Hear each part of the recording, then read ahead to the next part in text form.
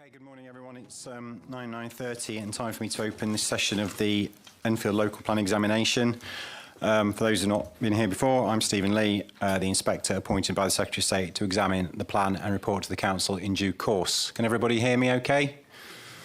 Good, thank you very much.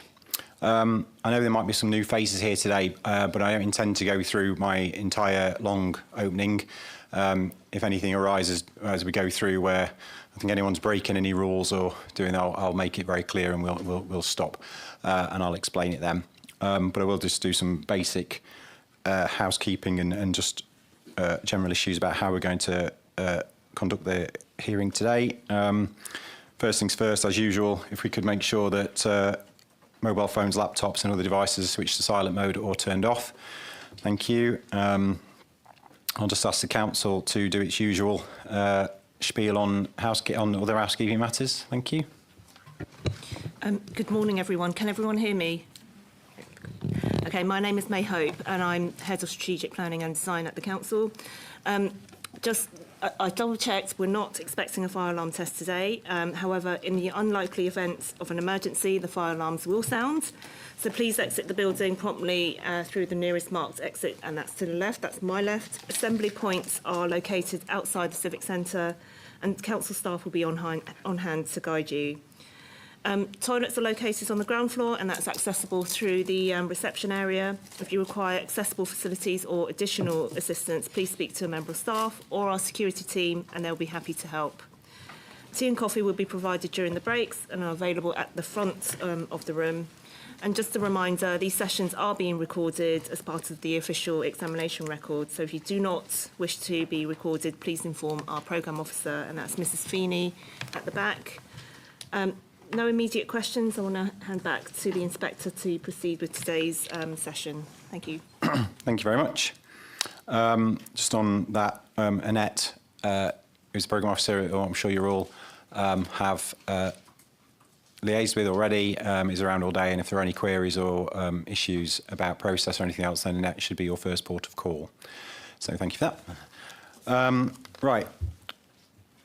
A reminder that the purpose of the examination is to help me decide if the plan submitted in August 2024 is legally compliant and sound, and if not, how it could be made so. This session, like the others, will take the form of a structured discussion of the matters set out on the agenda, which hopefully you've all had. And today we are dealing with matter 4, which is Greenbelt. I'll come on a little bit about the scope of today's session, because this is unlikely to be the only session where we discuss Greenbelt, and I think it's important that I establish the parameters. As per yesterday and previous days, I'll start each agenda item with some questions to the Council or any other party where I think direct questions would help me. When I've heard responses to those, I will invite contributions from others. When you wish to speak, please turn your nameplate on its end, and I'll bring you in at an appropriate time. When I invite you to speak, please say who you are, and if appropriate, who you represent, certainly first time round. I'd ask everyone to focus your comments on my questions or specific points made by others. I'd ask each contribution to be as concise and focused as possible to allow everyone a chance to speak if they wish to on a particular issue. Particularly important today, given how many people there are and how much we've got to get through. A plea and a reminder that there's no need to simply repeat or summarise what you wrote in your representations or written statements. Similarly, there's no need to tell me if you agree with somebody else or echo the comments of somebody else. I've said this before, but a good point isn't made better by repetition. I said yesterday, as we go through this process and people become more familiar with the process, I'm going to get stricter and stricter about repetition.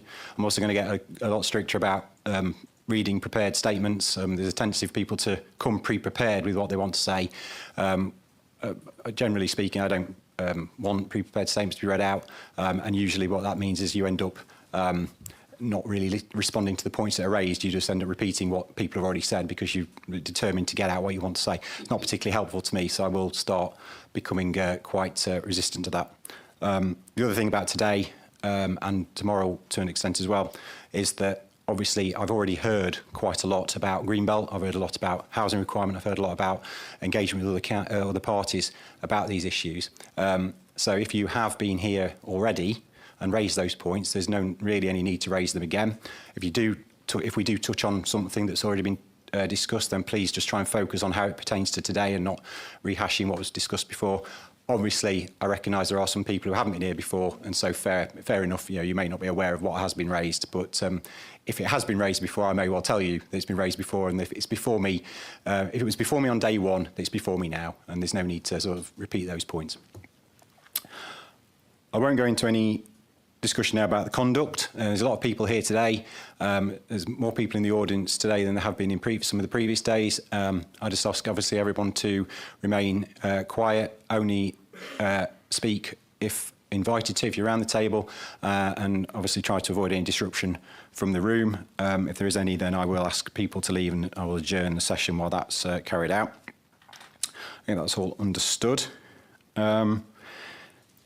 As with other sessions, if I identify that any main modifications to the plan are required or further work needs to be carried out by the council or anybody else, I'll try to make that clear during the session. The council is keeping a note of any matters I raise, and I'll clarify action points. I've been clarifying action points with the council from previous days in the following morning session, so I'll come on to that shortly. After stage one hearings are complete, I'll probably issue an action note summarising all of the issues that have been raised, but also anything else that I determine is needed. And in that way, it's possible that there are some issues and matters that I'll obviously need longer to think about and take away with me and determine, after I've given them some thought, whether or not any further action is required or modification is required. And that would be set out in a later note rather than during the discussion. So if I don't come to a view on something in the session, doesn't mean to say I'm content with it or anything else. It might mean that I've just got to go away and think about the significant amount of information that has been put to me and give it some thought. I'll try and adjourn at around 11 o'clock for 15 minutes or so, and then break for lunch around 1. In the afternoon, we'll try and start again at 2 o'clock, try to break around 3:30, and then finish around 5 o'clock if possible, 5:15, and no later than that. With that in mind, given what we've got to try and get through today, I would really try and implore people to think about the timing and get the points over as quickly as possible. With that, are there any queries or questions about process or anything? Okay, no, thank you. So before I go through the actions from yesterday, of which there aren't many, I think it's just worth going around the table and getting some introductions from everyone. Thank you. Starting with the council. Thank you. Yes, thank you very much, sir. My name's Matthew Reid. I'm King's Counsel. I'm instructed by Andrew Swaffer of Sharp Pritchard on behalf of the council.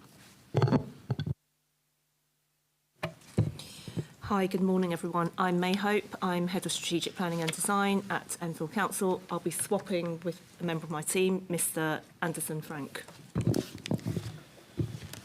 Good morning, Ian Gillespie. I'm a planning consultant representing the London Borough of Enfield.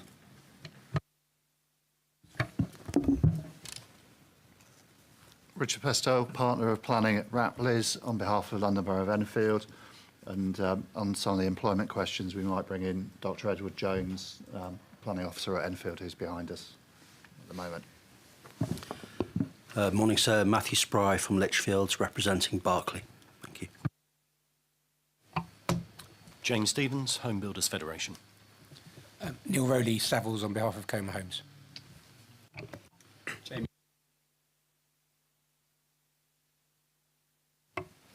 Good morning, Jennifer Turner from Carter Jonas, representing Thames Water. Robert Wilson, Chairman of Hadleywood Association, representing the residents and an adjacent landowner to the Duchy of Lancaster site. David Harbert, long-term resident of Hadleywood. Lakis Pavlou, Hadleywood Neighbourhood Planning Forum. Sean Wilkinson, representing Friends of Whitewebbs Park.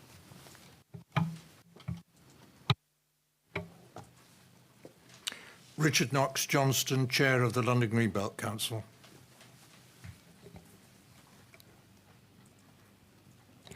Carol Fisk, representing Enfield Road Watch, Friends of Trent Country Park, Trent Park Conservation Committee and Western Enfield Residents Association.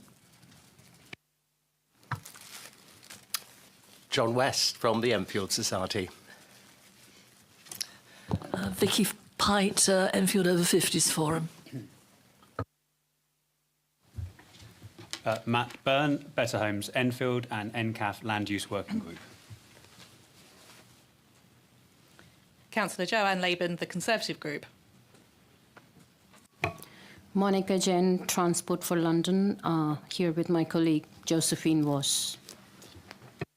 Okay, thank you, everyone. Recognise there might be some need for hot seating from time to time. If that's the case, that's fine. I tend to refer to people, particularly, as I've said before, for those further down there, I will never see your name, so I've tried to refer to people by organisation. So anyway, so if a different face appears, then it's the same organisation. That's okay. Okay, right. I'm going to move on to the actions from day 5, such as they were. Quite a few things I raised yesterday were potential actions which I need to go away and think about as to whether or not I determine they're necessary. Coming back to the discussion. The only thing of particular note was that it was raised that the appendices to the Employment Land Review were not in the library. Annette's checked that, and they aren't in the library. That's right. So that does need to be updated. However, I'm content at the moment that the meat of what I need to consider is in the main report and in the topic paper, so there's no extra actions in relation to that at the moment. Yeah, so I think just make sure if we can make sure the library's up to date for now. Thank you. And that was say everything else was things for me to think about. So anything else you've picked up at all? Just one matter that I need to deal with very briefly, sir. It concerns the SPD that was referred to yesterday at the end of the discussions around employment and arose from paragraph 8.36 in the GLA and the Council Statement of Common Ground. If you recall, it said, the Statement of Common Ground, the Council will explore the potential of using design guides and supplementary planning guidance to ensure that Class E properties are designed with flexibility. And just one point that we wanted to clarify on that, which is that the intention is that that will apply to the SIL sites, and so wouldn't be directly engaged when addressing the office development on Meridian.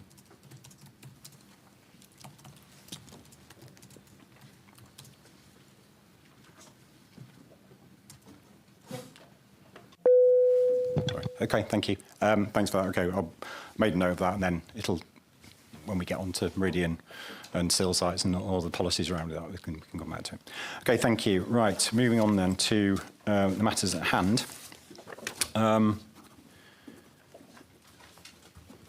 The issues today is matter 3, Greenbelt.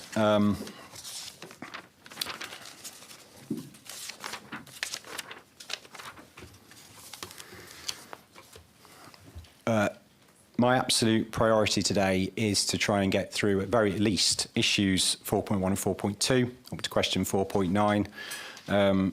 If we don't get on to issue 4.3 today, which is about the other proposals, the non-housing or employment land proposals in the Greenbelt, well, then I believe that's something we can pick up in stage 2. But obviously, I hope we can I've got some general questions which would be helpful to answer, but I'm going to prioritise issues 4.1 and 4.2. By way of background, by way of background, the response to my preliminary questions confirmed that a total of 436.8 hectares of land is proposed to be removed from the Greenbelt to facilitate the allocation of sites for housing and employment development. National policy advises that the essential characteristics of greenbelts are their openness and permanence, and therefore once established, greenbelt boundaries should only be altered where exceptional circumstances are fully evidenced and justified through the preparation or updating of plans. So that's, if you like, we're at the start of that today, that discussion. This matter is concerned with the strategic reasons and the overarching reasons and justifications as to why the plan removes land from the Greenbelt, and it's not the justification for individual sites necessarily. I'll consider the site-specific issues relating to each allocation, including the impacts on Greenbelt purposes and the proposed Greenbelt boundaries under subsequent matters. And I'd only obviously reach conclusions on whether there are exceptional circumstances to justify removing even each of the sites from the Greenbelt following all of those considerations.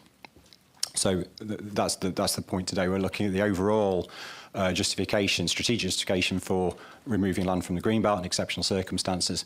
So I'm not intending to want to get into the merits of each individual site, other than where, if we're talking about a particular issue, it can be used as an example of. So an example of why the council hasn't followed the requirements of the framework is this, that and the other, rather than, I'm not going to go through every aspect of, it's not possible to go through every aspect of all the sites everyone around the table has got a particular concern about, particularly when there's going to be a session on those sites later on. So it is a composite approach, but I think the first stage is let's look at the strategic issues and whether or not, obviously, if I wasn't content with those strategic issues by the end of this session, then that would take us down a different path. If I'm content that in principle we need to look at the sites in detail, and if frankly it's inconclusive because I need to look at the sites, then that's a potential outcome as well. So, but I need to go through this stage first. Issue 4.1. And I'm just going to say I'm going to deal with the issues at a time, so I'll go through all the questions I have on an issue, so 4.1, then I'll go through my points with the council, or I might invite the council to give a summary of their position, so that might be faster than going through all my questions, and then I'll open it up, and then once we've gone that, we'll move on to issue 4.2, and then 4.3 if we get there. Issue 4.1 raises 3 questions, and this all relates to whether or not all reasonable alternatives or reasonable opportunities have been considered to meet housing and employment needs outside the Greenbelt, and whether or not needs can be met elsewhere.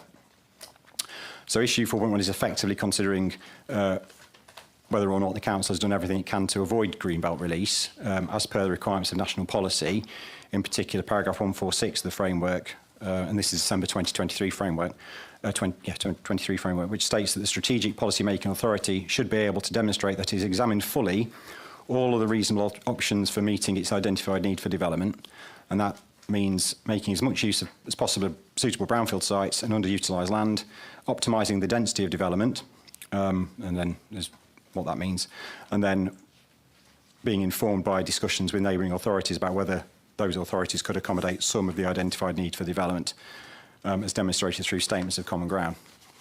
And people will know we've already talked about some of the engagement with other authorities, but I will still come to that later. Question 4.1 was about the identified capacities. So this is the starting point, if you like, for this whole debate is what has the council identified as the capacity for housing and employment without Greenbelt release.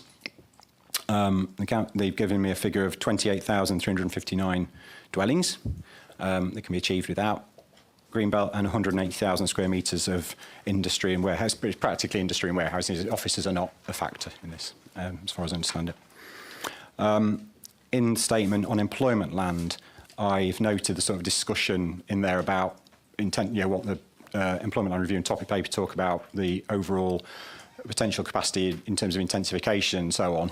And I'll come back to that probably when we're talking about optimising development density.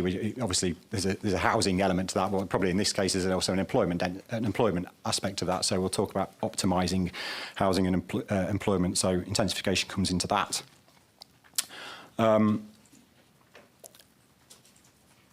Those figures are my starting point, and really, I'm not going to ask any more questions about that, because actually the validity of those figures is essentially what is covered under 4.2. So if people want to pick up, if they don't agree with those numbers, then it's all under 4.1 and 4.2 anyway. So under 4.2, the question is, were all reasonable opportunities assessed, brownfield housing, employment and optimising density? They're the first 2 points I want to pick up on for housing and employment. But just for I'll start with housing. Before I probably just ask the council, it might be, as I said, easy for you just to summarise your position on this, and then if I've got some points, I'll just make sure you've covered those points and interject accordingly. But I've just got a couple of in-principle questions first about what we're talking about when we're looking at reasonable opportunities and what that means. I mean, first things first, and thinking about the discussions we had last week about paragraph 4.111. normally, and so in normal circumstances, you would have a requirement or an objectively assessed need based on demographic need. Let's just say, you know, for descriptive purposes, 35,000, and you will have assessed your capacity without going to Greenbelt, might come to 30,000, and therefore you've got a shortfall, and then you've got a decision to make as to how you go about meeting that shortfall, and it might be removing Greenbelt releases is one of those things. And obviously, paragraph 146 is then saying how have you closed the gap between the 35,000 demographically assessed need and the 30,000 capacity. Have you done everything you possibly can to close that gap or look elsewhere? So that's what we're talking about. But here, the assessment, the requirement is not based on demographic need, it's based on a capacity assessment, isn't it? So effectively, the question really is that it's twofold, is even if hypothetically you were able to identify an increased capacity in the urban area, would that make any difference to the council's position on Greenbelt release? Because effectively, the capacity increases, does that change the requirement figure? But it doesn't necessarily alter your other reasons for wanting to go into the Greenbelt. And the corollary of that is, you know, what if in that scenario I gave, the normal scenario, it would be quite clear how much capacity you'd have to identify to not go into the Greenbelt. But here, is it actually clear what capacity you would need to identify to not go into the Greenbelt? Does that make sense? Is it, you know, how much? We could debate, let's say, if you found another 5,000, would that make any difference? If you found another 10,000, would it make any difference? Because of the arguments about how the requirement's been derived in Enfield, but also the reasons for going to the Greenbelt. Does that make, it's quite convoluted, but does that make sense? Yes, it does. The point is that we have a capacity-based analysis, and how is it that we've justified ultimately the case for exceptional circumstances in circumstances where we've, as part of that analysis, included Greenbelt elements, which I think is part of the debate that we had previously. Does that get to the nub, sir, of what you were? Well, also, so if for the sake of argument, if we did this debate and you went, you know what, you're absolutely right, there's another 5,000 dwellings on site X, would that actually mean then, that in the way you've gone about this process, that would, you know, and if you're delivering 5,000 dwellings on the Greenbelt, well, if you find 5,000 dwellings on site X, does that actually mean, well, we don't need Greenbelt anymore? That's the point. Yes, it might have that effect. The question is, of course, what the extent of the overriding need is when considered as one or more of the exceptional circumstances. And here we're dealing with a situation where, as we talked about last week, there's a very significant level of need. Whether one calculates that on the basis of the standard method uncapped in the present methodology, or in an uncapped and endorsed way under the current MPPF. So it's a very high level. And if one was able, theoretically, to find another 5,000 units, then there then may be a judgment to be had as to whether it's right to seek to meet still more of the housing need. But at some point, a judgment had to be reached, as I said last week, a judgment had to be reached as to how far that process of analysis was going to be taken. How far is it right to seek to release the Greenbelt against the level of needs that exist? And that judgment was reached on the basis of the various factors that we'll talk about today. And so, in principle, it's possible that it would weaken the case for the release of Greenbelt if there is a further significant capacity identified within an urban area. But the point is that it doesn't come down to the binary approach that would ordinarily take place if what you were doing was identifying your OAN and seeking to meet that by way of a capacity analysis. It comes back to the same judgment ultimately, but it's not as I say, binary insofar as you know what you're trying to meet and you seek to get there. Yeah, I think that's the point. I mean, so it's not purely quantitative in this, and so I suppose I'm trying to consider whether the council position is that, in effect, paragraph 146 is kind of moot, because that's not why we're releasing Greenbelt. We're not releasing Greenbelt because of an overall numbers perspective. We're releasing Greenbelt, as the argument's made, for other reasons, which we'll come on to. And therefore, if we identified 50,000 dwellings in the urban area without going to Greenbelt, well, actually, that wouldn't alter the fact we'd still think we needed a Greenbelt release. No, there is certainly engagement with that paragraph, and to that extent, whilst one isn't applying the sort of usual set of circumstances because of 4111, nevertheless, as I say, the result is the same, and the issues still need to be overcome on that basis.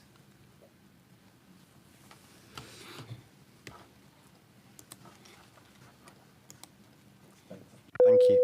I do keep pressing that button. I apologise. After week 10, I'll probably get it right. Okay, so that's that. So now then, I wonder if you have a sort of summary, I don't know if you want to just canter through how you feel you've addressed the issue of maximising previously developed land and optimising density. And I think I've got some points, but I think it might be quicker for you to do it, and then I just pick out if there's anything I want you to elaborate on. Absolutely. So yes, I'll deal with it very briefly because, of course, we set this out principally in the housing topic paper, the site allocations topic paper, and to an extent the exceptional circumstances topic paper. And your question ultimately seeking to engage with the MPPF is 4.2 is whether all reasonable opportunities for meeting the need for housing and employment have been taking into account the need to use as much of suitable brownfield land as possible and optimising densities. And that process has been undertaken by the Council through the site selection methodology and the HELAR process, as then informed by other overarching or analyses run in parallel, for example, the character of growth study. And the series of steps has been, as I say, set out, and a significant number of them. But they do derive initially from the HELAR, which undertook a very extensive assessment of potential sites, and indeed an open one and a generous one because of what was then left ultimately for consideration through the site selection methodology. And the processes that are identified in all of those papers identify compliance with both the engagement with the requirement to seek brownfield opportunities first and also the optimisation of densities. Ultimately, the Council reached the conclusion that those studies led to the right outputs with regard to what was left to deliver the various needs that exist and what was available in capacity terms to meet those needs. And that led to the conclusion ultimately that the Greenbelt site should be released. I should say there are other factors that go to the question of whether exceptional circumstances exist, but I'm just focusing at the moment on... And we'll come on to those on 4.8. Question 4.8, which is sort of like the summation of everything, really. Yes.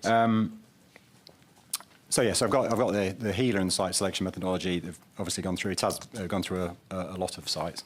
That was last updated when? I think Mr. Anderson-Frank will be able to give the specific date as to when it was last updated. There is the question of, as you mentioned both last week and yesterday, I think, of how we've dealt with other sites that have come up. And so it may be sensible if we take that as a separate issue and we can deal with it now. Or well, you can deal with it now because I think it comes. I mean, the HELAR was a point in time site selection methodology point in time. I've got the site selection topic paper which provides tables at the back which show the sites that have been selected, sites that have been rejected. So there's that. But obviously, if there are other sites that have been identified prior to submission, I mean, let's be realistic, but prior to submission which could have been assessed, then how you've gone about that would be quite useful to know. Yes, so there, I think is only, well, there are a number of sites, but the only significant site that is has arisen since Regulation 19 is the James Holmes site.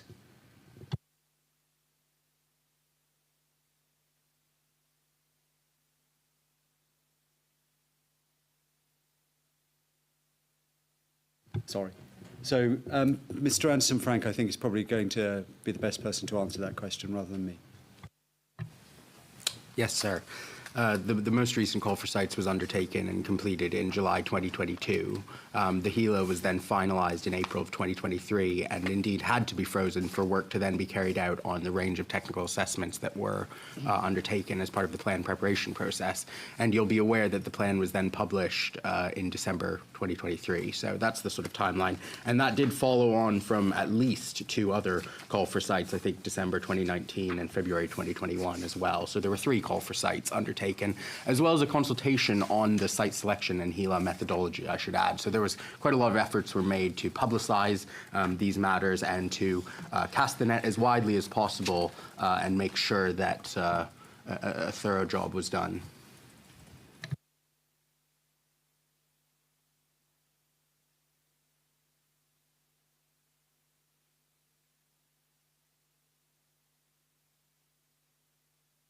Yeah, and do you want to say what? I mean, clearly, I'm going to be mindful of the fact there has to be there's a line has to be drawn at some point, else we'd never end up submitting the plan. But if in terms of Regulation 19, it is a consultation stage. So if you are required to have regard to those responses. So if obviously things have been put to you at that stage which have got some merit, then obviously you've considered those presumably under Regulation 19. So I guess it's how were any additional sites put forward to you which were not considered in the HELA and subsequent processes, and if so, how were they assessed? Absolutely, sir. So yes, some additional sites have been put forward. We've undertaken an informal assessment, informal in the sense that we haven't published anything, and we're happy to provide you with the list of those sites and the assessment of them. I think it's right to note, sir, that those are ones that have been raised by objectors during the objection processes.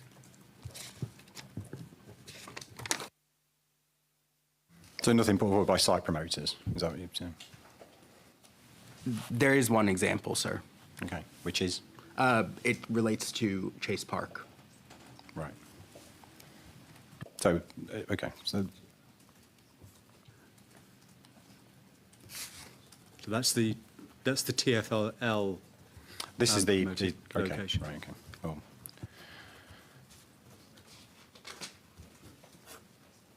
Is that Greenbelt though? It is, sir. Yeah. So I suppose from the purpose of question 4.2, then sites put forward as part of the Greenbelt are not my concern at the moment. We'll come on to that as when you've been looking at Greenbelt opportunities. So that's a site promoter looking at alternative Greenbelt release, looking at alternative things. So you have. When you say those raised at Reg 19, albeit by objectors, have been through an informal assessment, is that the same assessment that was carried out for all the sites? Yes, sir, the same level of assessment.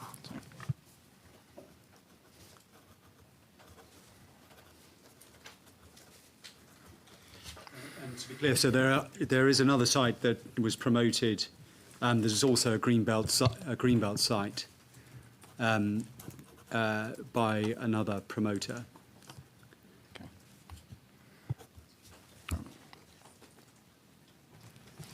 Sorry, sir, this isn't... so there's the site to the west of Chase Park, which has been put forward part of the golf course land by the leaseholder of that site.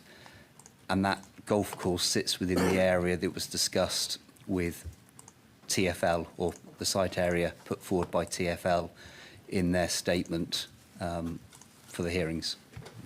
Okay, I think for the purpose of issue 4.1, I'm not going to get into alternative Greenbelt sites. That's for another discussion. I'm just trying to get a picture of how the capacity, the non-Greenbelt capacity is being assessed, and the extent to which it's robust and up to date. So, sorry. Karen, yeah.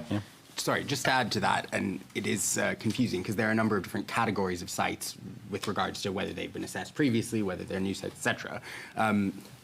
Mr. Pavlu here from the Hadleywood Neighbourhood Forum submitted quite a large number of sites to us, and some of those were genuinely new, and those relate to the sites that we have now gone through the assessment process on. So it's not fair to say that there aren't additional sites. Those are sites in the urban area that we've now considered, and we've rejected those. Okay, there's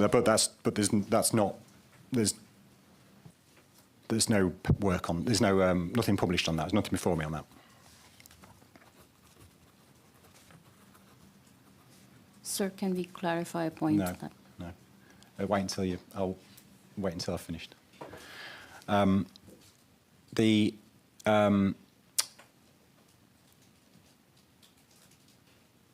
what happens when I'm interrupted. I lose train of thought.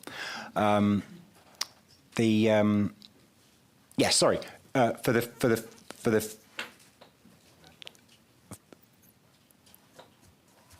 avoidance of doubt and everything else, would that be something that I would benefit from seeing? Again, would it be an errata addendum to the site selection methodology or a HELA? We're certainly happy to provide that if that is something that you want to have. Those issues have arisen significantly through their hearing statements, and that's why we've engaged with them. And we're happy to deal with that today, or we're happy to deal with it by way of an errata, whichever would be of most assistance. Don't particularly, unless it's going to be quick, want to go through every single site that's put forward by every objector and said, right, okay, let's go through that. If I can take that away with me at some point, I mean, I'll see what people have to say, and if it's sort of, I guess I'm more interested in process. I can always come back. If I was to ask for information, I could come back with more written. I can ask for written representations on it, if nothing else. So I could have that data published and then ask for comment before we come back for stage 2. I think because of one or two things, it's probably going to be a stage 1. There's going to be a stage 1.5 because I've got GTC things to probably back up and something. So. The point around alternative sites also then raises the question about the arguments that have been made by objectors around specific sites that it said, well, actually they've been under-assessed in terms of their capacities, and a number of other factors that engage with specific sites and go into some detail. Right. And we're happy to, as I say, deal with those today if that's as you'd prefer it, or we can put those into a schedule of responses that are added to that overall issue. That may shortcut the process, is all you may think. So. Yeah,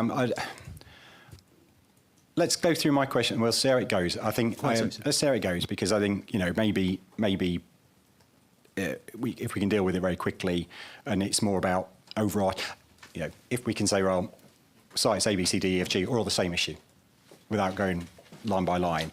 But I think, you know, because that information's not here in any writing before me now, it might well be easier to get a paper on that, allow people time to consider that, maybe get some written, get some focused consultation on it, and then come back with, I can actually then focus on what I'm concerned about, rather than get into, frankly, we can get into endless debates about, is this 35 dwellings per hectare versus 40 versus 42, and there's obviously matters of planning judgment here, which I don't necessarily want to get into.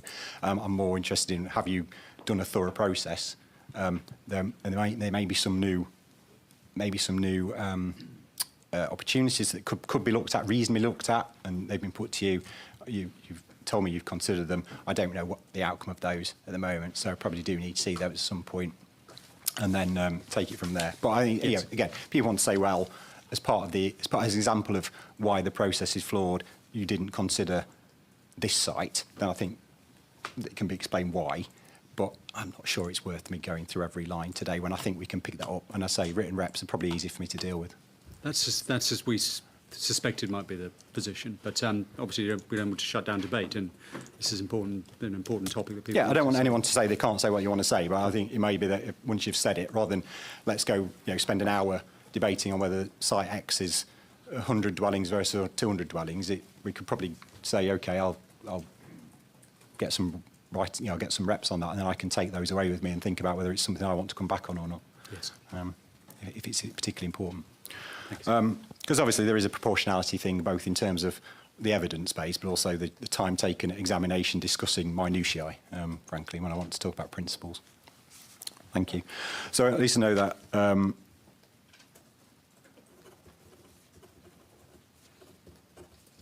I suppose as well, if I were to ask, is the question about optimising density. If there's arguments about, well, this site could be, you've not addressed that site. Again, I don't know if you've, as a result of Reg 19 consultation or hearing matter statements, reassessed any of those things and thought, well, actually, yes, that could be a valid point. In which case, we'd have to re-look at the figures. I don't know if you've done that. I mean, that might be a question we come on to. Perhaps as and when the specific issues are raised by the parties, we'll be able to engage with it. But I think just to give a blanket response may not do justice to what the council's done. Okay, so in terms of the reasons for excluding sites, that's I've set out in various places, but I got a summary of those in the site allocation topic paper, have I not? So that covers everything. Again, people may disagree with some of those judgments. I'm not going to go through each line of that document now and say whether that's, but you've in coming to those conclusions and those results, you're content that everything's been considered on a like-for-like basis, and at the end of the day, it's a matter of planning judgment been involved in this. Yes, judgments have been reached according to the methodology in respect of those sites. Just in terms of optimising density then, so in terms of how, we're talking about housing at the moment, we'll perhaps come on to employment, but housing densities, how have you gone about, so this is from the characterisation study, is it, and talking to site promoters about what's realistic, or any other factors you've done in seeking to optimise density? Yes, there are a number of ways in which it's been done. Mr. Anderson-Frank, I think, is going to be best placed to speak to that. But it is multifaceted. It's probably the simplest way to state the position in overarching terms. Yes, sir. I'll give you a bit of a rundown, just try to keep it quite brief. I mean, we've certainly engaged with site promoters throughout the process, through call for sites and through detailed discussions around development capacity. We've done our own work to look at the constraints on sites. You can find in the notes of the HELA things that say 15% of the site is covered by flood risk zone 3, so therefore we're going to constrain the capacity based on that. We've then, for each site, assigned a series of typologies, which are based on detailed assessment work as part of the character of growth. So just to be clear, the character of growth work was undertaken in parallel with the HELA. The dates of publication are not aligned necessarily, but the work was in draft form and indeed had been consulted on at Regulation 18 stage and earlier. And so the work was carried out by the same officers. And so the typologies that were chosen for each site, which relate to a specific density, were aligned and agreed by officers and in consultation with other officers as well in relation to heritage and other matters. And those typologies were then actually adjusted in the case of net developable area and so on and so forth. So quite a bespoke calculation, certainly for the larger sites. If there were existing employment or retail uses on the site, that was factored into the calculation. So quite a detailed assessment, actually, in the grand scheme of things. And I'd just like to also point you to Appendix 6, I think it is, of the site allocations topic paper, which outlines some of the changes in site capacities between Regulation 18 and Regulation 19 stages of the plan, sir. And that demonstrates in quite a lot of detail the process of consultation with external bodies such as Historic England and the Greater London Authority regarding the heights of buildings and so on and so forth, affecting the capacities of certain sites. And to be honest, that table demonstrates that some site capacities came down in that process and some site capacities went up in that process. I could give you, 10 examples of sites that came down as a result of consultation, direct consultation with Historic England on the site regarding the detailed heights of buildings, and that was done with reference to a three-dimensional model, of course, sir, computer modeling and views, registered views, in fact. So we feel that our process has been quite comprehensive, really, and cannot be said to be biased in any one direction or another. Thank you. Just another thing is where a site, and obviously the passage of time means that some sites come forward for development while they're being assessed through the plan. So when planning applications have come in, for example, on any site, has that been factored in as well? So again, I've got to be realistic about, I'm sure there's everybody would love this document to be constantly updated, like on a daily basis, but there has to be some realism about, when you submit the plan. But during the preparation, if things were changing, you had scope and you had the ability to change things on the fly like that, if an application came in, was that carried out? Yes, sir, absolutely. And I mean, that is demonstrated in the table I referred to, where an application has then changed the capacity. And indeed, the officers involved in capacity discussions are deeply involved in the development management process and involved in pre-application discussions. So I would certainly say that the HELA considered the net much wider than just consented schemes and actually looked at schemes that were emerging and in the process and through confidential development management discussions for the fact of the matter. Account of confidential development management discussion. Well, taking account of them, we're not reflecting them necessarily, and might be quite obvious. Okay, thanks. The other thing you've just mentioned, actually, and we'll come on to this, it's more of a broad issue about site selection and how the strategy has been, the evidence underlying the overall strategy. And perhaps in an ideal world we'd have addressed this before now, but the programme wouldn't allow it. But take, for example, you mentioned flood risk. So there's a sort of effectively a presumption against development in areas of flood risk. It's not something you do without going through other avenues. So, and there are, as we'll come on to tomorrow, quite a lot of sites, both housing and employment, which have got some element of flood risk. So, again, well, actually, it might reduce capacity if you were to sort of remove those sites. Are you content, obviously, in looking at that that type of constraint, you've been realistic and consistent with national policy?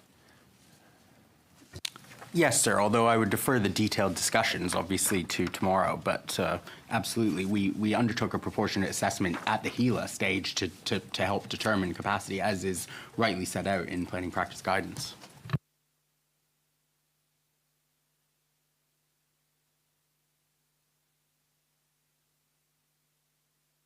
And presumably, if you were to conclude that there were sites which were unsuitable that are in the plan due to issues such as flooding or any other constraint, then obviously that would reduce the deliverable capacity, thus, and from your perspective, enhancing the argument for Greenbelt. So, okay. And that might be something that, obviously, when we get onto site specifics, we're going to look at some of those things. So, which is why this is a constantly sort of moving feast a little bit. See how the overall argument for Greenbelt release and so on pans out right at the end. But fine, okay. Just a quick thing about the issues we discussed last week about small sites and your change to the acceptance of the GLA's small site figures. Does that have any bearing on the capacity figures?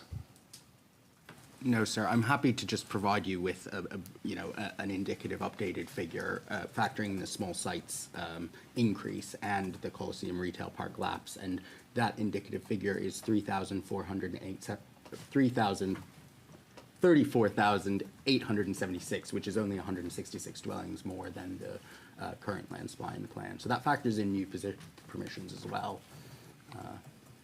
That's including Greenbelt. Yes. Yeah. So if you take the Greenbelt out of that, what's the figure? It's just 166 homes more than what is indicated in our. Okay, understood. And we've touched on this issue of new sites, so I don't need to cover that again. On employment land, I think the approach roughly the same, broadly, for how you've gone about identifying capacity in terms of sites, if you like, for that.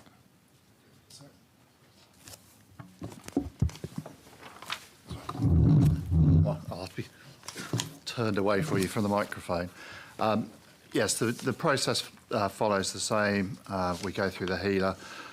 Where the employment evidence differs slightly is that we're quite heavily reliant upon a train of intensification evidence following London Plan E7. So, as you'll be aware, London Plan Policy E7 requires us to be proactive and try to encourage intensification.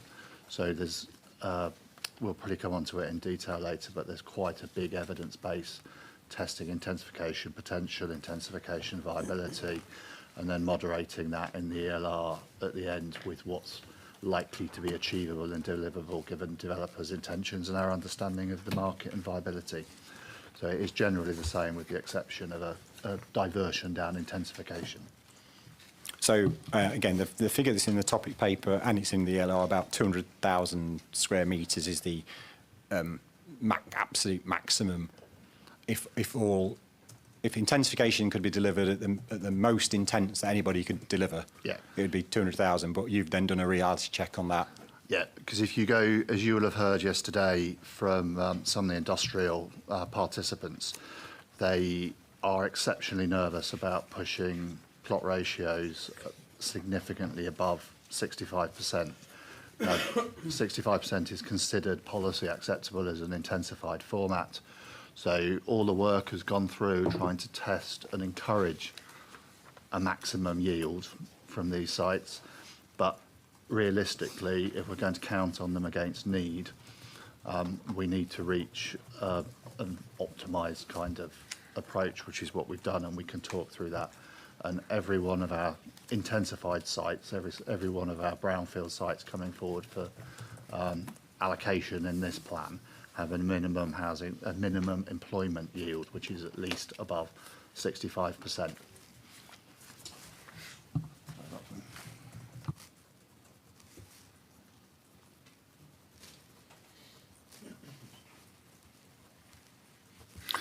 Thanks. Mr. Anderson, Frank. Okay. Can I just make an additional point, sir, which applies equally to the employment sites as the housing sites, which is that, consultation with historic England was a major factor in the capacity of employment sites. And just to give participants... Just to give participants an indication, we're talking about some employment schemes that are 15, 20 metres high as a result of intensification efforts. So I think there's a qualitative design and heritage consideration which must be taken into account when allocating highly intensified industrial schemes in some of Enfield's conservation areas, for example, or adjacent to them. Okay, thanks. Thank you.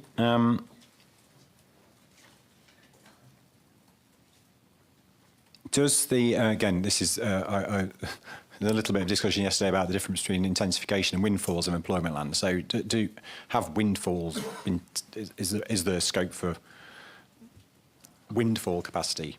Right. Traditionally, and for many, many years, we've had negative windfalls of employment. That is our enormous trend. It would be fair to say that Coliseum Retail Park, which we've talked about as a brand new site, possibly for employment, that could be a windfall, but that's a very specific thing in this market and time. And if you'd have asked us even 12 months ago with a brand new permission for that site, 1,500 units, we wouldn't have been considering it as an employment site. But we can't be reliant upon positive industrial windfalls for us. I suppose that's the question, the reliance you can place on it. Yeah. So there will always be potential for one-off, but there's no, like say housing where you can look back at your trend. There's not. No, and I think for years where we've had underutilised land, for years national policy has pushed that permissively through into housing. So we're a London borough, we're not looking at large quantums of underutilised land sitting there waiting for development. And even if we had underutilised land, the pressure historically has been to move it forwards for housing. And if it's been an employment site, the pressure has been to release it from employment for housing. So you're right, our question is, well, can we rely on it? And I would say certainly not for employment purposes.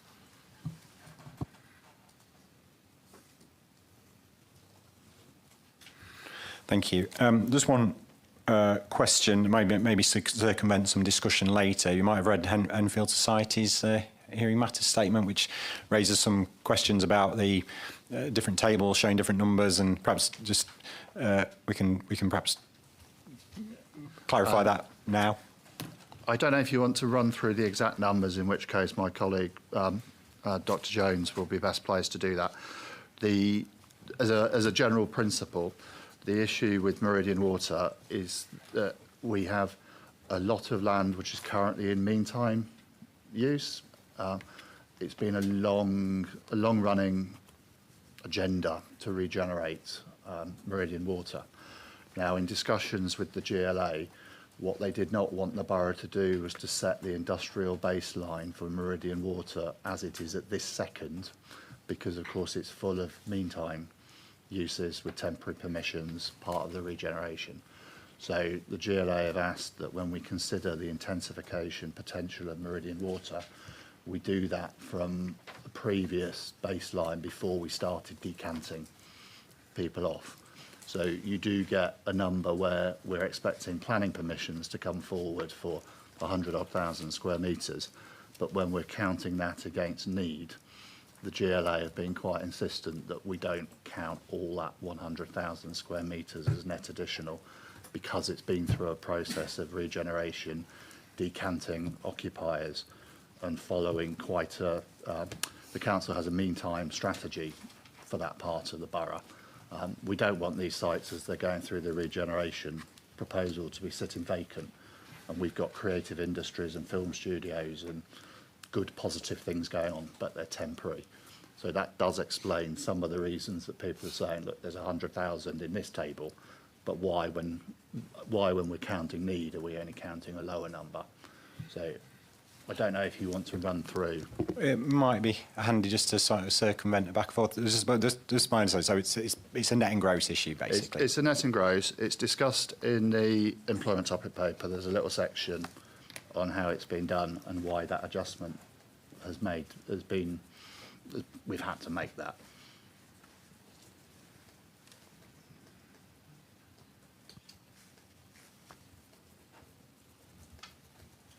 Okay, I think just for completeness, if we can just run through that as quickly as possible, so that I don't, and then at least the Enfield Society can hear that and decide whether or not it satisfies them.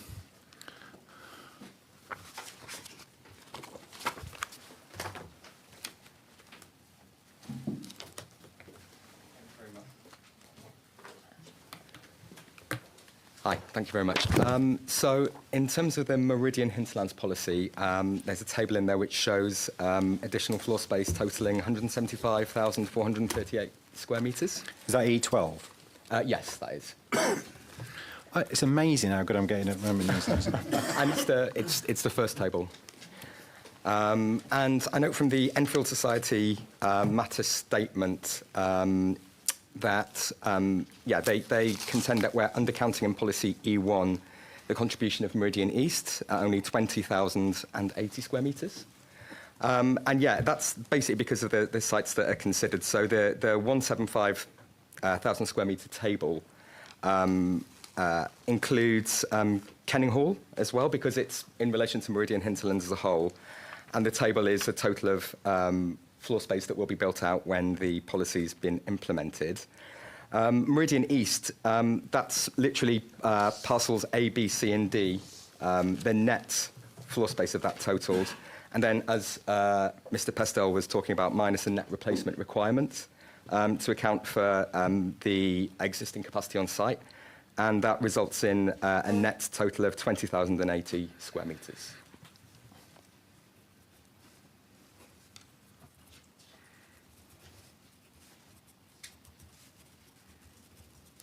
So the differential is, as was pointed out, it is there are uses already on there which will effectively be replaced by new development. So there'll be permissions for 100,000 square metres of nice shiny new industrial floor space. Correct. But in pure numbers terms, a proportion of the 80,000, if it's 20,000 difference, is in use already so it's a like in use class terms, in floor space terms, it's a like for like replacement. Yeah, this part of Meridian Water has been going through a regeneration programme lasting many years, going back to ELAP and the core strategy. So the GLA's point to the borough is that as we've been assembling land, we've been purposely demolishing buildings and decanting tenants long-term tenants off that site. As you see it at the moment, it's a site in transition, and the big sheds on it, a lot of the big sheds on it are temporary, meanwhile, studio uses. But when it comes to us counting capacity, the GLA wanted us to take into account that it is an active employment site, but the floor space on it this second doesn't reflect what we should have on it as an operational sill site. We've decanted people away. So if we were going to measure, we could measure intensification from an empty site, and we'd have a very, very big high number. But that wouldn't reflect the history of the site and what has gone on with it. But also, to be fair, we've made an adjustment on the need side in the employment land review. We didn't carry forward into the past trends analysis that we talked about yesterday. We didn't carry forward the demolition of the former industrial buildings that were taken away a few years ago, so that we had a clean trend. But it's a site in transition, and we could. I think what the GLA is concerned about is the council demolishing all the floor space and then saying that intensification is infinite because it's then measured from zero. That makes sense. I think so. Yeah.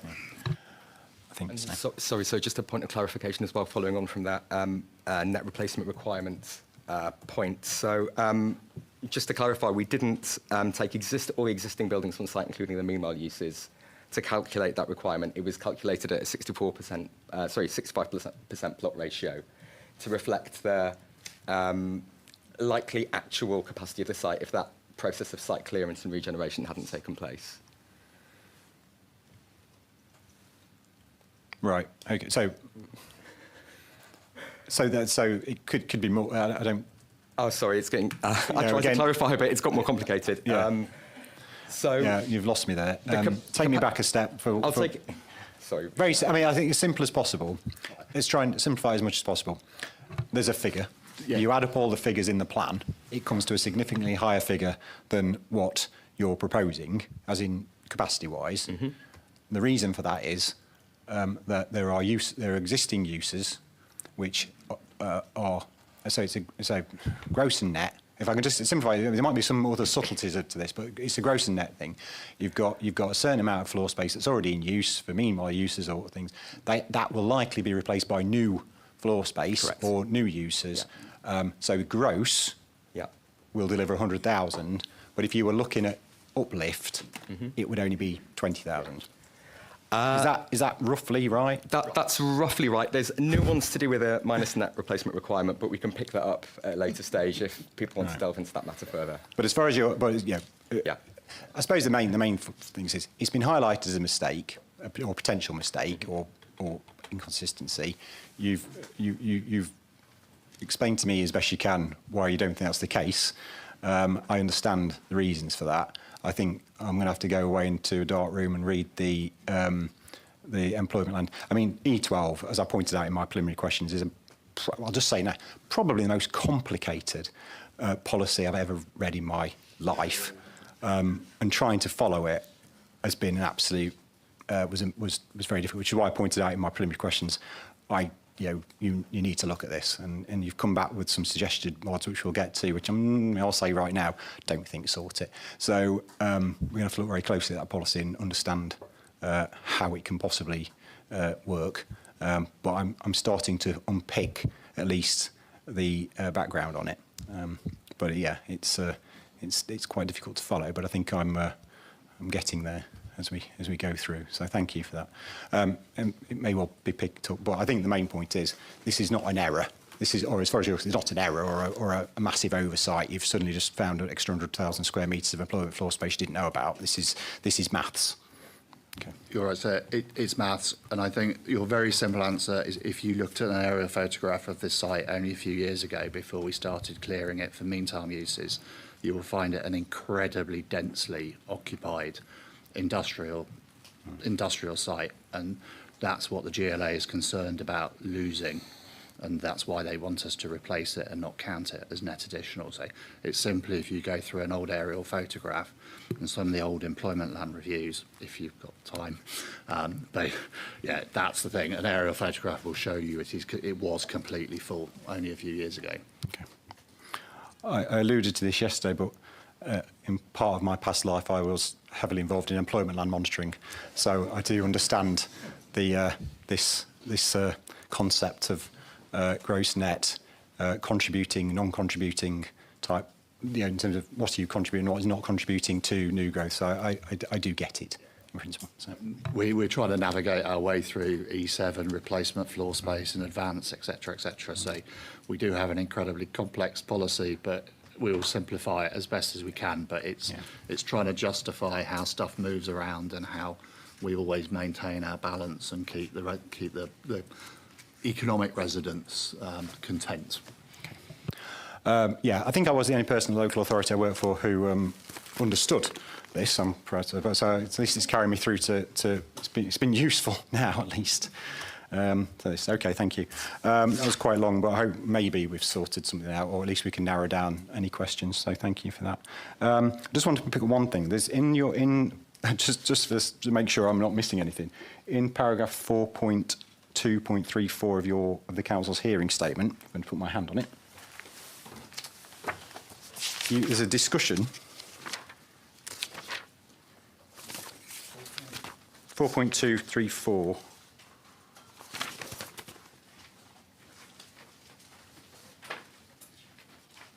There's a little discussion about Meridian Water and office development, but I wasn't sure of the relevance of this to this question because, as far as I'm aware, office development is not proposed in the Greenbelt.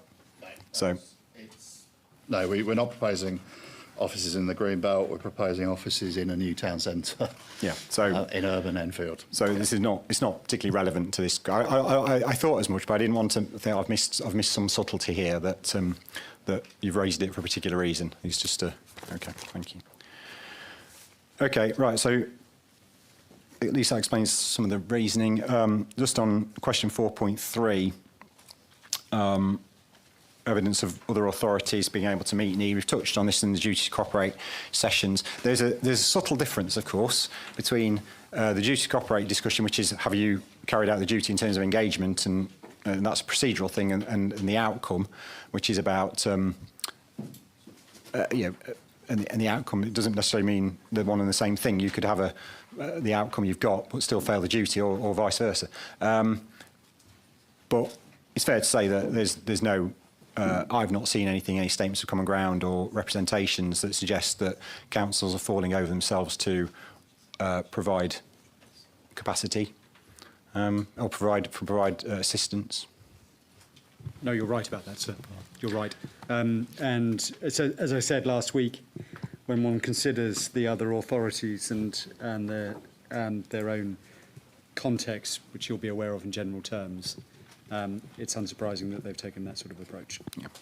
And I've not seen anything particularly, I've seen no evidence from any other party, I don't think, which tries to challenge that in any substantive way. So. Not that we understand it. Right, okay. So that's as much I've got an understanding of the council's position on 4.1, and you picked up some of the things I wanted to clarify. We've got about 20 minutes, 25 minutes or so to go through any points. We'll make a start. If we don't get to the end, I will break at 11. So if we can just start going round the table, and this is purely about issues relating, say, to questions 4.1, 2 and 3. I'll start on the left-hand side of the table. I think that's Thames Water. Thank you. Thank you. I've just got one point to make. The council explained that the HELAR is the basis upon which brownfield sites have been assessed as part of the site selection process. I just wanted to query the accuracy of the HELAR as the evidence base for the site selection process. How has the HELAR been checked for accuracy? We've noted a number of errors in it, in particular, which have led to incorrect judgments. For example, site CFS 142 was excluded at level 1 because the comments were that it was all within flood zone 3 and all within an SSSI, when in reality this is not true. the entire site is not within an SSSI. It's adjacent to one, but it's not within it. And there's only small parts of the site which are affected by flood zone 3. The majority is flood zone 2, which is a suitable use for industrial use as a less vulnerable use. So that was it really, just wanted to query the accuracy. Thanks. Okay, thanks. I think the point would be, I mean, obviously you can address that particular site, but I think the point is more about how you've gone about ensuring accuracy, how, you know, what sources of information you've used to come to this these results. And I suppose the question is, if these inaccuracies were raised during consultation, how you've gone about checking it. So that'd be the point, I think, just to get clarity on. Okay. So there is somebody right at the end, but there's another sign blocking it. Is it Mr. Harbour? Mr. Harbour, if you want to. Thank you. Thank you. I just wanted to talk high level about the brownfield sites, and very concerned that the council are excluded Colosseum at such an early stage, when you've got another 14 years of the planned cycle to actually address whatever viability or planning challenges are being faced.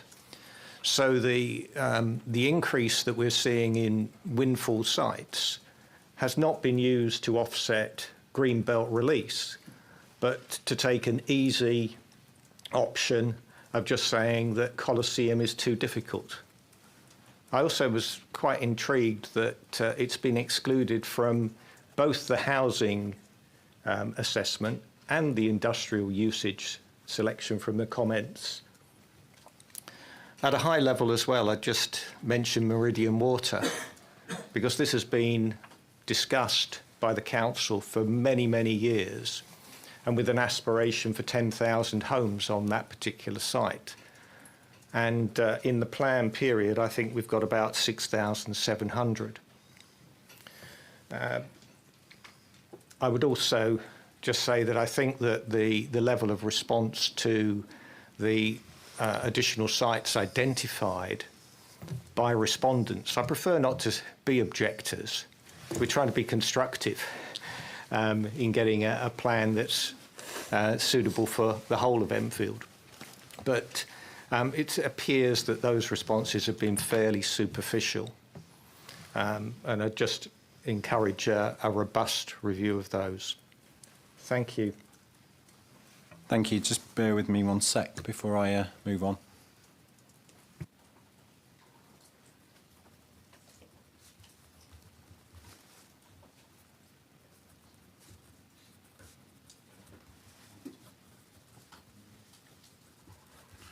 Thank you. Sorry for that. Yeah, if you want to put, sorry, did you have something else you wanted to say? No, yeah. I will go back down. There's a sign. Sorry, it's Hadley Wood Association, is it? Indeed, sir. Yes, I wanted to pick up a reference in assessing the small sites to 164 as a small error, a rounding error, a small amount, and in terms of assessing reasonable efforts, to contrast that with a site, although this is site-specific, which is only 160. So I do challenge how it is possible to say that reasonable efforts have been made to allow for 160 sites when it comes up and down in that small-scale adjustments for another factor.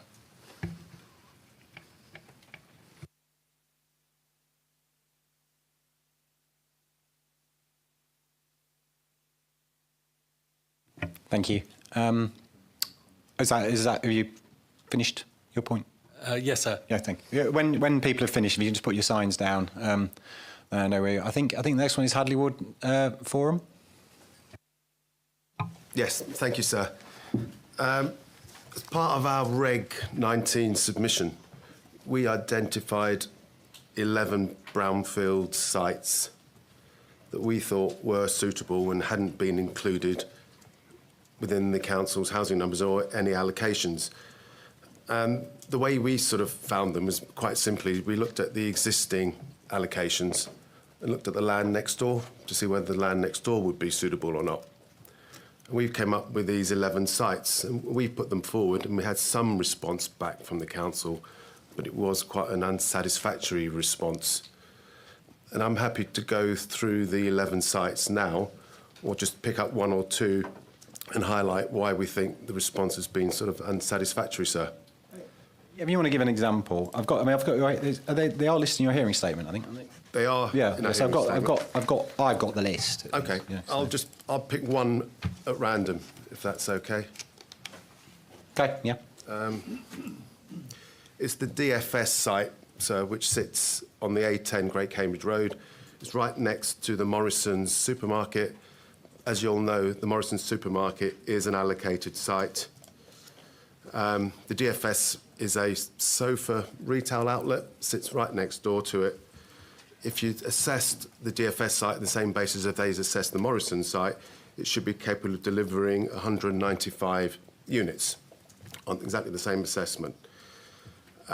We put it forward, and the council responded saying the site faces significant commercial lease and operational constraints. In reality, the DFS lease finishes in April 2030, so that's within 5 years or so from now, and halfway through the plan period. They then go on to state the economic impact and logistical challenges of displacing these operations outweigh potential housing benefits. But they're more than happy to lose a greenbelt site and say it's exceptional circumstances because we can't deliver these 160 homes elsewhere. But if you lose a sofa shop, it's suddenly, oh no, we can't do that. The benefits, don't outweigh the housing on that basis. So and we've had that on 2 or 3 of those sites. So these 11 sites, if allocated, could deliver 3,200 units using the council's own assessments of densities, and again would require less greenbelt site to be released, if any. Thank you. I said I thought it's a useful example, I think, just to get a general feel for it. But I thought your hearing statement had them listed. It doesn't, but I'm sure I've seen a list of these somewhere, so I must have picked up from some point. Yeah, thank you. I mean, I think just generally how that's a useful example. So if we get into that on all 11, we're going to be here for a very long time. And it could be that, let's face it, you're not going to be satisfied probably with what the council say. I think the council have to give me an answer as to why they've gone down that route generally, and then I say it might well be I ask for some written. I appreciate that, sir, but it's for you to make the decision as to whether you think they're suitable or not for me or for the council. Quite, yeah. Well, it's for me to make sure the council have done things properly. Not necessarily. I'm not going to assess whether those sites are suitable. I'm going to assess whether the council has gone through a robust process, which is a subtle but important difference, I think. Okay, we'll move on then. Thank you. Beg your pardon, London Greenbelt Council, I believe. Thank you, sir. Just as a means of introduction, the London Greenbelt Council represents 110 organisations in the London Greenbelt, and 2 of the organisations who are members are the Enfield Road Watch and the Enfield Society.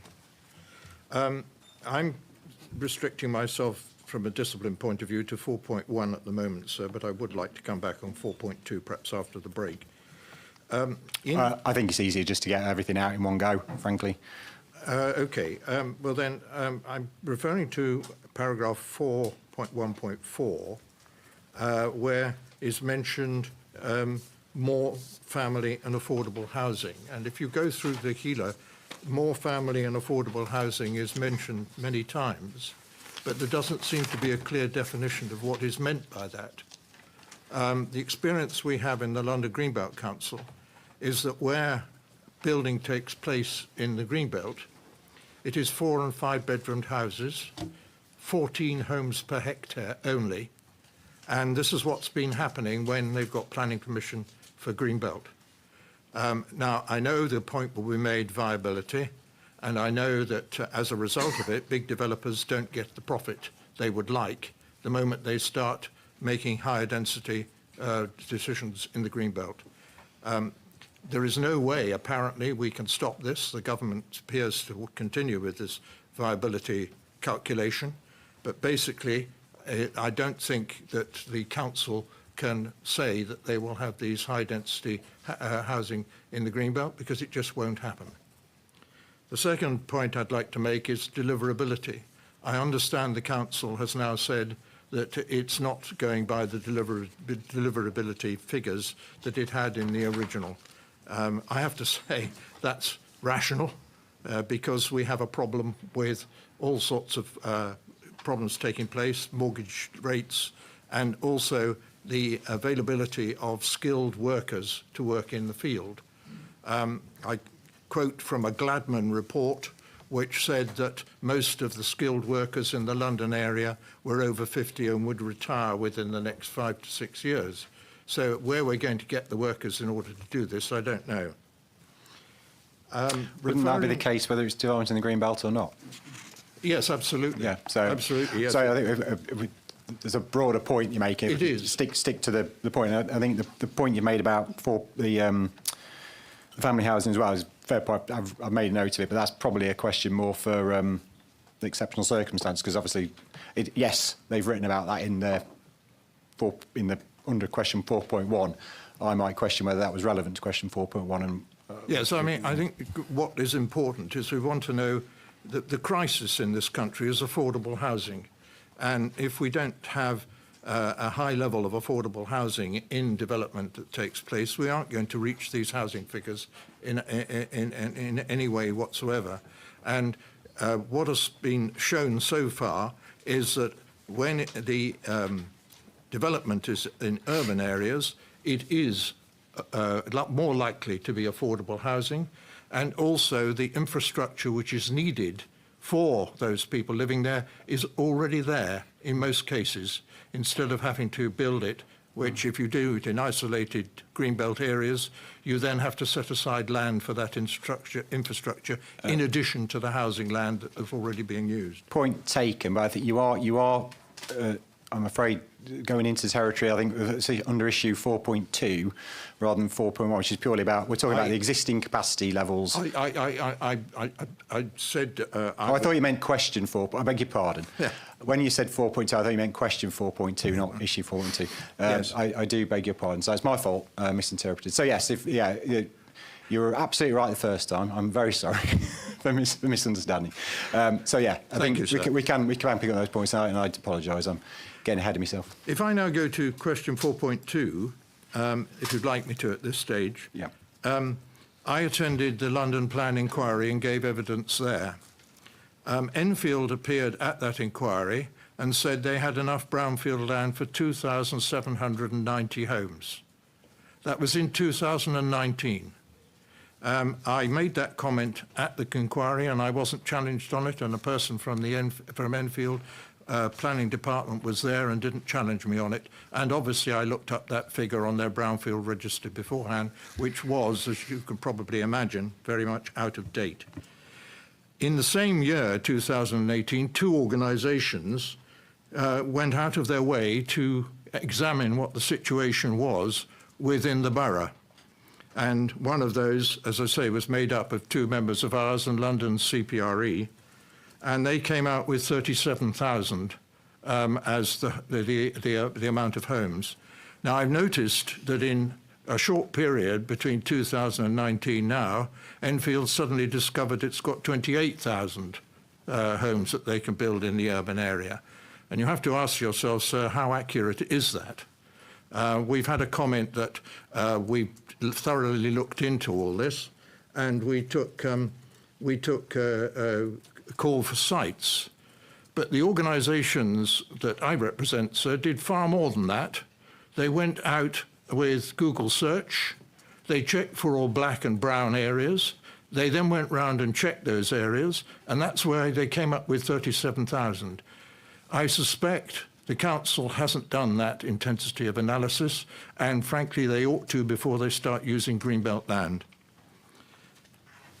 Did that analysis of 37,000 homes, though, look beyond just there's some here's brownfield land? Did it look into deliverability, viability, landowner intentions? It was really questioning the council's figure of 2,790, sir, right.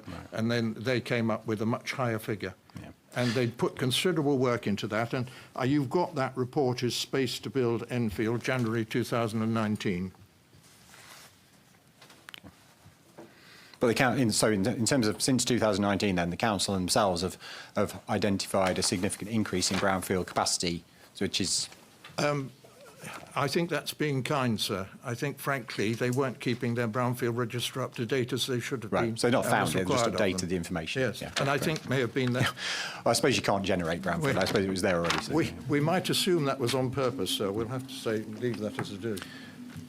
Okay, thank you.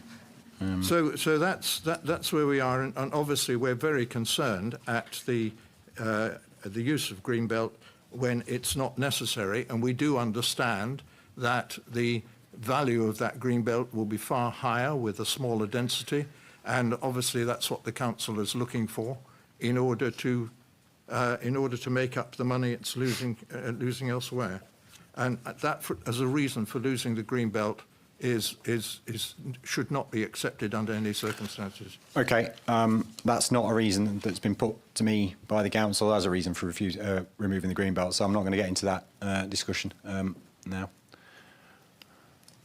Thank you, sir. In terms of financial issues, okay, thank you. Enfield Road Watch. Yes, Carol Fisk for Enfield Road Watch. A couple of things. Sorry, this is a very awkwardly placed microphone. I'd like to draw your attention, since Mr.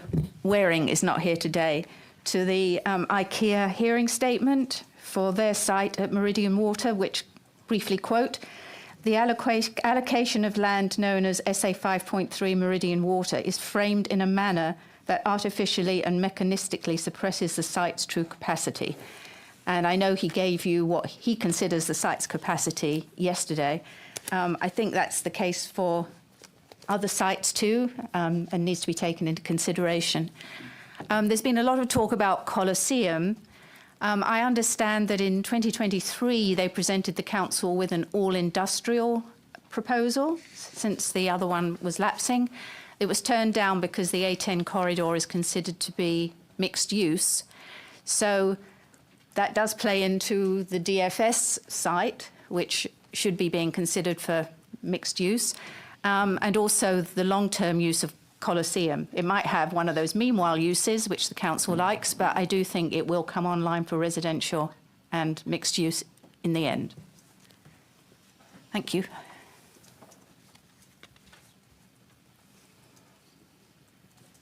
Thank you very much. Enfield Society, no, thank you. Thank you. Like others, I'm just trying to get my head into the capacity of the various larger sites, because obviously that impacts on the total capacity and the need to use green belt.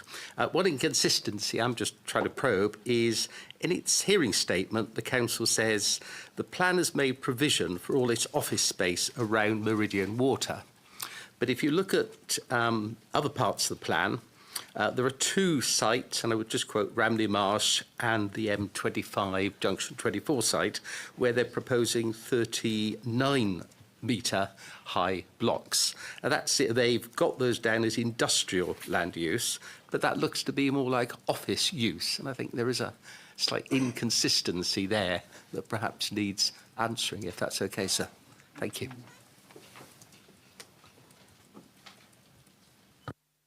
You can just give me the reference, the paragraph number in the employment in the matter statement where it referred. The matter statement is 4.234, and the two sites I was probing, I think, are RUR03 and RUR04.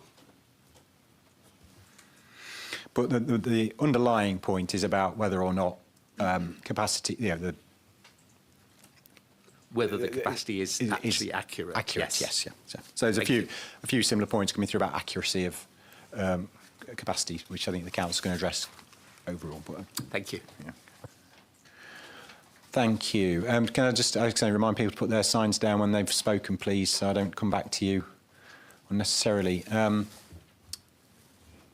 Better Homes Enfield, Mr. Byrne. Thank you, sir. I'll just be very brief. I think the council's identified 28,450 homes. Better Homes Enfield, Matter 4 statement, points 3 to 32, if I can just draw your attention to those, identifies 35,000. NCAF's Matter 4, points 5 to 31, identifies 41,354. So I just wanted to draw your attention to those, and I haven't heard anything today that changes our view on those. If anything, since then, we've identified further sites by reading the December 2023 Enfield Housing Delivery Action Plan, pages 12 to 13, which isn't in the evidence base, but does give some useful updates on where they are with the schemes that are already in the ground, if you like. Just a final point, in terms of the NCAF statement for matter 4, points 6 to 18 gave some, went into some detail about explaining the small sites issue. And I've heard what the council has said in terms of taking away Coliseum Park and adding in the small sites, and they get to a figure of plus 166. In our view, we don't agree with that figure.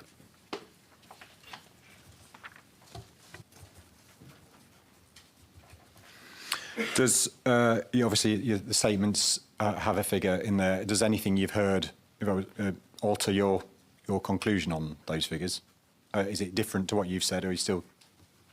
Absolutely not. In fact, actually, since then, as I say, we think we can identify more. And so just on your points on deliverability and viability, we are considering those things when we're identifying those sites. We're very mindful, because it's worth bearing in mind, a lot of these, for example, are coming from just seeing the planning permission numbers and seeing what's been granted versus what appears in the HELA and then into the various site allocations. So some of this is just a sort of counting issue. Okay, and your 35,000 figure comes from a combination of some of the things we've already heard about, which is questions over whether or not there are mission sites that haven't been considered through the process. You've got obviously different opinion about whether they're suitable or not. That's a planning judgment. And then issues that have also been raised about capacity assessments, and again, your assessment of capacity differs to that of the council on some sites. Correct, sir, and often based on their own information. So there seems to be two councils in this. One that produces certain capacity figures, and then the planning department which produces other capacity figures. Now, I understand how councils work and how that can potentially happen, but I just want to reassure you, we're not, guessing. This is not us. Just we're relying on evidence to generate our figures, predominantly generated by the council itself.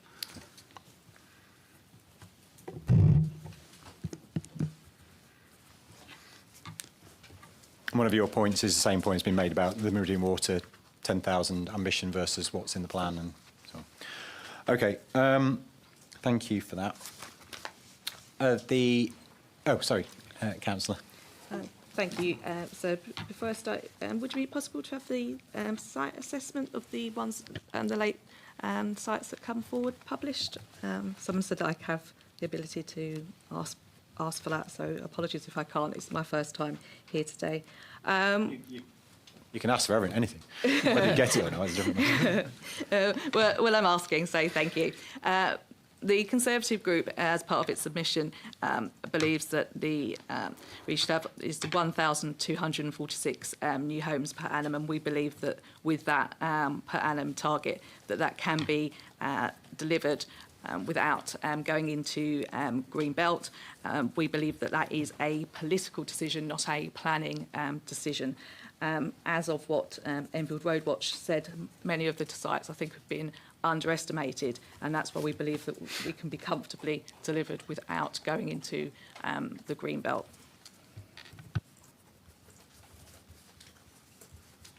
Thank you.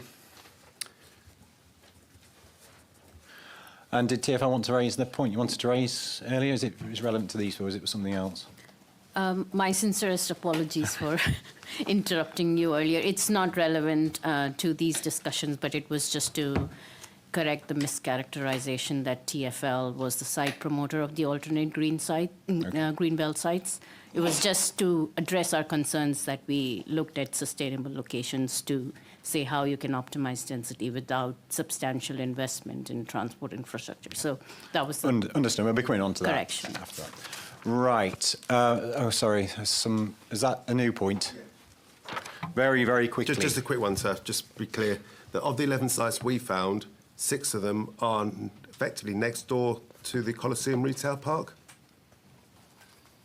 and we think they're all available within the plan period, and they have the ability to deliver 2,800 homes using the council's own development densities.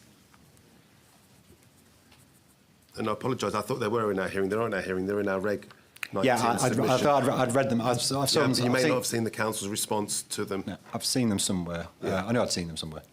So it would be useful if the council were going to publish a list of those sites and their responses to why they didn't think I'm going was suitable. to take, understood that, and already thought about it. I'll take that away with me and think obviously it's whether I think I need it or not, to help me. I mean, this process is to help me, so it's whether I need it or not. Thank you. Right, I think before you come, you might want to spend a bit of time compiling your thoughts on that, and I think everyone would benefit from a comfort break. So yes, I think it's going to be a multi-handed response. Yeah. So I think we'll do 20 minutes. Actually, we've got through that reasonably quickly, so I'm going to go 20 minutes and come back at 25 past. So thank you very much. Thank you very much. So first thing is I've asked the council to run through any things it wants to respond to that, and if there's anything you miss, I'll pick them up. Thank you. Yes, thank you very much. So what I'll do is when I get locked, we'll get back into my computer. Yes. What I'll do, sir, is I'll ask one or more of the team to respond to particular issues. The first issue concerns Thames Water's suggestion that the council has been inaccurate in its assessment of CFS 142, which is land to the northwest of William Girling Reservoir.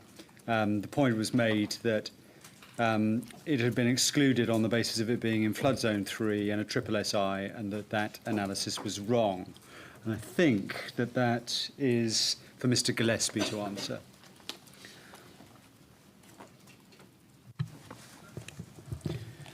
So it did make its way through into the site selection process. It's at page 81 of the site allocation topic paper, site CFS 142. There is an error in the summary table, so the whole of the site isn't contained within an SSI. It is adjacent to an SSI. Sorry, can you remind me of the page number? Page 81. Second row up from the bottom in the table. Site CFS 142.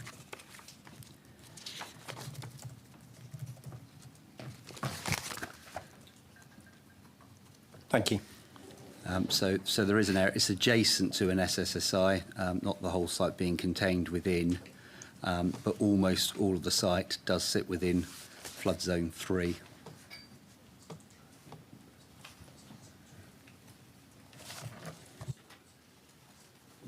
So you'll know how that then factors into the analytical process. I won't take that any further. But safe to say, the latter factor is obviously of very considerable significance. So then Mr. Harbert dealt with a couple of points, one of which was the Colosseum site, and why, in part, he asked, was it rejected, if it was being rejected from residential, also rejected from the industrial element. And I think Mr. Pestle is going to deal with that very briefly.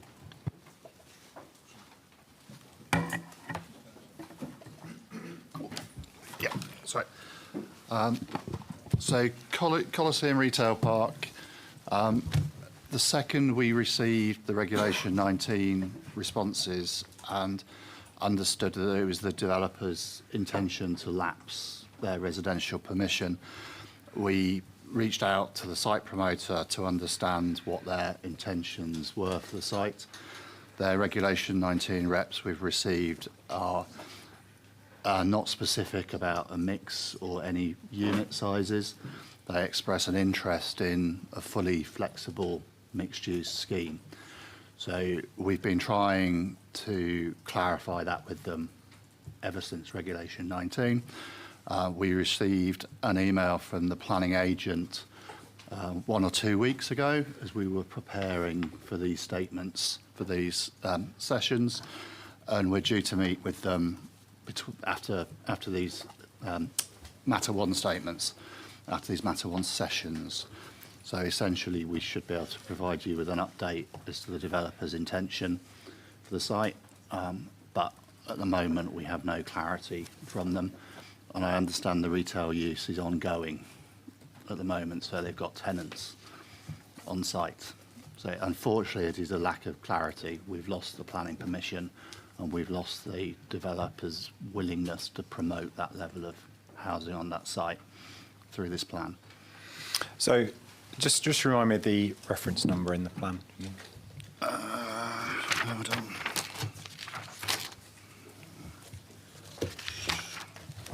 There's the Colosseum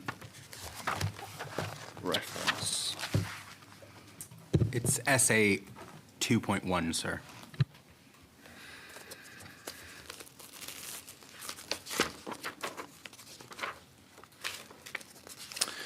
So, in effect, I understand, you know, at some point we'll be looking at, I'll be going through the allocations, I'll be going through delivery and so on.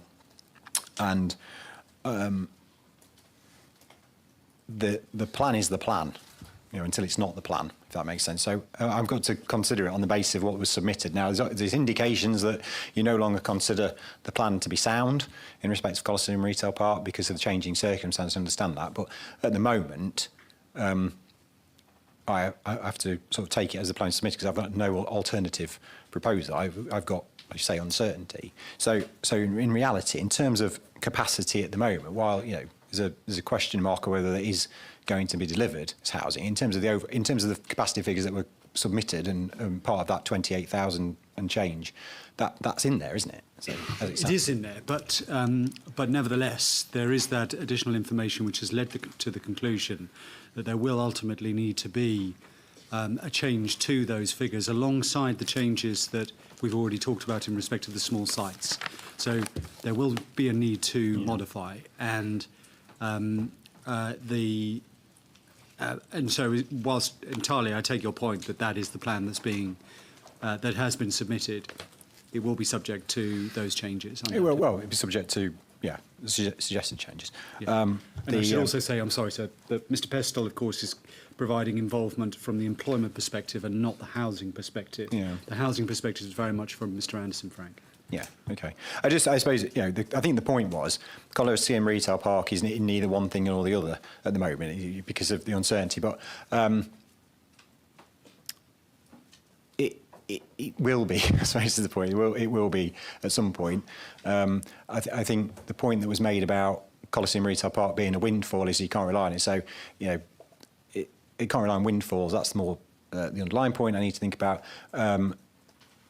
If in the fullness of time, when we go through all of this process, it's quite likely that the overall numbers will change, because it might be that I look through some of these sites and decide that some of the others aren't suitable or appropriate or deliverable or developable, and that will change things. So there will be it is going to change a little bit. I understand the position on Colosseum Retail Park now, so that's fine. But you know, it's not ignored.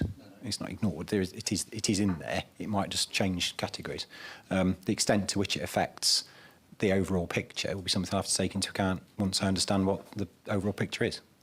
Yes, and we're very keen to work with them because we recognise that it was a significant housing allocation in this plan that they now claim is not deliverable, mainly on viability grounds. So we are very keen to work with them. Okay, beg your pardon, I interrupted. Thank you.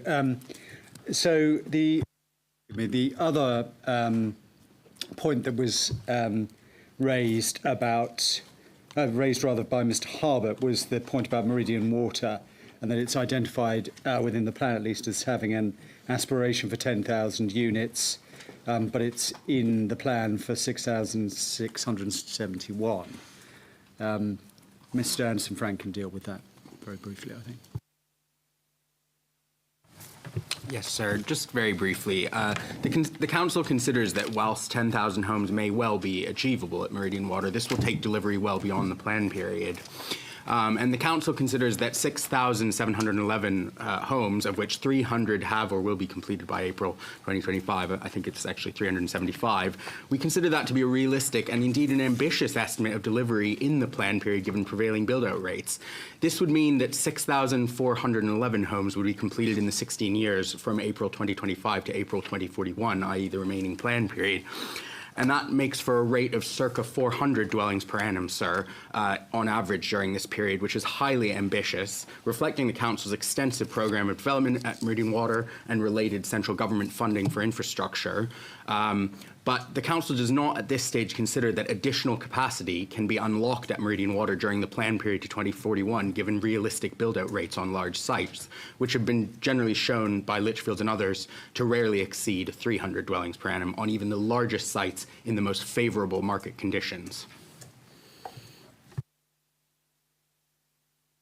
Okay, thank you. This will come back then on the question about whether there's a quantitative need to release Greenbelt in this plan period, won't it, because of the amount of delivery that can be achieved during this plan period. So, thank you. And exactly the point, sir. The, now, Mr Pavlu's points with regard to the 11 brownfield sites that the MPF have referred to in their Regulation 19. So we're in your hands as to whether to provide a response to those in writing. Of course, you'll be thinking about that. We can respond to them in overall terms, but it may be sensible to provide it in. I think from my point of view at the moment is have they been, you know, it's procedurally, have they been considered? There's a debate over whether people are satisfied with the response they've had, but it's whether or not they were raised in time for you to consider them, and whether you've considered them in the same light as the other sites, and yes, absolutely. And that's what I mean. Obviously, if there's a difference between we've ignored them altogether and we've looked at them and come to a view. I suppose if there's an overarch, without going through all 11, if there's some kind of broad reasons for why they weren't considered suitable, delivery, site viability, market interest or whatever, then that would be useful just to have a broad idea. But I don't need to go through each 11. I can always ask for that in writing. Yes, so we're happy to give an overarching response in respect of those 11 sites. Mr Anderson-Frank can do so. I made an allusion to it last week with regard to availability issues, but I'll leave it to Mr Anderson-Frank. Yes, sir. I will just say that 3 of the sites put forward were actually considered in the HELA and were indeed confirmed by landowners as not available. I can give those to you now. It's the ASDA, the M&S, and the Enfield Retail Park on Great Cambridge Road. So those were 3 sites that were in fact considered, and we did contact landowners to confirm that question of availability directly. I think it's fair to say, though, that just as a general point, we have considered retail parks as a general category, and supermarket sites for that matter as well. And there are indeed supermarket sites that are allocated for housing in the plan. So it's not to say that there was a category error in this respect. But I think, as my colleague has alluded to here, there are fundamental issues with the deliverability of such schemes. And, the lapse of the Coliseum Retail Park permission, as we've discussed at length today and on other days, is quite indicative of the overall position. And, our colleagues across the table here are recommending that we allocate sites that are directly adjacent to Coliseum Retail Park for mixed-use redevelopment, and we've just seen a major mixed-use redevelopment scheme lapse. So I think that, frankly, goes to the point of the deliverability of such schemes and, frankly, their availability for development as well.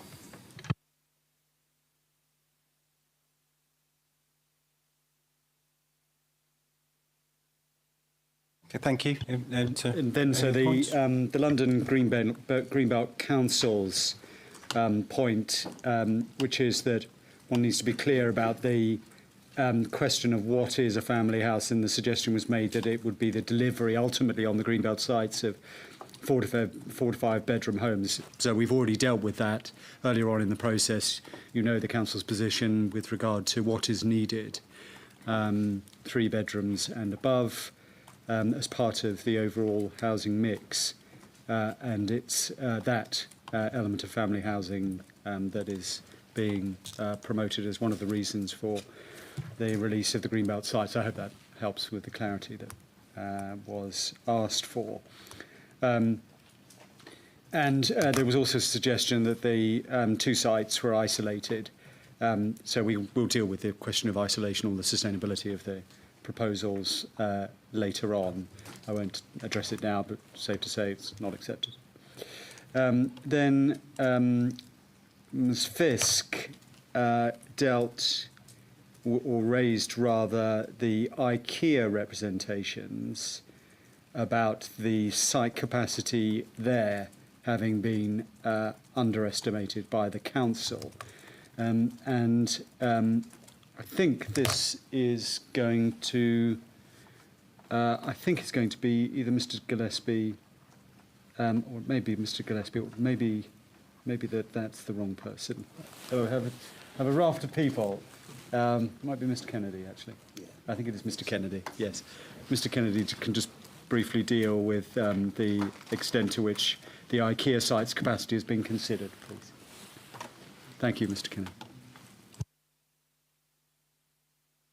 I don't know whether Mr Kennedy, he perhaps wants to, probably sensible if he introduced himself. So.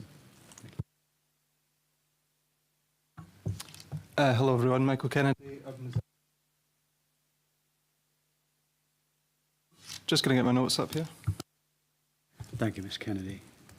Just to recap, it's to comment on the suggestion by IKEA that there's been an inadequate assessment of the capacity of the IKEA site. Do you accept that that's the position, Mr Kennedy?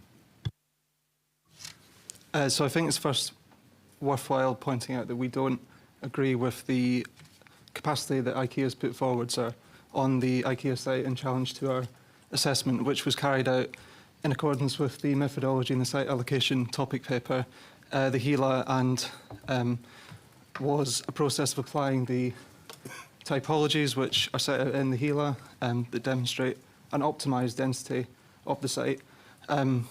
Lachlan's talked on this, brought this up before, but it's also looking at what the constraints are on that site, and we believe that our approach to this site has taken into account the principles in the overall master plan, the IKEA design brief for the planning brief, my mistake, the Meridian West SPD, the tall buildings policy, and we believe it represents an optimised use of that site that makes the best use of brownfield land.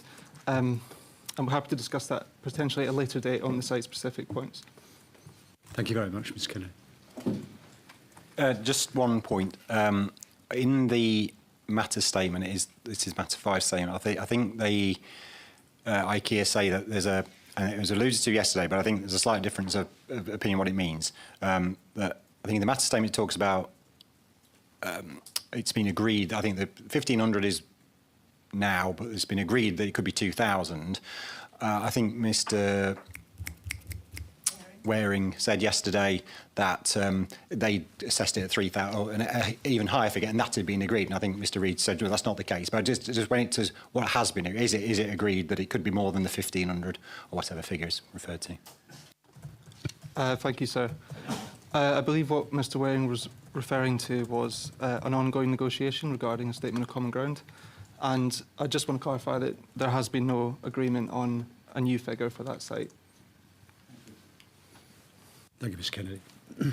So then, next, the point was made by Mr West that there may be errors around the capacity analyses for Rammy Marsh and land at Junction 24.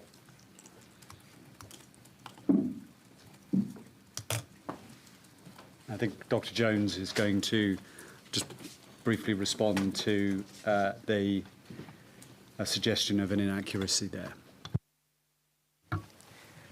Yeah, so I'd like to draw your attention to the site capacities provided in the table in policy E1 of the local plan. And also, you may wish to compare these with the site capacities provided in table 8 of the employment topic paper. So it shows that a 65% plot ratio was used to calculate the capacities of the Rammy Marsh site and the land east of Junction 24 site. Now, 65% plot ratio is if you interrogate the London Plan evidence base, it's kind of the average for industrial development across London as a whole. So it would represent an intensification in this particular location, but by no means would it be of the kind of scale of ambition that we'd expect from more centrally located in London sites.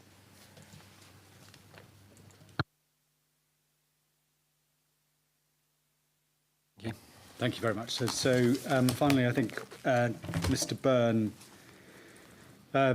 has made the point about their own analysis being of a greater number than our own with regard to capacity in the urban area. He's also referred to the HDT action plan as being an updated position or an updated or a matter that updates or requires one to consider how that would impact on our capacity analysis. And I think Mr. Anderson-Frank is able to just deal briefly with what the content of the action plan is and whether it would make any difference. Yes, sir. I mean, I don't believe that it does make any difference. I'll just be completely straight. The action plan looks at the efforts the council are making to optimise and maximise housing delivery where it can and to bring forward sites and so on and so forth. But I don't believe there's any information there that calls into question, albeit it's acknowledged that, you know, the land supply in the plan, as you've pointed out, sir, is base dated to April 2022, and this housing delivery test action plan clearly is of a later date. And sorry, no, I don't have that action plan. Is that correct? Does just for the sake of argument, does that provide figures, or is it a document which is about actions, which they often are, or is it a document that also lists sites and has capacities against them, which differs to what is in the plan? We don't believe there are differences, sir, but it does make reference to specific sites and specific capacities, but we don't believe that it would impact on the figures. So just we don't believe it should be quite easy to compare. So if the one document says this site is this much, and another document, council document, says this site is this much, it shouldn't be a case of whether or not you think it has an impact. It should be either they're the same or they're not. And if they're not the same, what does that then mean? So it's noted. I think Mr. Anderson-Frank won't be able to give you the detailed comparative position. I've noted Mr. Byrne's point. Mr. Byrne's point is that there are differences, and so we'll take that away if that is the position. Okay, right. It seems logical for me to have a copy of that document. Very good. Yes. For the library, so at least I can. It's before me, and I can have a look. Yes. And then, if we're not going to get an answer to that today, at least I can have a look, compare, and if I need to ask any further questions, I will. We're hopeful that in the light of the document and what it is in general terms, that it be capable of being responded to today.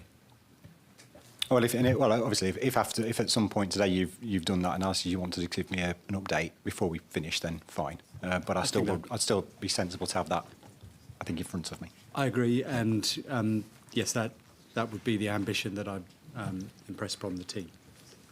The last point is Councillor Laban's point that there should be the rollover of the 1246 figure.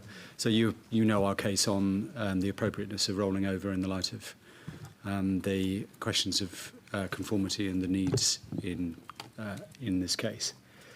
I won't traverse that again. You know our position. So that's everything. Thank you.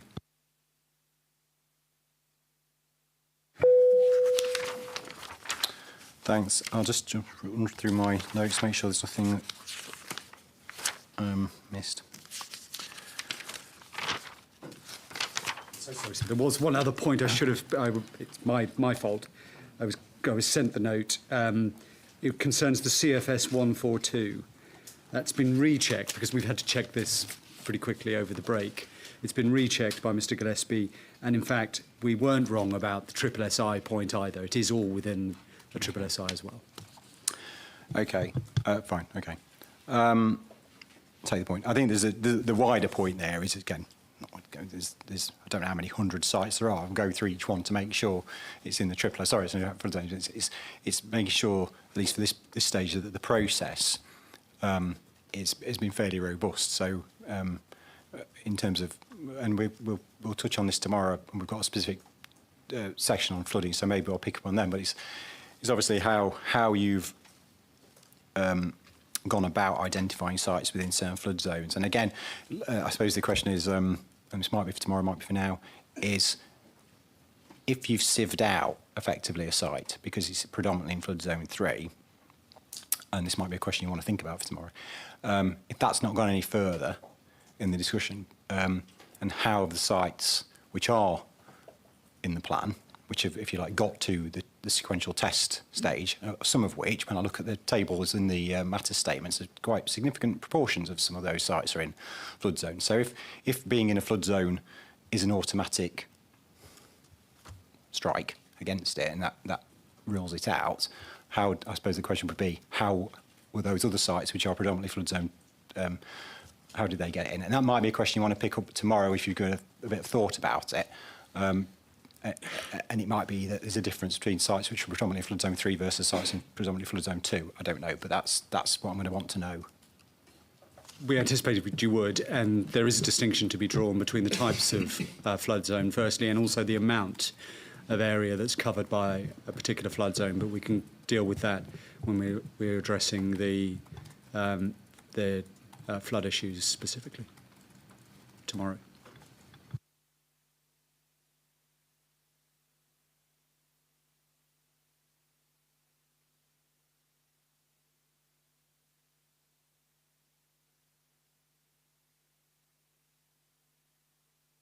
One quick point, there was a point raised about the CPRE evidence, the 37,000 figure. Have you anything to say about that evidence at all, and whether you consider it to be a valid, robust rebuttal of your position? Well, sir, I mean, I can certainly say that we don't consider that a PPG compliant assessment has been made of those sites. But I would just make the point that actually Enfield accepted a number of those sites in that report into its call for sites process and considered many of those sites. So it's not to say that we ignored the evidence that was before us in 2019. Many of the sites, and I could give you a list of the ones that were looked at in the HELA.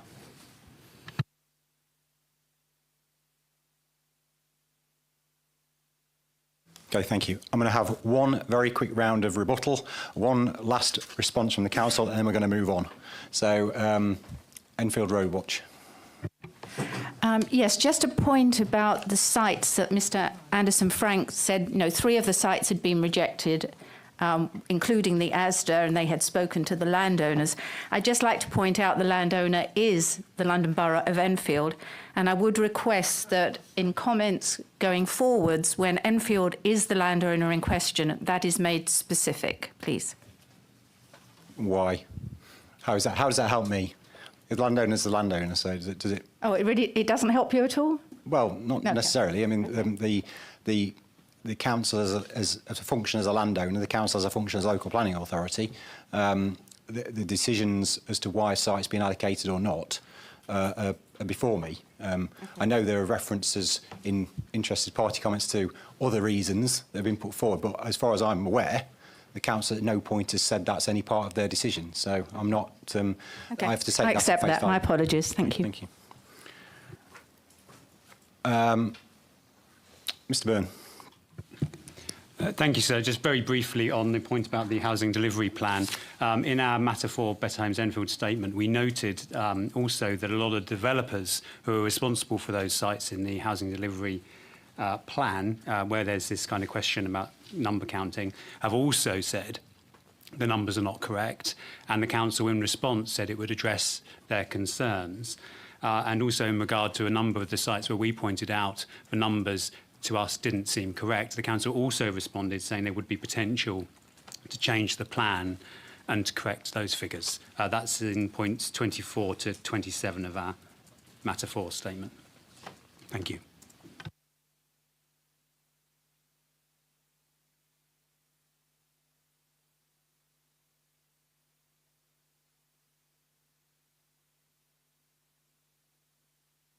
Sorry.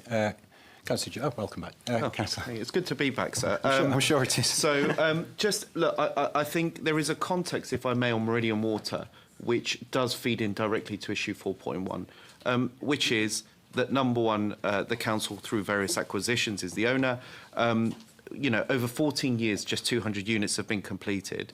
I won't get into the finances now, but they are astronomical. But and I'm trying not to go back over matter 2.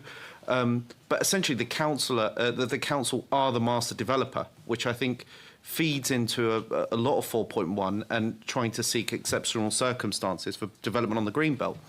So my point would be, how can the council justify exceptional circumstances where they are in charge of this site and its direction? And, you know, I would say as a point which probably, and it's not for me to speculate, but as the Conservative group on Enfield Council, it's been difficult for us to monitor this site for the simple reason that the numbers keep on shifting, which has been identified already.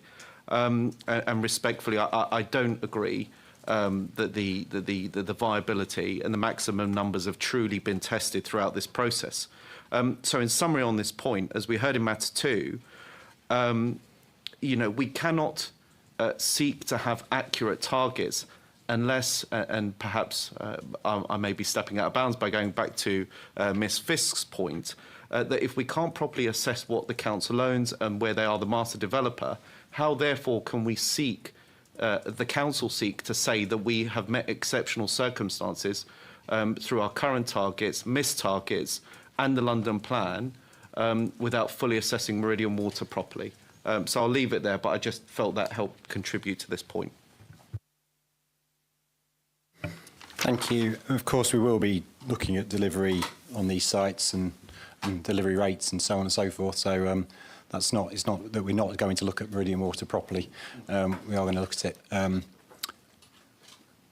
points about delivery can be put forward. And as I say, there might be a little bit of a, you know, we have to maybe have to revisit some of this as we go through and find out new information. I think that's inevitable. I'll go down.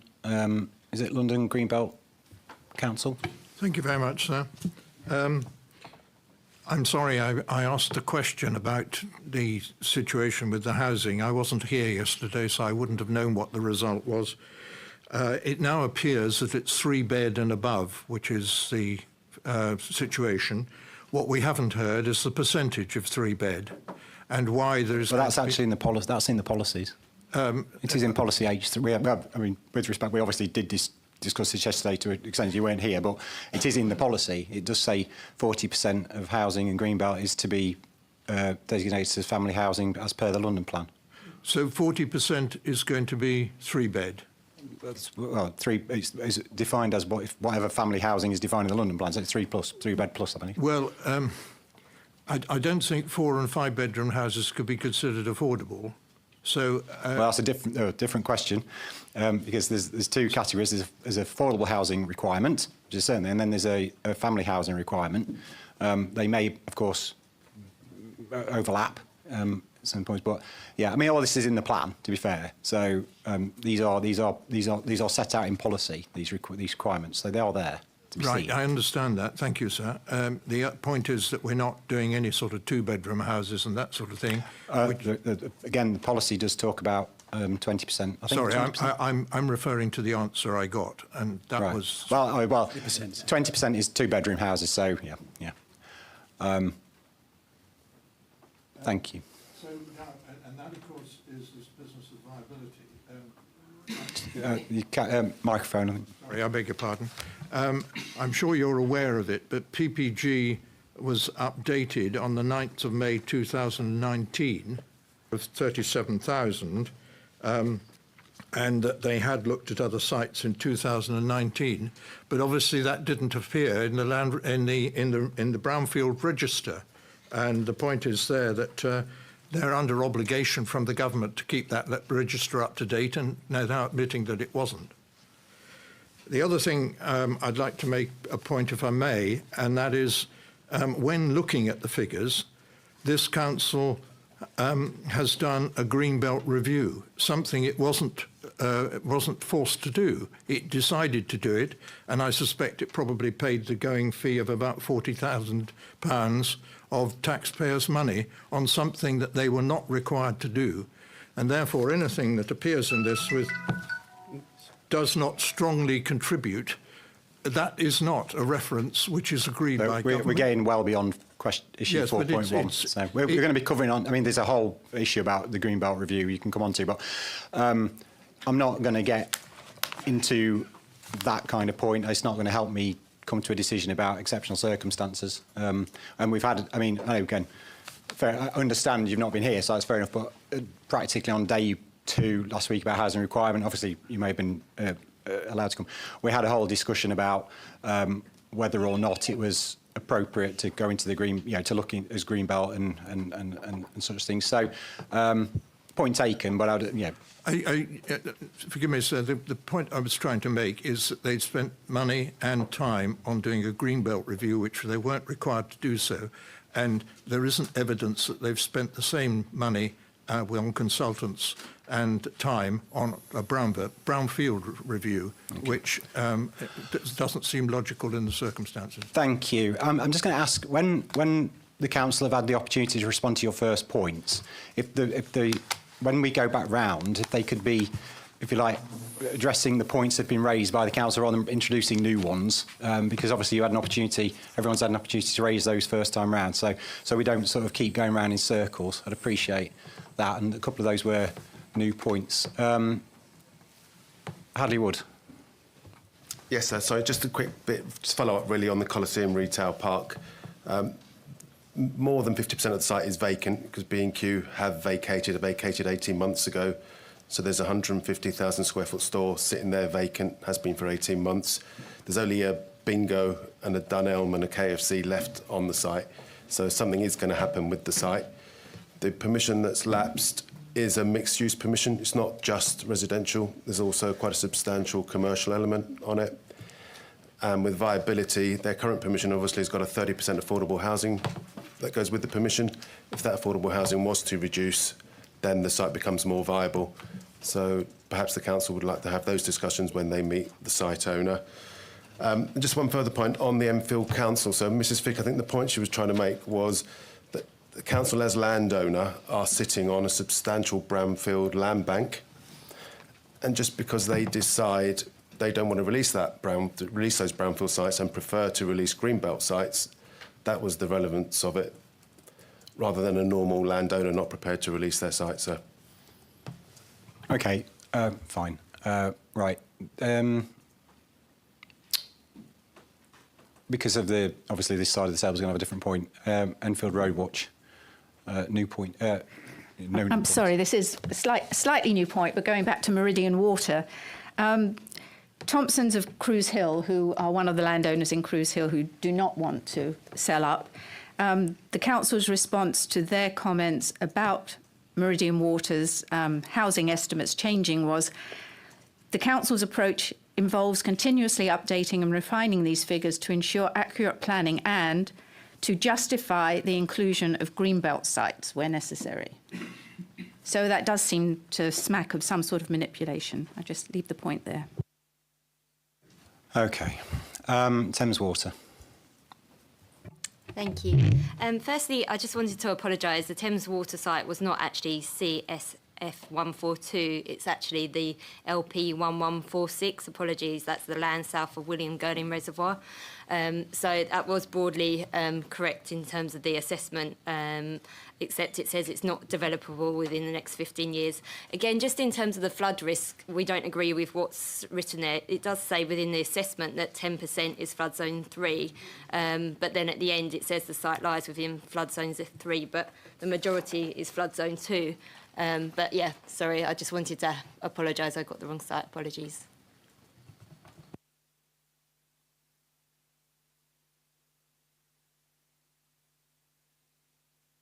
Okay. Are you here tomorrow? Yeah. We've requested to be here tomorrow, and it's got the request, yes. Okay. We'll pick up on the specific issues about how flooding in general has been assessed and how that's been used to sieve or not sieve sites. Thank you. And the approach. I'm sorry again.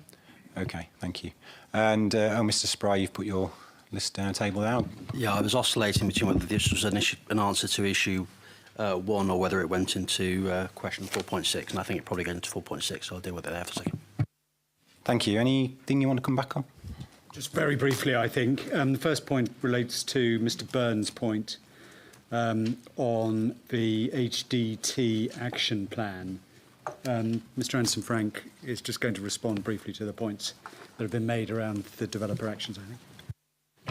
Yes, sir. I mean, I can confirm that there's no information there that would conflict, except in that we recognise that the land supply does need to be updated. So reference to permissions that were granted after April 22 might have a different information than was in the backdated supply. But I think it just goes to the point that we have, in line with the framework, optimised capacities rather than maximised them.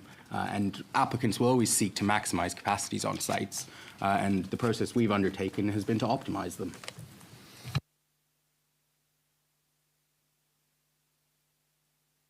Thank you. Just very briefly, sir, there's a few points that have been made by Councillor Georgiou, Mr. Pavlou and Ms. Fisk with regard to what is said to be the manipulation or actions that are inappropriate on the part of the council. To the extent that it is suggested that they are inappropriate, I don't know quite whether that's a fair phrase, but it's that it relates to the financial aspects of the council as landowner. Of course, we're dealing here with the position of the local planning authority and whether or not its decisions are justified, bearing in mind the usual need to consider questions of viability, deliverability and suitability. And those are the issues that need to be looked at on an objective basis and have been done so. Then, with regard to the issue raised by the Greenbelt Council, just in order to help them, the relevant local plan policy is H3, which says that the delivery of family housing is family housing in accordance with the London Plan's definition. So that may assist them. They also raised the issue of viability and referred to the PPG's guidance that the price paid isn't a relevant factor. Of course, you know, so that the whole plan viability update assessment undertaken by HDH was done on a residual basis in the usual way, following the relevant guidance, and didn't look to the question of price paid for the purposes of justifying any particular lower level of contribution. So that's all I need to deal with, apart from the Thames Water position. What I don't know at the present time, and it may be that we get clarity later on, is whether it's still being suggested that the council has in error analysed any part of the Thames Water land holding that is now being promoted. We'll no doubt wait to hear about it, but it sounded like we're not. But. Yeah, I think that's something maybe it's worth having a discussion about offline and then coming back tomorrow if there's something that I need to know about, or it can be sorted out amongst yourselves and you can understand which site it is and there's just some confusion about which site it is. That's right, so we're just a little unclear as to quite what now is being suggested about the site. Okay, thank you. Right, I'm going to move on then to issue 4.2, which is about whether removing land from the Greenbelt is necessary. And does it promote sustainable patterns of development? If it is, there's quite a few questions about this. This is broken down into 4 parts, starting with some general questions about how the council has gone about. If you take the point that the council has determined there are exceptional circumstances, it's moved on to the next point. Obviously, I've got to come to a view about that, but it's moved on. And so now it's about how have they gone about identifying the opportunities they have. And national policy obviously says at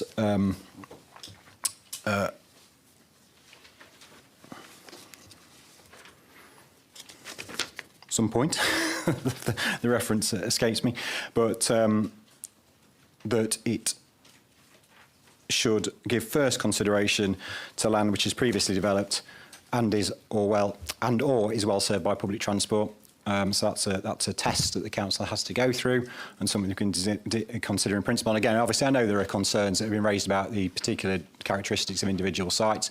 Again, as an examples of how the council's gone about this, it's worth knowing. But clearly, whether or not if there's a major difference of opinion on whether or not a site is well served by public transport, it may be that I need to. It may be inconclusive today, and I'll need to look at that in detail in stage 2.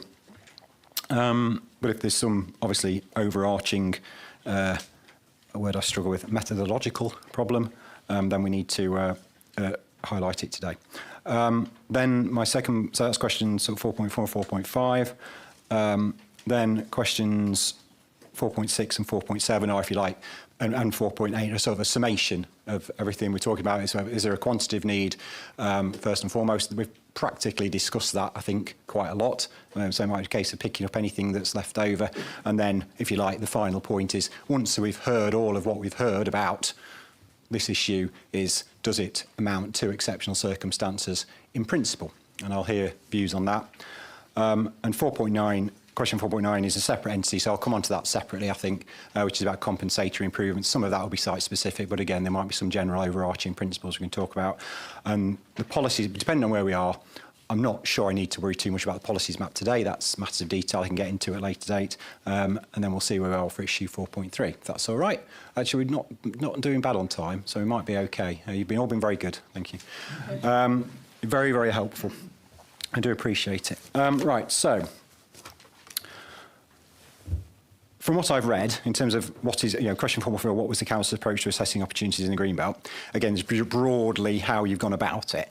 From what I've read, the approach, not surprisingly, is largely the same as you've done for identifying capacity and if you like, allocations in the urban area. You've gone through, obviously, presumably, call for sites. Some of those sites are in the Greenbelt. You've assessed them in the same way as you have other large sites. But you've got the added issue here where you've got the Greenbelt and Metropolitan Open Land Route Assessment, which is, if you like, an extra piece of evidence which has been before you to help you to come to your views. And again, it might be like we did before. You run through your approach, and then if I think there's anything that you've not covered in my points, just for speed, that might be the best way. But I've got, again, it's just a very quick question about, because it has been raised by a couple of people, and it would be handy just to get your view on it. A few people have raised the new framework and the, obviously, changes it makes to Greenbelt policy and particular references to Greybelt. In your view, and as far as you're concerned, does the new MPPF, and we have touched on this before, but I'll just get, because it's a different issue, does the new PPF have any bearing at all on this issue and how I should be examining your approach to Greenbelt release? Yes, so just to cover off the first point, the approach that we've taken, Mr Gillespie will no doubt add to this if necessary. But as part of the allocation process, we had a ranking system that looked at how one should deliver up land that ultimately should or shouldn't be allocated. And as part of that, there was the promotion of brownfield sites over greenfield sites. Mr Gillespie can deal with that. But in overarching terms, there was full consideration of the opportunities that were available in respect of previously developed land and those areas well served by public transport. With regard to the relevance of the new framework, as you say, we did deal with this last week. And the Council's position is that, of course, there are transitional provisions within the current version of the MPPF that indicate how this plan will be examined. And it will be examined against the December 23 version of the MPPF, as opposed to the current version. But when one comes to understand the imperatives for the development of land within this council's area, bearing in mind the length of the plan, which itself is in accordance with the December version of the MPPF and the current version of the MPPF as well, say, looking ahead to 15 years. When one looks at the that context, it's necessary, certainly, to take into account what will be the position under the NPPF as it applies, not only from a plan-making perspective, but from a decision-taking perspective. And a part of that will be undoubtedly the consideration of the degree to which for example, the standard method is applicable in the council's area, when taking into account also the GLA's forthcoming plan as well. And all of that context can't be ignored when understanding whether or not this plan is positively prepared. It doesn't mean that one directly applies the policies within the December 24 NPPF, because of course that's running outside of the commentary contained within the transitional provision section of the NPPF. But it does mean taking into account the tenor of that evidence, the tenor of that policy position, and what that will lead to in the future. So that's the position with regard to the application of the NPPF. And I should say that, of course, in recognition of that, and we heard it last week, the GLA acknowledges the need for release of the green belt in order to meet London's needs. TfL is doing the same. Okay, thank you. That's obviously in terms of overall context and everything else. Is there anything, though, I mean, in talking about the tenor and the underlying context about how the new framework, or whether there's any difference between how you would consider green belt release under the new framework versus the old framework, or the current, or the one I'm examining the plan under, and whether that would have any, should have any outcome on this plan. Basically, you know, does it invalidate your process in any way, and call into question the soundness of that process? I suppose that's, yeah.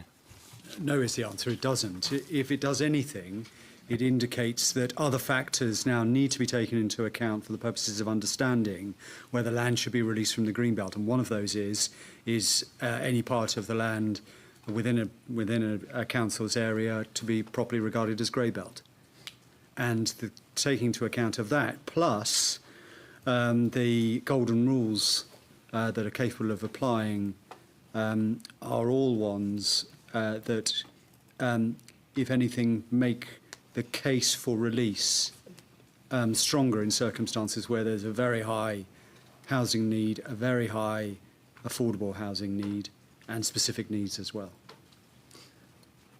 But there's no suggestion on your part, though, that is not. I'm not looking at this with any view to that. I'm not exactly. You know, in your mind, it's contextual and part of the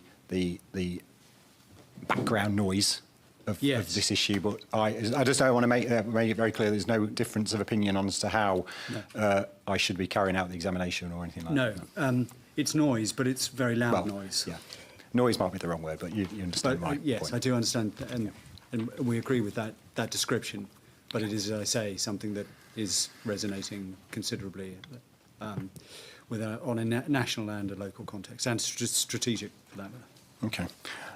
As I think, I don't know. Well, do you want to run through, or have you sort of covered it off anyway? Generally, about how I mean, it seems like a very similar process. Yes. And I've got a few points about how, just for example, I suppose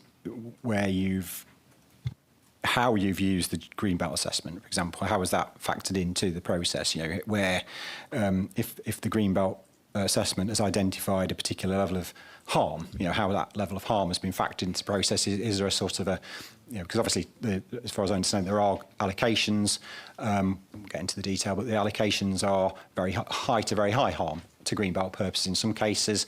You know, so what does that mean, and why is it? You know, is the process allowed you or justified that kind of level of harm, and how it was all factored in. They're sort of general things. So I understand the underlying thing about the healer by now and the site selection method, but just getting perhaps the added gloss of the how the Greenbelt assessment's been used as well. Yes, certainly. So that specific area is something that Mr. Gillespie and Mr. Anderson-Frank can deal with. I think principally it's Mr. Gillespie, actually.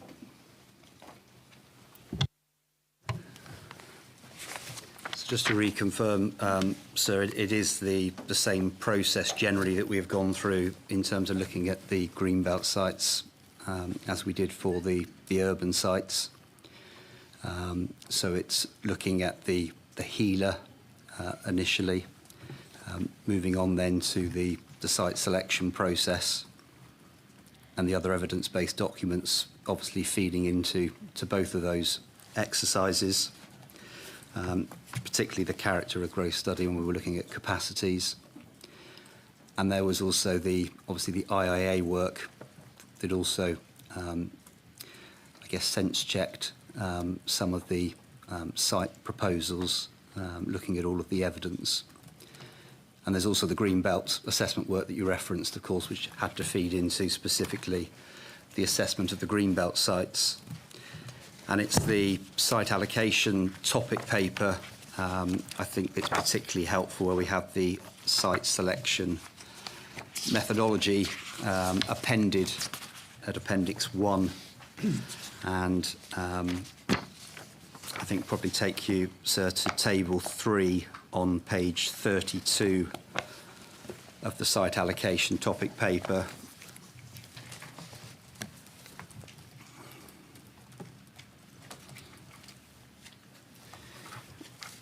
Where we have the prioritisation of sites by category. And as you work through the third column, site typology, you will see as you move down through, we start to refer to Greenbelt sites in lower performing Greenbelt locations. And then Greenfield, inaccessible, moderately performing Greenbelt location. And then Greenfield, inaccessible, high performing Greenbelt locations at priority level 6. And we think that process of prioritisation took into account, firstly, prioritising the brownfield sites in the urban area. And then when we moved into looking at Greenbelt sites, prioritising those sites that were accessible, previously developed land in the Greenbelt, and then obviously as a preference, sites that were in accessible locations over Greenbelt sites that were isolated and in inaccessible locations. And I think it's important to emphasise that the process wasn't a linear process. So we were working our way around with the evidence base feeding into the assessment process. And ultimately on these sites within that framework I've outlined, a planning judgment needed to be made, taking into account all of the factors, including the Greenbelt assessment work.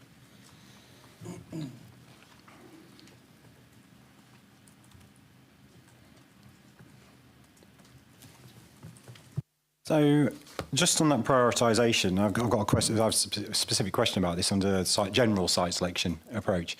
Is that if I'm right, that the outcome is that you've got some sites have been allocated which are in priority 1 and 2, and obviously they're at the top of the list. But you've also got sites identified which are in and it might be that there are other sites, but in Greenbelt sites which have been fell within 7 and 8 were generally considered unsuitable, with some exceptions, and some exceptions have found their way into the plan. Is that right? So there are this process has identified this prioritisation, but then still the least high priority, or the lowest priority is a better way of saying it. The lowest priority sites have still been allocated. So does that is that logical? So I think there is some disagreement with some of the other representatives about whether certain sites are accessible. It's important to emphasise here that we're talking in many respects about relative accessibility, and the site selection methodology does explain that we looked at the PTEL ratings, but we also took into account other factors, including access to local facilities and services.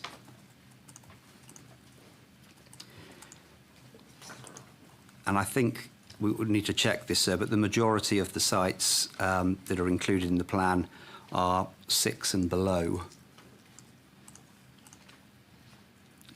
So we have not proposed, in the council's view, any greenfield, green belt, isolated sites for development.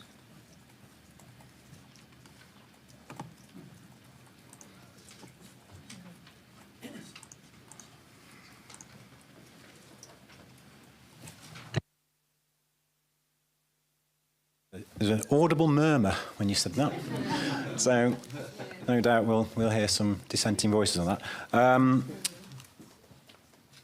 Okay, so fine. So in terms of the Greenbelt assessments, can I just understand how the Greenbelt assessment specifically was used, and how, when you were identifying the impacts or the harms to Greenbelt purposes, how that factored into the overall planning balance?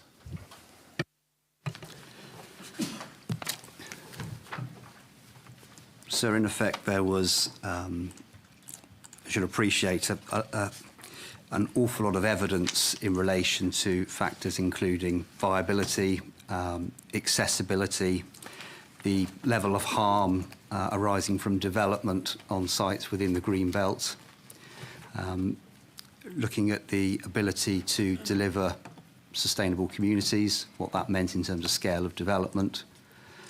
So it was a melting pot of issues and considerations, and we do acknowledge that in relation to Chase Park and Cruise Hill, there are areas that are going to result in high harm to the green belts. But it is important. I think it's at paragraph 4.52 of our exceptional circumstances topic paper, where we talk about the cumulative harm to the greenbelt arising from the proposed site allocations. I won't read that out, sir, but it's para 4.52, page 32 of the exceptional circumstances topic paper.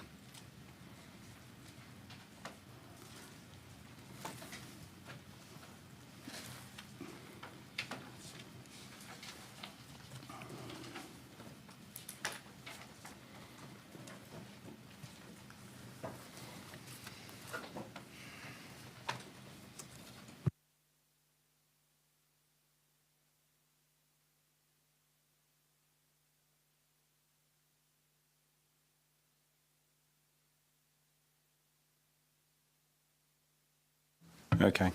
Where it talks about in that all the areas earmarked for release are sufficiently isolated as to no notable relationship with one another, that's is a different use of the word isolated there, presumably, in your contextual.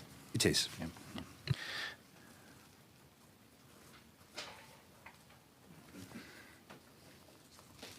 Okay, thank you.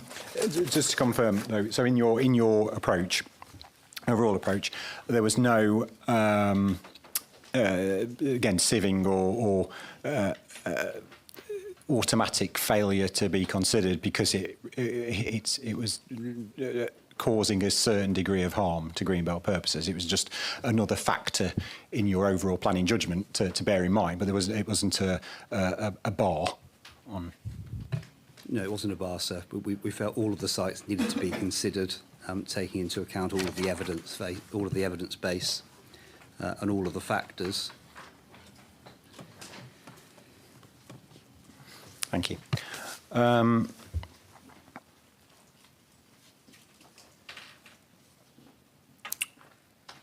Your statement states that there were no alternatives, and this is for strategic release, I think, obviously, to Cruise Hill and Chase Park, I think, put forward by landowners. That was the point, and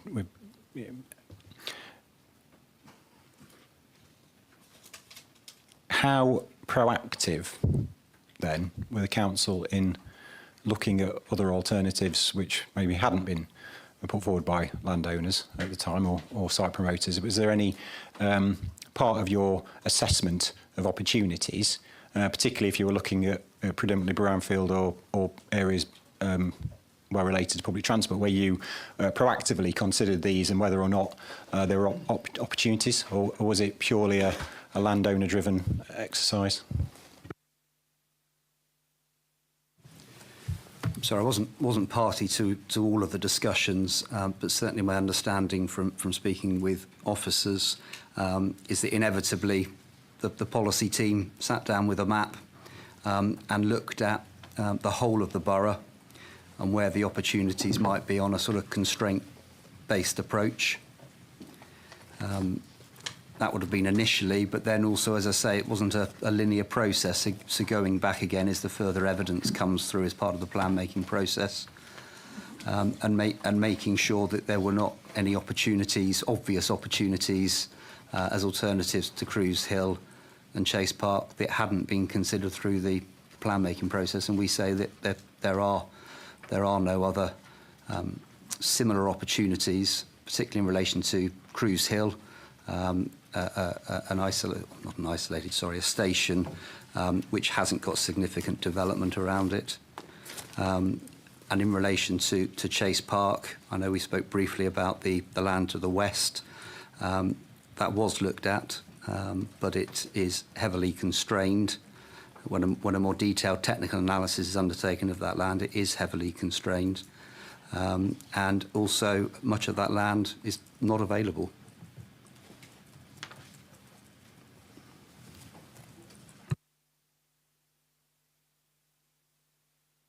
Not available on the basis that it's in use for something else, or not available because no one's promoting it?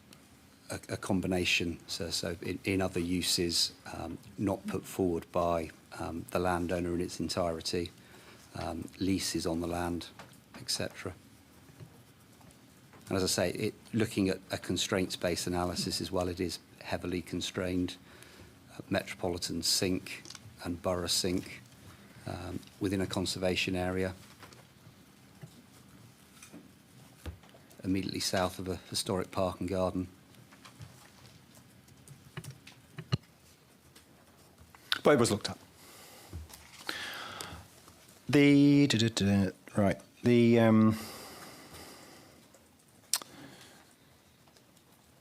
So, okay. I'm just going to move on to, I think I'm going to do question 4.5, then I will have a pause, allow people to say, and I'll come on, so we don't have too much of me. As much as you all like listening to me, I'm sure. 4.5 is then, I guess, the big point is in selecting locations to be removed from the greenbelt was first consideration given to land which has been previously well served by public transport. We've gone through a lot of this about public PDL and so on. I won't labour that point. If anyone wishes to raise issues on that, I'm obviously more than welcome to. In terms of public transport, already touched on, but when we're looking, as far as you're concerned, when you were identifying what is, and the requirement in the MPF is to first look at areas which are well served. So you were looking at opportunities in the first instance that were well served. What definition were you using, or was there a definition you were using to define well served? Was it, you already mentioned where you looked at PTAL, but you also looked at other things. So is it a subjective approach, or was it we've looked at PTAL, whatever? So it was a planning judgment based exercise. As I say, on a relative basis, we are an outer London borough, and if one was to look at the PTAL map, for example, you'll see that there are very few areas within Enfield above PTAL level 3, and those areas which are above are in very close proximity to existing stations. It's a very tightly drawn zone around stations and heavy bus provision. But outside of those areas, certainly in comparison to central London, lower levels of accessibility. That's just the nature of the location of the borough. But we had to also, in addition to that, take into account access to facilities and services. But it wasn't a numerical exercise or a sort of a formal ranking of sites. It was more a general view from the council on the level of accessibility compared with other opportunities.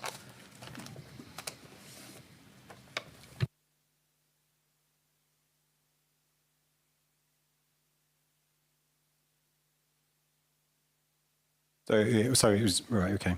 And was that again? Is that I'm always interested to know if that because you're using a judgment, it's not a mapping exercise per se by the sounds of it. So is that judgment written down? And so if one was to compare locations across the green, but you would be able to compare what has been said about site A versus site B in terms of well related or. I'd need to check exactly where it's written down, sir, but we clearly have a record of our assessments that were undertaken.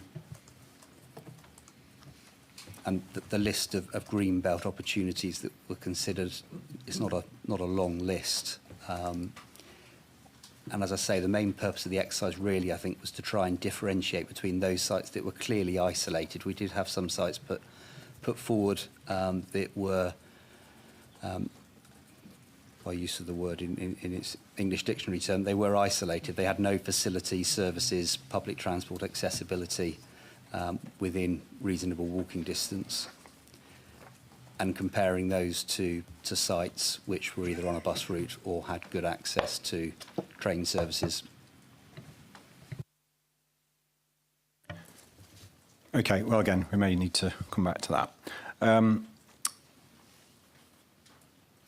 It's obviously, the process, as again, the word in the framework is at first look at.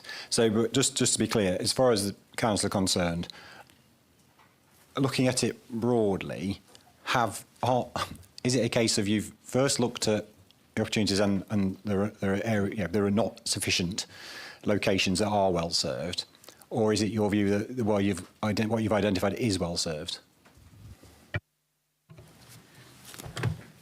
Just in terms of practicalities, so we obviously had the 3 call for sites, so a range of sites were put forward. It wasn't that we put the sites that appeared to be poorly located or isolated to one side and left those. All of the sites were assessed at the same time, but through the prioritisation table 3 in the site selection methodology, we ensured that those sites that were more accessible and those sites that were brownfield and more accessible were given a higher prioritisation. And through that process, the council's position is that we have identified sites that are accessible and taken advantage of the opportunities to include within those proposed allocations areas of previously developed land, particularly at Cruise Hill.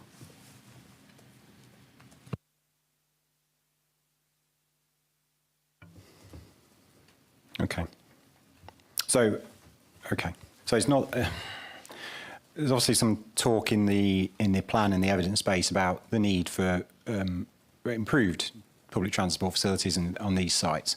I was getting the impression that there was sort of a acceptance, perhaps acknowledgement. These sites, or some of these sites might not be as well related as they might be, and so there's a need to rectify that by. I.e., there's it's not in line with the framework because they're currently not particularly well served, but we can make them well served, and therefore, that would be something that I'd have to assess, and there's issues about deliverability and so on.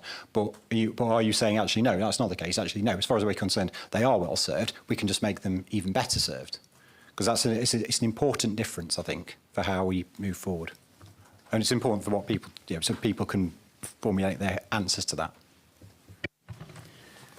So I think it's a bit of both, So we do recognise that there are, taking Cruise Hill as an example, there is a good rail service there. If you locate development in very close proximity to that rail service, those residents will be well served. But we recognise that there's further infrastructure that needs to be delivered, given the proposed scale of development, to make sure that residents further from the train station also have active travel, can access active travel, public transport, etc. So there's something to build on, but we do recognise the need for further improvements, and that's clearly set out in the local plan.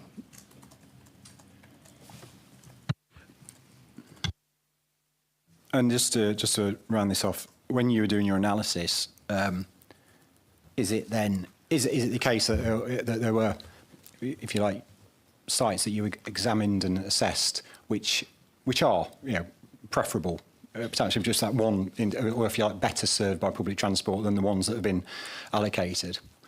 And you may have rejected those for other reasons. I accept that. Yeah, you talked about various things, but in terms of purely that issue which the framework raises, is at first instance looking at areas that well said, are there areas where, as I say, which are better served, you know, as a matter of fact in the green belt, that have actually been rejected for other reasons?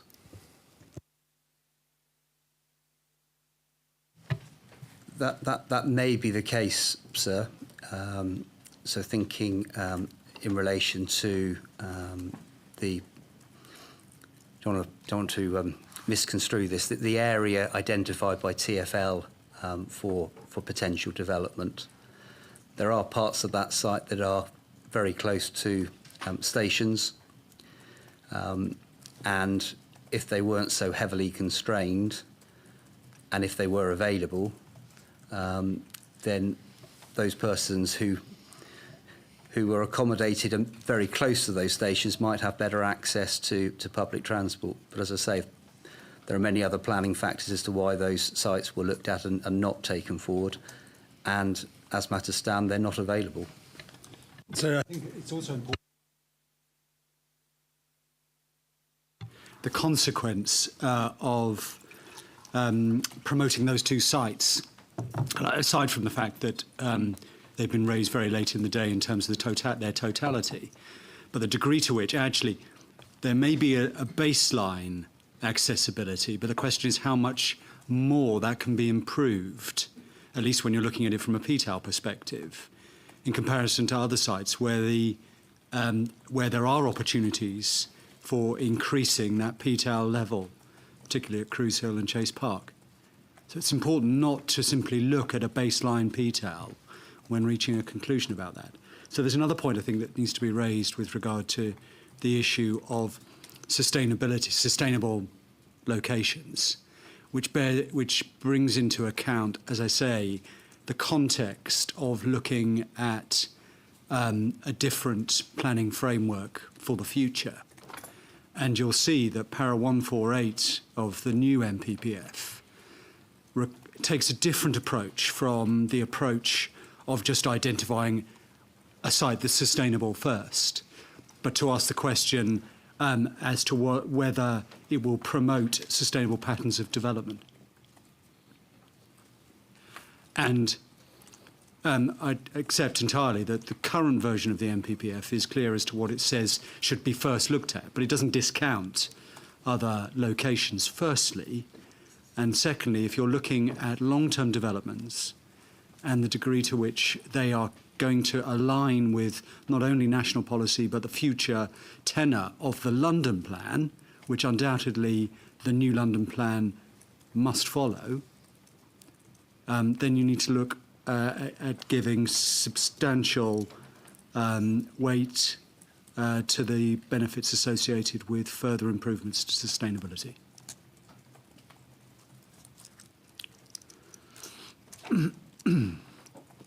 It's page, electronic page 43, sir, para 148.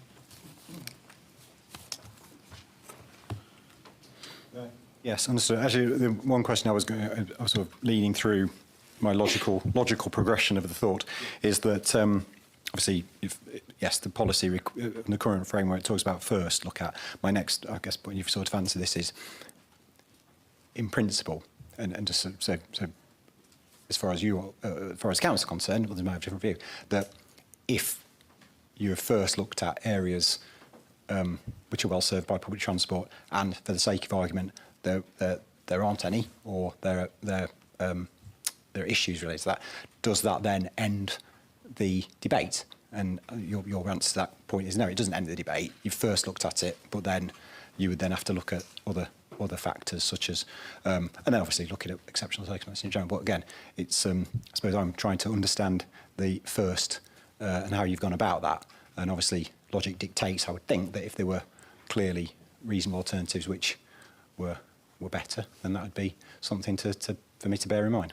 Absolutely, sir. But the point is that, of course, the TfL promoted location is one that's literally just arrived. I take, of course, the point that there are parts of it that were promoted at other stages, but that's not the same as the entire 10,000 and above unit promotion that TfL have.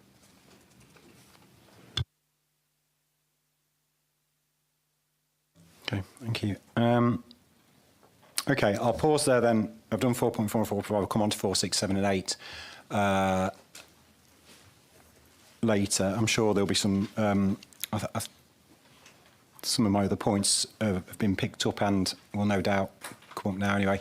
I'll start on the left-hand side, my left-hand side for once. Mr Spry, Berkeley Homes. Yeah, thank you. It's just an additional policy reference to add to what Mr Reid referred to, and that's para 74 of the NPPF, which refers to the role of larger scale developments as an option in which new homes can be best achieved. So the term there is it refers to those being well located.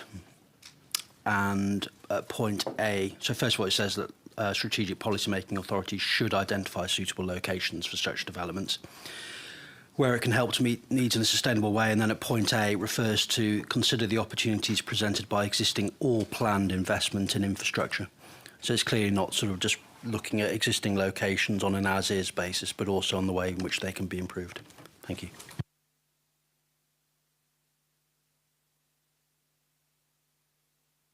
Thank you. Is that Coma? Yeah, excuse me, it's Neil Rhodey from Salesforce Coma Homes. Thank you. You said to concentrate on the principles, not the minutiae, and you know, what's clear throughout all of this, and having sat here for a few days, is London and Enfield are facing an emergency situation, and the London Plan Export Advisory Report says that no one can dispute that London's experiencing a significant housing crisis. Now, we know what the post-2029 housing requirement is because it's been set by the government guidance. The GLA accepts it, and we can't ignore it. And we can take it into account because although we're considering this plan under the old framework, 36D of the NPPF allows you to take into account other statements of national planning policy where relevant. And I think, you know, this noise that's referred to is incredibly relevant. I was going to make Mr Spry's point. Framework says that the supply of a large number of new homes can often be best achieved through planning for larger scale developments. And I think from the debate here, you know, what's clear is that finding a few small brownfield sites within Enfield or increasing capacity a little bit just isn't going to move the dial. We also know the new frameworks clarify that exceptional circumstances includes instances where the authorities cannot meet its identified need for homes. So we would say Enfield is doing exactly the right thing. It seems plain to us that there is a housing crisis and in London and Enfield, and the only way to deal with that, the only way to move the dial, as I said, is to allocate greenbelt sites. And I'd say to deny that seems to me to be, you know, inconceivable. Just to finalise, I want to say something about sustainability. Sustainability in London is different to the rest of the UK, and I think the council is making this point. I'll make it slightly more bluntly. I mean, PTAL 6 in London is King's Cross. You've got, you know, 4 mainline stations, several tube stations and a load of bus stops. You know, some of the locations we're looking at are within 10 to 15 minutes walk of a Piccadilly line station, which every 3 minutes a train departs and goes through the whole of central London. Now, in the context of a Greenbelt review, you look at the PTAL map for London, most of it's blue, which means Greater London, most of it's blue. It's PTAL 1, PTAL 2, as I think Mr Spry or someone from the council said. But if you look at that on a nationwide basis, you know, you work for other authorities, sites would give give anything to be within 15 minutes walk of a Piccadilly line station. So, it seems to me not to be right to sort of discount them just because they're less sustainable in London, when across the whole of the UK, they're some of the most sustainable places in the country. Thank you.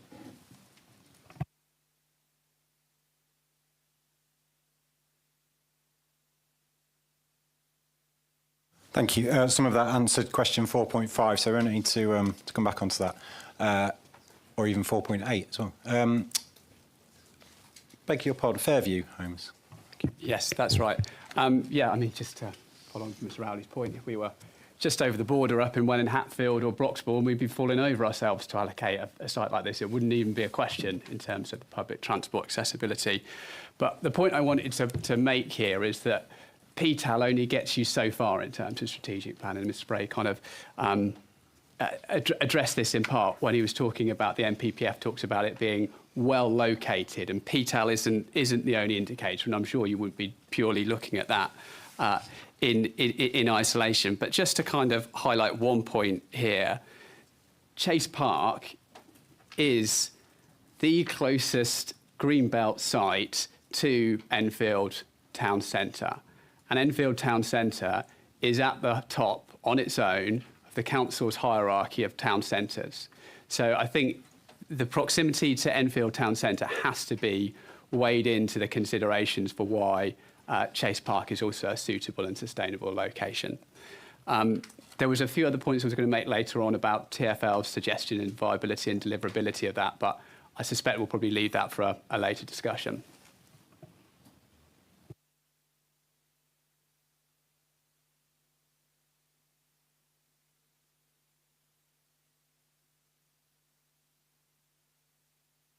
Thank you. Thames Water.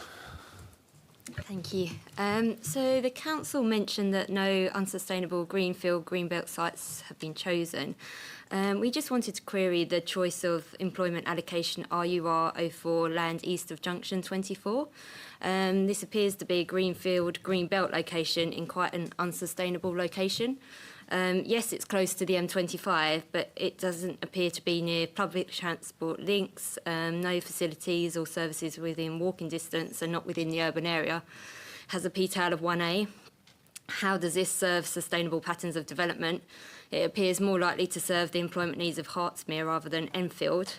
Furthermore, within the wording of the allocation, it states the site must be brought forward in conjunction with the wider land ownership in Hertsmere District Council. We question if this approach is sound, as the allocation relies on the decision and plan making of another authority.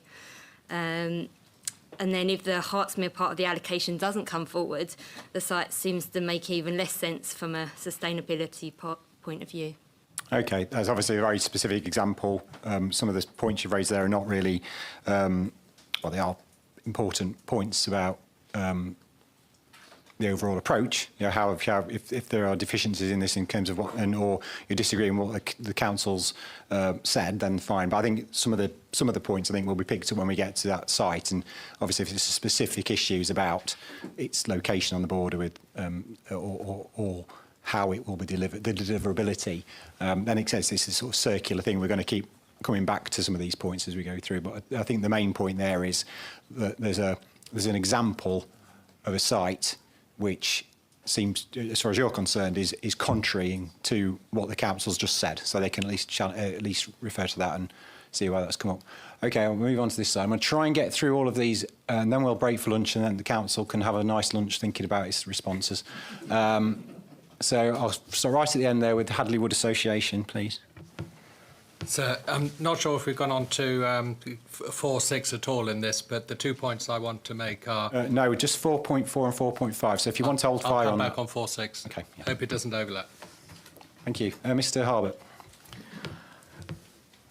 Yeah, I think that I struggle with the approach of looking at the accessibility of a location rather than the sustainability of a location. And the London Plan policy is quite specific.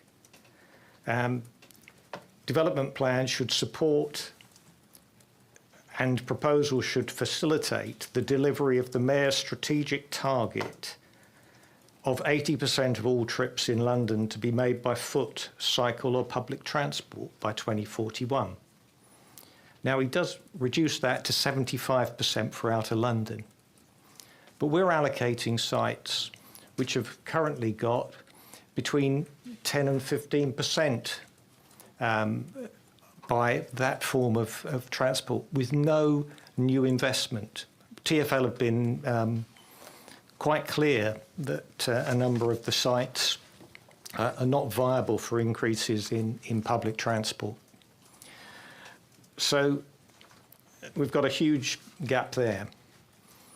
I also struggle with the site allocation hierarchy, because there are sites, as our colleague from Thames Water mentioned, that are high-performing green belt, they are greenfield, and they're with the poorest levels of public transport accessibility. They're actually a category 9, which doesn't appear on the hierarchy itself. So the methodology appears to be inconsistent with the London Plan and quite flawed in terms of its allocation into a category of specific sites. And it also doesn't then consider the sustainability of the development on the exact site itself. So what's the actual harm of development? The overarching MPPF, for sustainable development. And it hasn't then considered the impact on valued landscapes, archaeological importance, the importance of some sites to flood risk mitigation downstream of the site.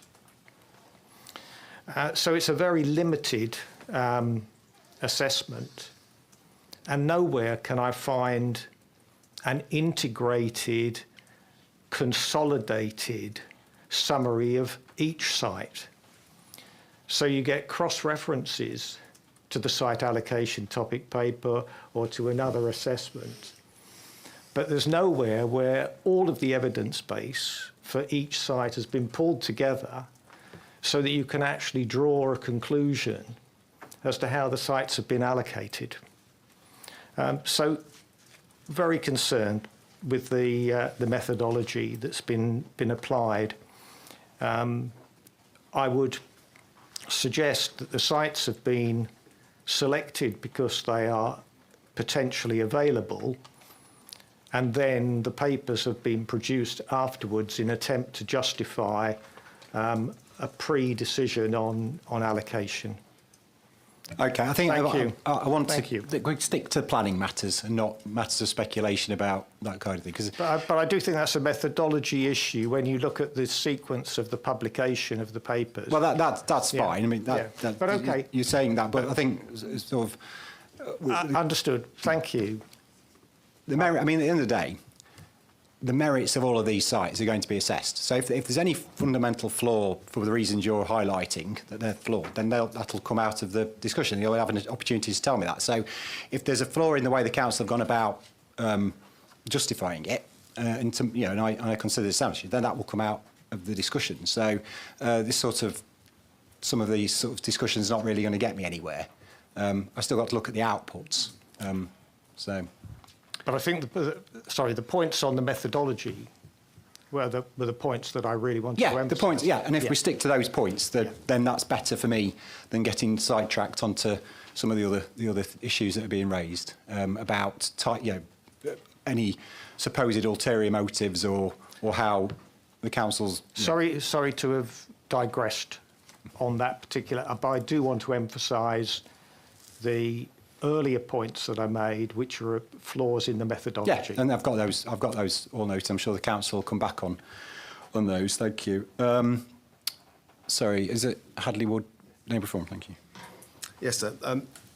We understand the methodology that they've followed, but if you actually read the reports and read some of the assessments, you get to sort of a very different conclusion. But then they say, oh, that doesn't matter because we've got exceptional circumstances of housing need, so we can ignore all these assessments that we've chosen. We've tried to sort of reason as to how they could have allocated RURO2 using the methodology, and everything you read, the greenbelt harm overall is very, very high. The site is isolated, as stated in their greenbelt assessment. TfL say the site can't come forward because there's not enough public transport, or you can't do any improvements to the public transport to make it come forward. The PTAL is a 1A and a 1B, yet it's described as excellent access to public transport. And you read all that and you think, hang on a minute, this site shouldn't be anywhere near being allocated. But then they say, well, it doesn't matter because we've got exceptional circumstances. So if they actually followed the methodology, the RURO2 would have got ruled out very early on because it's an isolated site and a high-performing greenbelt site.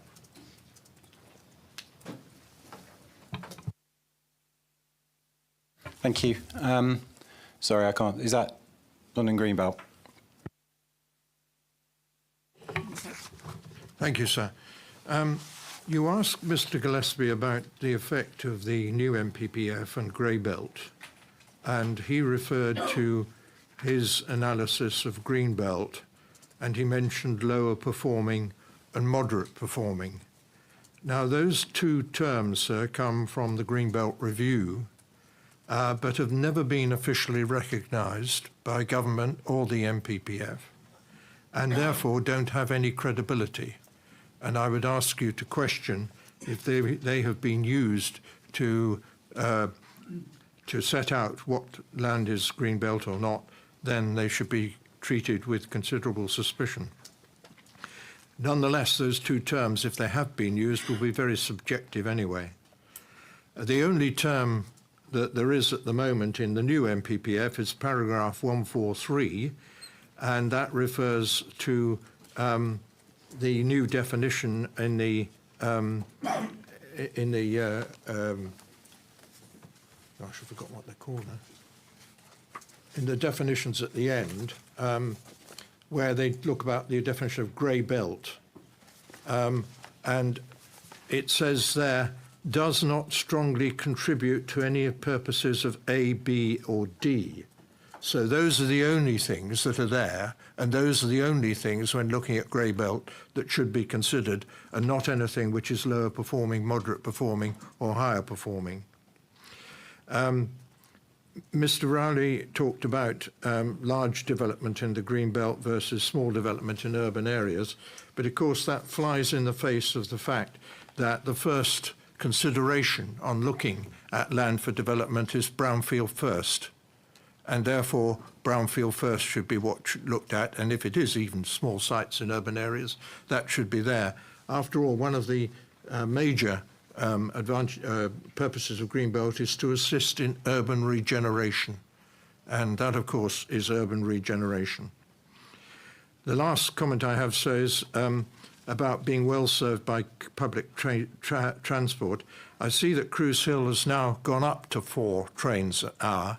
I wonder whether this is the extent to which it can be expanded, because if not, they certainly won't be able to cope with all the development that's going around.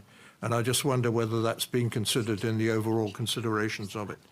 Finally, sir, I'm still assuming that the MPPF that this inquiry is under is obviously the one of December 23, and that's the one that really counts. Thank you. Indeed. I mean, oh yeah, them's the rules, as it were. As per the transition arrangements, I've asked the question. Various people have been telling me about to what extent I should consider December 2024, and that's something I'll bear in mind. But yeah, obviously, my starting point is transitional arrangements of the 2024 framework. Enfield Road Watch, please. Yes, I'd like to return to the comments about MPPF paragraph 74. The Council, in its documents, relies quite often on terms like significant extension and new settlement. However, in Enfield, as a London borough, the London plan takes precedence over the MPPF in the definition of sustainability. So in Enfield, it should be governed by the principles of good growth as laid down in the London plan. And that shows in spatial terms where development should go in Enfield, as can be seen on figure 2.1, the key diagram in the London plan. Those are opportunity areas with good access to public transport where active travel, non-car travel can be made at about 75%. So I think relying on the London plan is what should happen. And I'd also like to point out that I don't believe Cruise Hill does have 4 trains per hour. I think it's still only at 2 trains per hour, so that's something that needs to be corrected, please.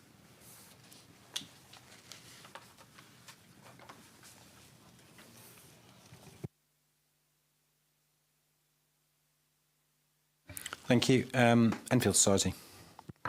Thank you. Yes, in terms of the methodology for altering the green belt boundaries, there does seem to be another gap in terms of discussions with Historic England. At Regulation 18 and Regulation 19, Historic England raised some quite serious points about the impact on the green belt boundaries and the high harm. And in their guidance notes on local plans, they do say that there should be work to look at visibility studies, three-dimensional modelling, view studies, etc., across areas to be effective. We couldn't actually find any work in terms of that guidance. The Alan Baxter reports that the Council commissioned have lots of description of the areas to develop, but not any view sites. So the Society actually funded and commissioned through M-Plan, Philip Masters from ACTA, to carry out some work on that and to look at the sort of the visibility and the impact of development across the green belt, and that is included in our Regulation 19 statement, sir. Thank you. Thank you. So is your point that the approach then has not properly considered heritage? That's right. So there's a hole in the methodology. Okay. Yes. Thank you. Yeah, thanks. Mr. Byrne. Thank you, sir. Just coming back to a point you were asked questioning about access to services and facilities in terms of the methodological framework.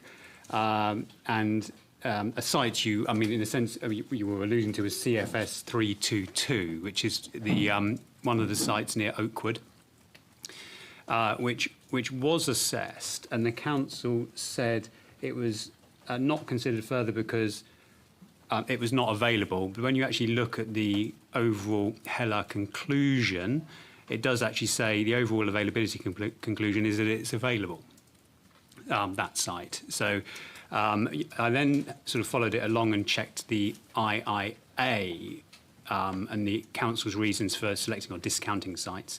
And it describes the site as being isolated and inaccessible and not in a sustainable location.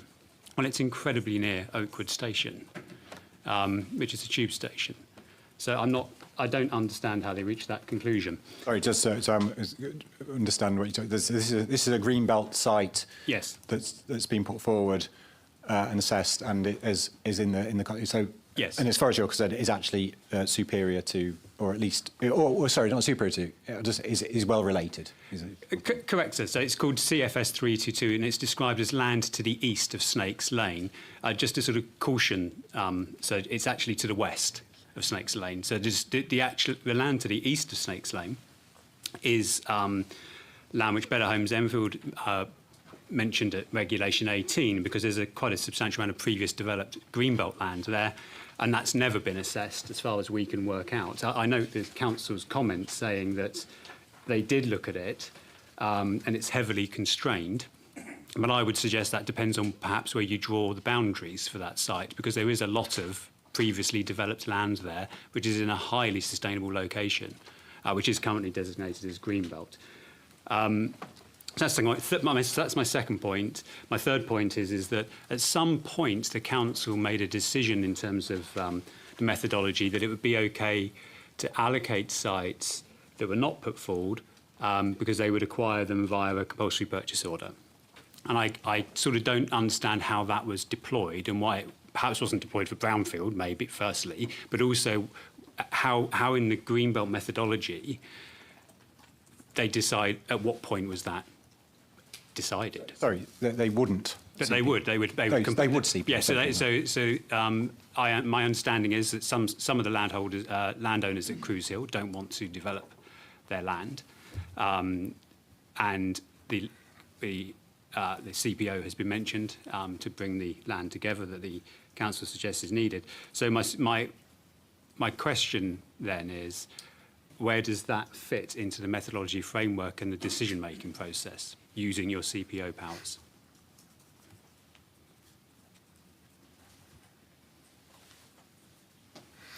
Okay, so, well, in terms of overall methodology, it'd be the extent to which, if sites have been rejected on the basis of availability, then have the same criteria being used for sites which are in there, which might need CPO versus sites that have been rejected, not being available. That's the point you're making. Thank you, sir. Yes, you're correct, because we mentioned availability and there's a reason for rejecting sites, but there are sites that have been included which don't have availability. So yes, thank you, sir. Okay, thank you.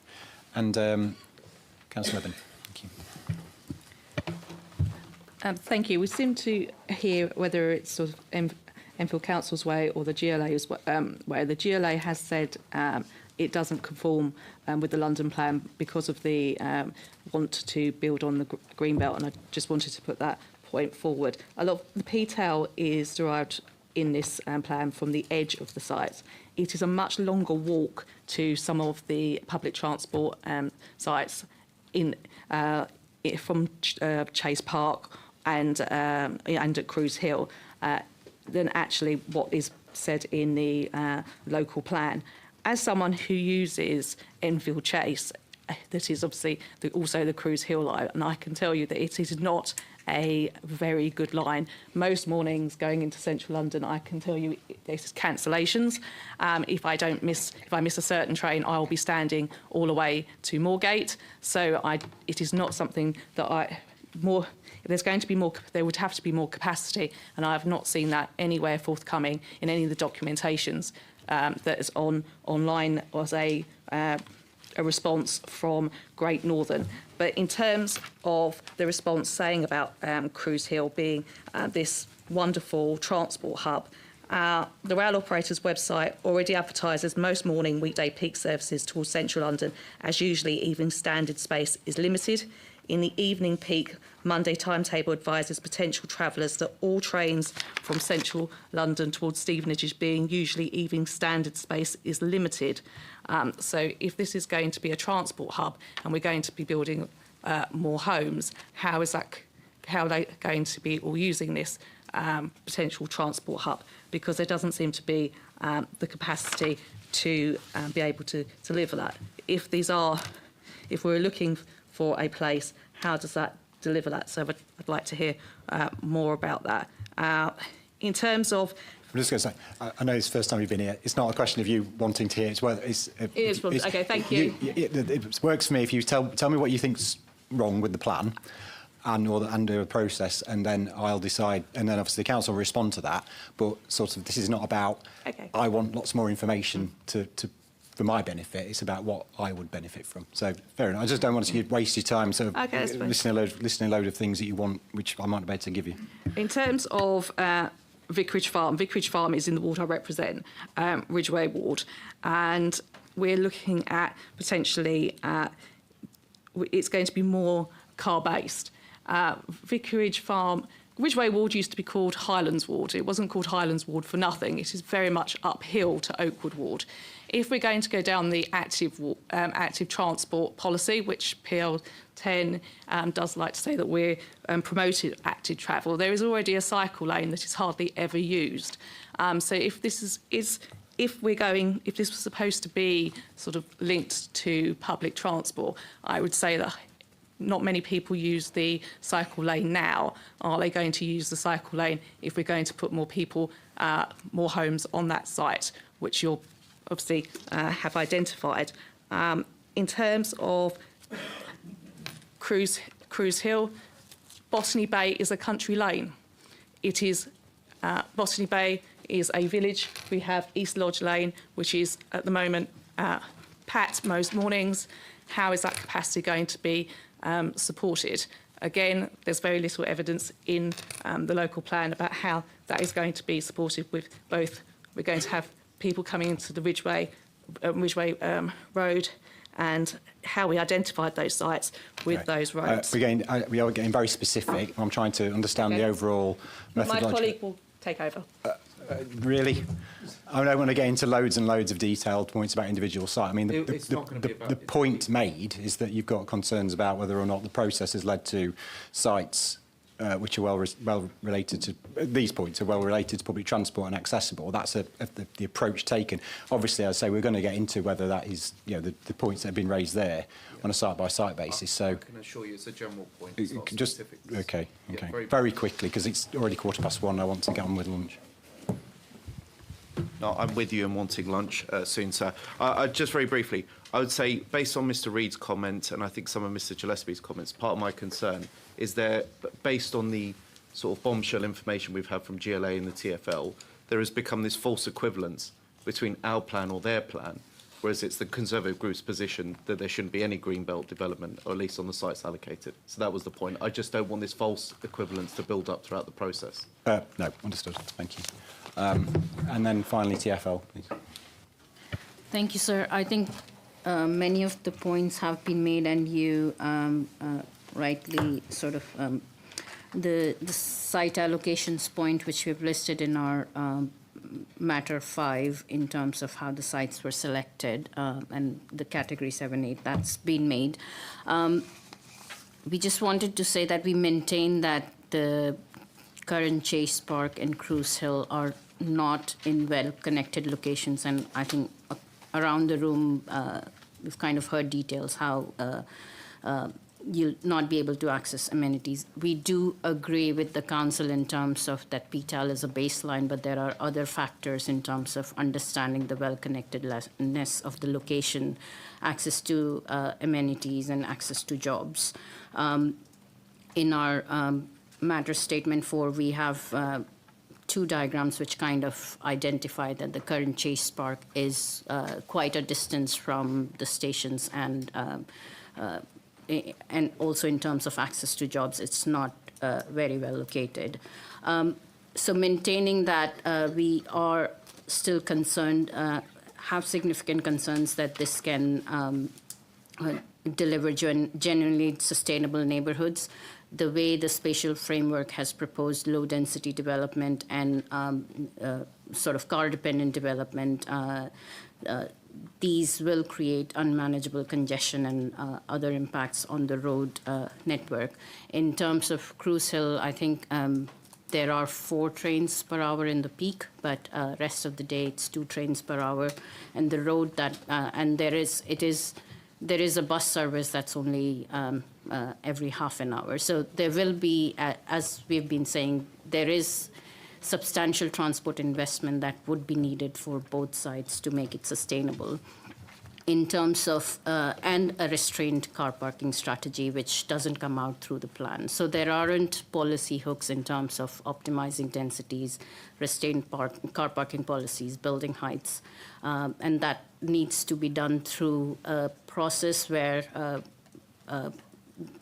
a proper public consultation can happen, like an area action plan. So. Is there anything more general, not specific to the sites, but general? Oh, sorry, you've crept on the side there. I didn't notice that. Can I just make a couple of points very, very briefly? Just on people's points about London being more sustainable than the rest of the country. That is true, and I have a load of sympathy with saying that that London isn't these sites aren't sustainable when you compare them to the rest of the country. But a real key point is we're the most congested city in all of Europe on the road network, which is why we do need to manage car-dependent site delivery. And we're also more densely occupied throughout London than even in the city centres of the biggest UK cities. So that it is a completely different context, and we need to be aware of that. And then just one last point that I'd like to make is that overall housing delivery in London, which we are going to be aiming for this 880,000 in the next plan, which has already commenced, and we're already doing work on that. It is compromised every time land is released at not high densities, and land is released that is car dependent and is going to involve a lot of land take with cars and streets.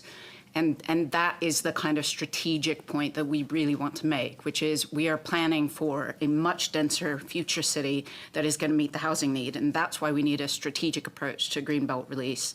And we need to ensure that policy frameworks are delivered. So either removing the sites or pausing. Yeah, okay, we've covered all this before. And just, a lot of people wanted more than one seat at the table, so if we could just hot desk and not creep on, that would be, because obviously the Conservative group, for example, wanted 8 seats and they only got 1. So if we could just, try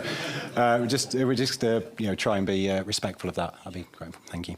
Okay, and so I think we've got those points before anyway. So I'm going to break for lunch. We're always overrunning because of that, and I know people have got to go out and perhaps get it. I will come back at 2:15, if that's okay. So at least we've got roughly an hour. We've done pretty well. We can carry on. We can get this done. So thank you all, and 2:15. Thank you. Thank you. It's 2:15 and time for me to resume. Everyone's back. I think we left it with. There's been a run-through of issues raised on relation to questions 4.4 and 4.5. So give the council the opportunity to come back on any points it wishes to. Thank you. Yes, thank you very much, sir. Firstly, Thames Water, RUR 04 London Junction 24, the point being put that, or the point being made that it had a low level of accessibility. It's fair to note that it does actually have a bus route connected to it. I'm not going to take up time at this stage dealing with transport issues that will no doubt come up tomorrow in terms of specific transport sustainability matters. But one needs to bear that in mind, as well as, of course, its relationship to Potter's Bar, and that one needs to consider what the site was, or what the site is, rather, which is an employment site. And it's clear on the face of the allocation methodology that there are some specific considerations around employment sites. So that's what we say about that. Then Mr. Harbert's observations.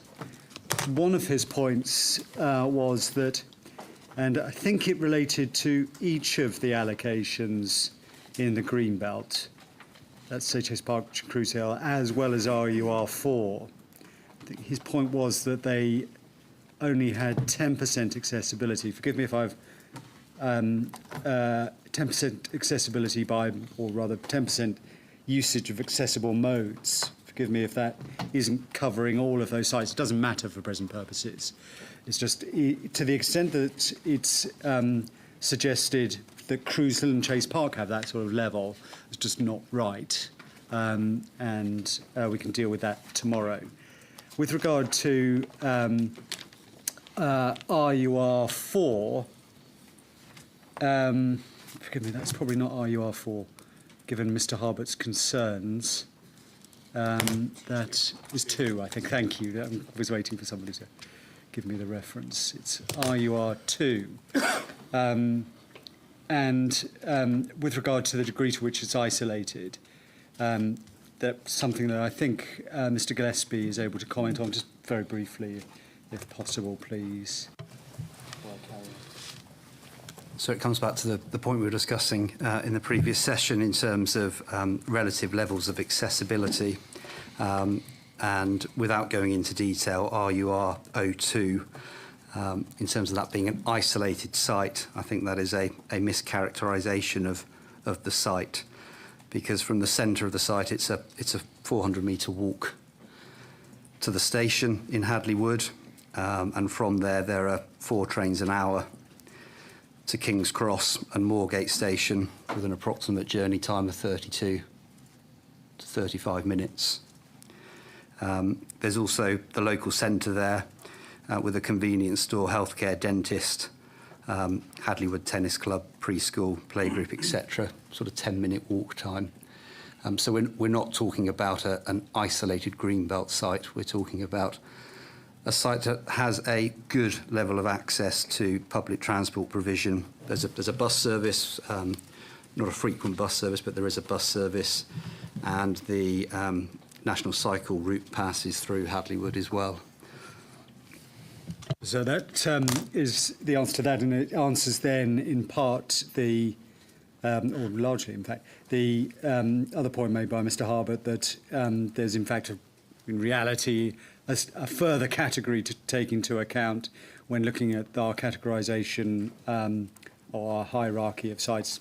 Putting it at category 9 is just wrong about that sort of assessment, we say. Though, of course, we've heard what he said.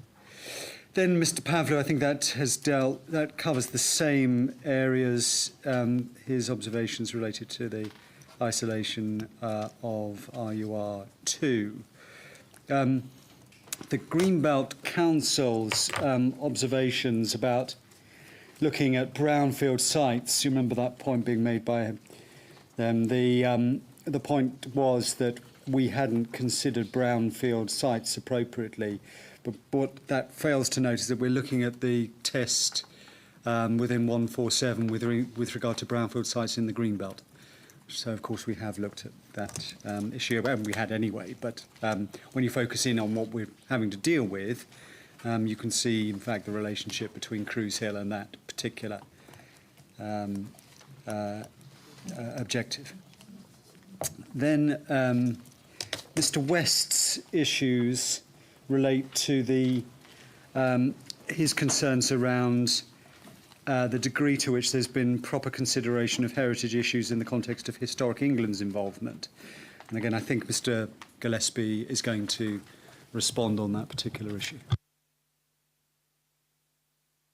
A couple of brief points.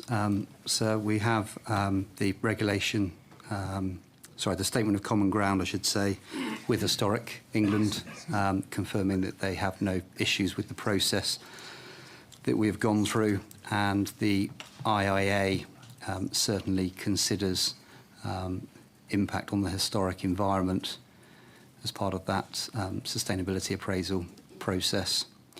And indeed, there are historic environment considerations built into the site selection methodology. So that deals with that. Then Ms. Fisk's point, slightly out of turn, but Ms. Fisk's point related to the failure to engage with the good growth policies contained within the London plan, as she put them. But of course, the good growth objectives are those, not part of the SDS directly. But in any event, they are matters that have been properly taken into account by the Council.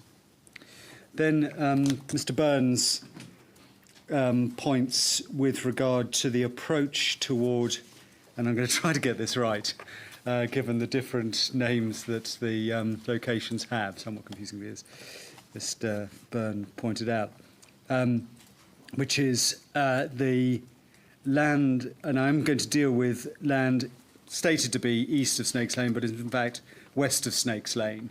That's to say the small, I say small, the slither of land that lies to the left-hand side of Snakes Lane. And the Council's approach towards that, again, Mr. Gillespie can deal with the question, or the point that was put about its isolated nature and what that means. Mr. Gillespie, please. Probably is helpful, sir, just to clarify some of the terminology that's been used in the evidence. I think there is, perhaps understandably so, where we've referred to isolated sites in the Greenbelt and MOL assessment. That was generally in relation to whether there were other sites in close proximity or adjacent to that site. So you would need to then consider a cluster of sites if they were proposed for development. Whereas other sites, they are isolated in so much as there is no other proposed site adjacent or in close proximity. So that would apply, for example, to RUR 02. Council says it's not isolated in terms of being inaccessible, but it is isolated in so much as there are no other sites immediately adjacent that should be considered alongside it in terms of impact and also what might be achieved in terms of infrastructure, etc. Are those terms used just, I mean, I already talked about earlier the description of isolating and being contextual. Are those terms used interchangeably in a confusing way? So, not generally, but there may be some instances where that might have happened. I think we can address that when we go through the sites. If they're in allocations, if they're rejected, then there's a site selection thing tomorrow. But the point is there. I think again, bear in mind people who desperately want to tell me why they disagree with the council. I've got the information. I've got the point before me now. I can obviously go away. I mean, you know, and consider this and read it for myself and determine whether or not there's an issue that I need to pick up. But you've explained that. I obviously now need to think about whether that's how that pans out through the rest of the process. Thanks. Quite so. And with that in mind, the other site that was referred to by Mr. Byrne was the land that lies to the east of Snakes Lane, the Trent Park Golf Club site, and the degree of constraints that that site has. Perhaps, Mr. Gillespie, can we just very briefly just identify the position with regard to that? So this was a site submitted at the Regulation 19 stage. It's within a sink. It's currently an operational golf course. There's a lease associated with the site. It's within a conservation area. And it's just to the south of the Registered Park and Garden, Trent Park Registered Park and Garden. Just remind me, this hasn't got a reference then? No reference. Not at the moment, no. Just so I can make sure in my note, what are we consistently referring to it as? If I need to. It's probably worthwhile calling it Trent Park Golf Club. Trent Park. Okay. Thank you. So the last point made by Mr. Byrne concerns the approach towards CPOs and why the CPO approach has been deployed in certain circumstances but not others.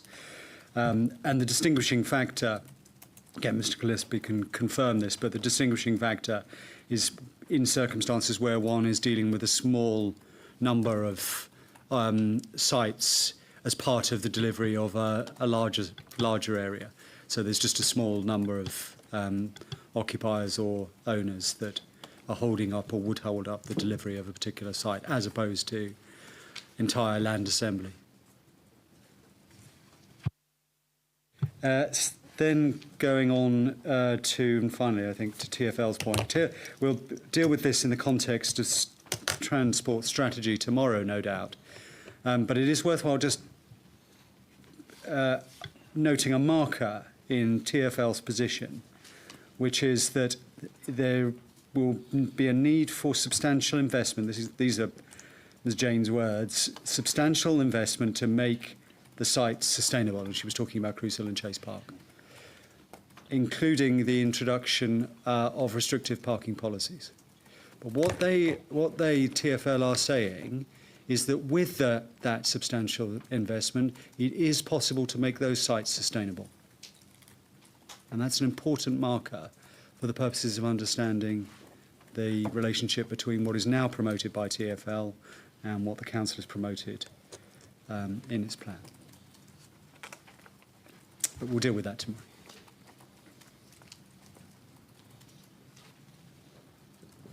Overall, I mean, this is not news to me that I'm going to have to consider whether or not. I mean, this is not new. That there's an argument as to whether or not the measures that are being proposed or would need to be proposed are viable and deliverable. That's a point made through all the evidence base. So I'm aware that that is something I'm going to have to come to a view on at some point. Anyway. Absolutely. Yeah. Okay. quickly, any points of rebuttal? Obviously, if the two signs down there from Hadley Wood are going to tell me that actually there's reasons why the Hadley Wood site isn't accessible and isn't well related to facilities and so on, fine. But obviously, I will have the opportunity to view that for myself. So I know there's a difference of opinion on that. Is there anything particularly you want to, just as a sort of factual thing? Thank you. Yeah, I won't rehearse all of the arguments, but just a couple of points. One, the train frequency for the vast majority of the day is only 2 per hour, not 4, as stated. And secondly, there is evidence, independent evidence, such as the characterisation study, which describes the area as isolated and car dependent. So we might deal with those in detail at the site-specific hearings. Thank you. We will. Yeah, I just wanted to come back on the comment on how this sort of definition of well served was derived at, and whether it was PTAL ratings or whether it was like a planning judgment that was made. I was just checking the site allocation topic paper where it lists all the priority sites. And at the bottom, it does say accessibility will be determined by the public transport accessibility level of sites. So that's how that study was done. I don't know if they then used a planning judgment post that study, but it's very clear they were using the PTAL to start with. I think it's been highlighted that PTAL is part of the discussion. What I've been told, Council will tell me wrong, is that it was PTAL plus other considerations, and judgment was made overall. Obviously, whether that judgment was agreed with or correct is something I'll have to think about. Greenbelt Council, I think, is next. Yes, so it was really just to correct the point made. I was talking about brownfield generally, so there's a misunderstanding there. And I was elaborating on the fact that they were relying on call-in of sites rather than a thorough, proper investigation using modern technology, which the Enfield Roadwatch and Enfield Society and CPRE London had used in their report, which produced, as I say, figures for 370,000, sir. And I suspect that figure probably now underestimates the figure which is probably there, although, to be fair, those organisations have a chance to do it. And you have to ask why they didn't do a thorough investigation and employ consultants to do it when they didn't do it with the You are Greenbelt. now telling me something you've already told me. So thank you. Point taken, but I've got that point. Enfield Society. Thank you, sir. John West. My reference to Historic England wasn't just about the consultation. It was just to draw attention to the fact that their advice notes on preparation of local plan allocations does say a key requirement where there are heritage significance is to do long distance views, visibility studies, and they weren't done. That was the point of my question, I think. Okay, Thank you. Understood. Okay. And TfL, finally.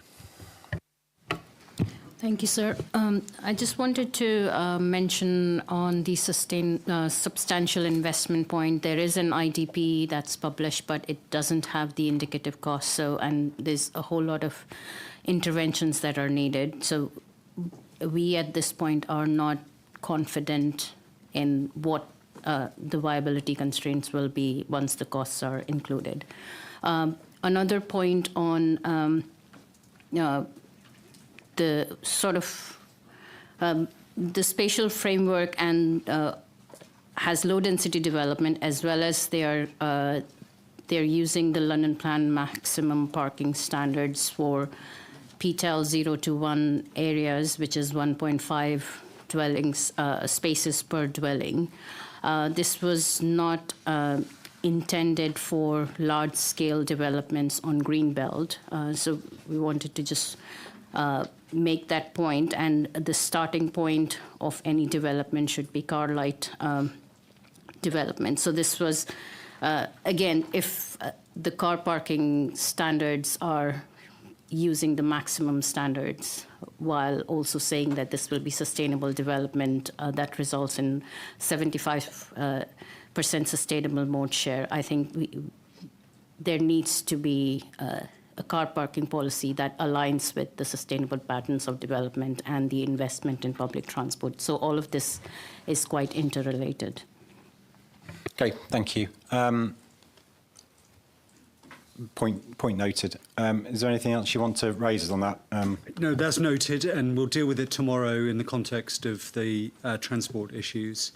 It may be that discussions can take place outside, having heard that observation. But okay, and I think it'll come back up on site specifics as well, no doubt.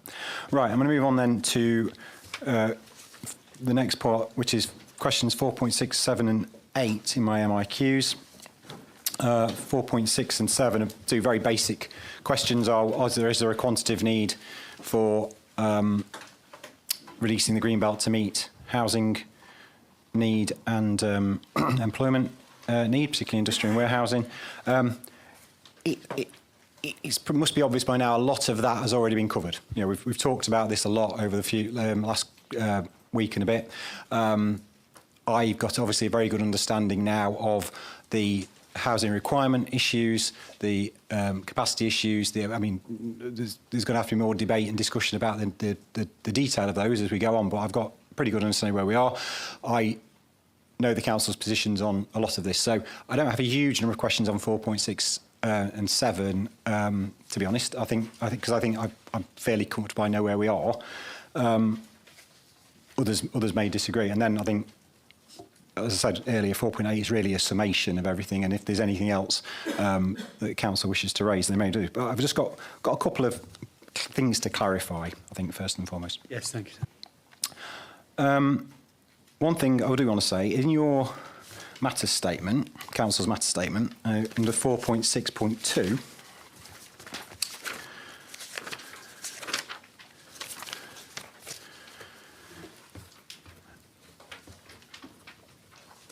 the question is, is there a quantity need to remove land from the Greenbelt to meet the, in fairness, it does say, to ensure the provision of at least 33,280 homes. Now we've moved on a little bit from the discussion about, and now understanding more about how the requirement's been derived in 4.111. I think that question's slightly different, isn't it, about whether or not there's a quantitative need to remove land from the Greenbelt to meet a housing need, which is a different argument now. And I think through the discussion we've kind of moved on as to how that requirement's been derived, haven't we? So where paragraph 4.62 talks about without the Greenbelt release, there would be a shortfall of approximately 4,921. That's back into what people were talking about, the circular argument, isn't it? I think we've moved on from that, but I want to make sure that everyone's aware that I understand it was an element of how the question was asked. Exactly. But it's not a case of as we talked about last week, the justification for me to releasing Greenbelt is to ensure you meet 33,280, and that number, it is 33,280 is a result of releasing land from the Greenbelt, which you consider is needed to meet quantitative needs, but also qualitative issues that will come under 4.8. That's exactly right. It could have been phrased much better. My question probably could have been phrased differently. No. I think that's... It was the answer. That's in 462, I think, rather than your question. And what I think it was seeking to do was say, well, there is a need in housing terms. The capacity goes some way to meeting that need, not all of the way, for reasons that we've already rehearsed. And you need all of that in order to get even to that level. And again, what he talks about, just confirm really that the London plan does not require you to release Greenbelt to meet any particular quantitative need. No, it doesn't. And you could have, and I think you acknowledged last week, if a requirement was produced that didn't release Greenbelt and it was a number without them, then that might still also have met the requirements of 4.111. Yes. Notwithstanding your other arguments as to why and the other arguments you put forward.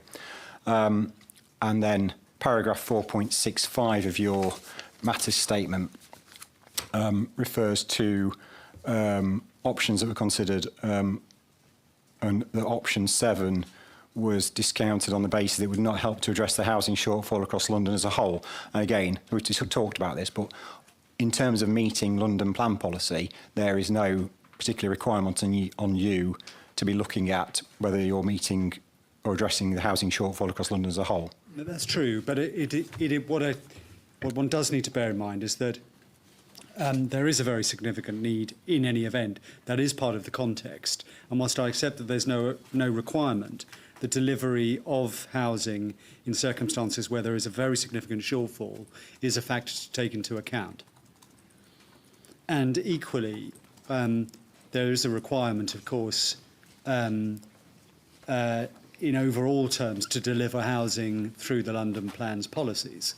And certainly the delivery of housing, again, with that sort of context in mind, the delivery of housing is of itself a factor to take into account, irrespective of where one is with regard to the specific standard method-based housing need for a particular borough.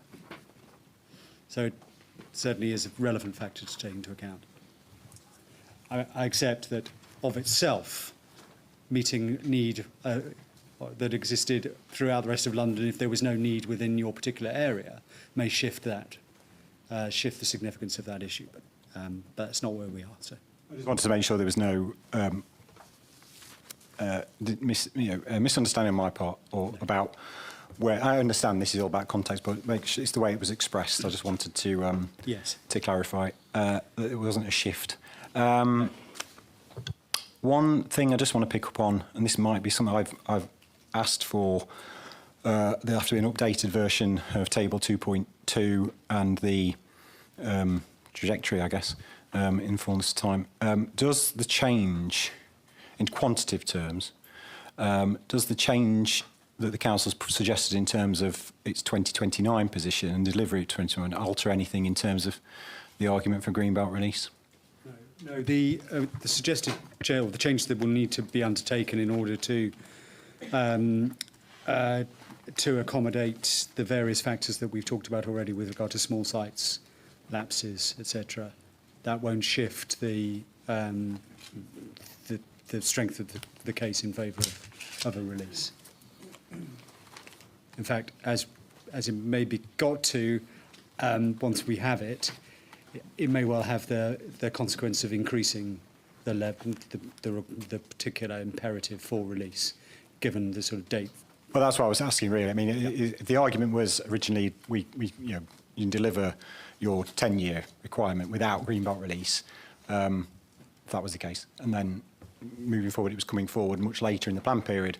Now, obviously, if some of that requirement is, if you like, the first 10-year requirement is at least being suggested, exactly. Got to go through all that, being suggested to move forward in post 10 years, does that actually alter as you were saying, alter the imperative? So yes, it would be part of your argument, potentially. If that is the result, as I say, it very much comes down to the detail of the trajectory and the particular requirements. Rather than say categorically at this stage that is the position. So can I hold that back until we have that detailed information? But on the assumption that it does, then that it does mean that there are difficulties in meeting the pre-29 need, or requirement rather, that will increase the imperative for release. Okay. Yeah, on 4.7 employment, it seems that in some respects it's a slightly more straightforward equation, because there's whether or not, obviously everything I say is without prejudice is what I conclude, but there's a number that's been identified. There's a quantitative shortfall in that number. So the argument is there is a quantitative need because there's a physical shortfall. I also accept that acknowledge there are qualitative issues about employment land as well in terms of location and everything that's taken into account. But I think I'm fairly au fait with those arguments and what has been. So so let's wrap it all up then. On 4.8, overall, are there exceptional circumstances? Again, I've heard the quantitative issues over the last few days and understand the position.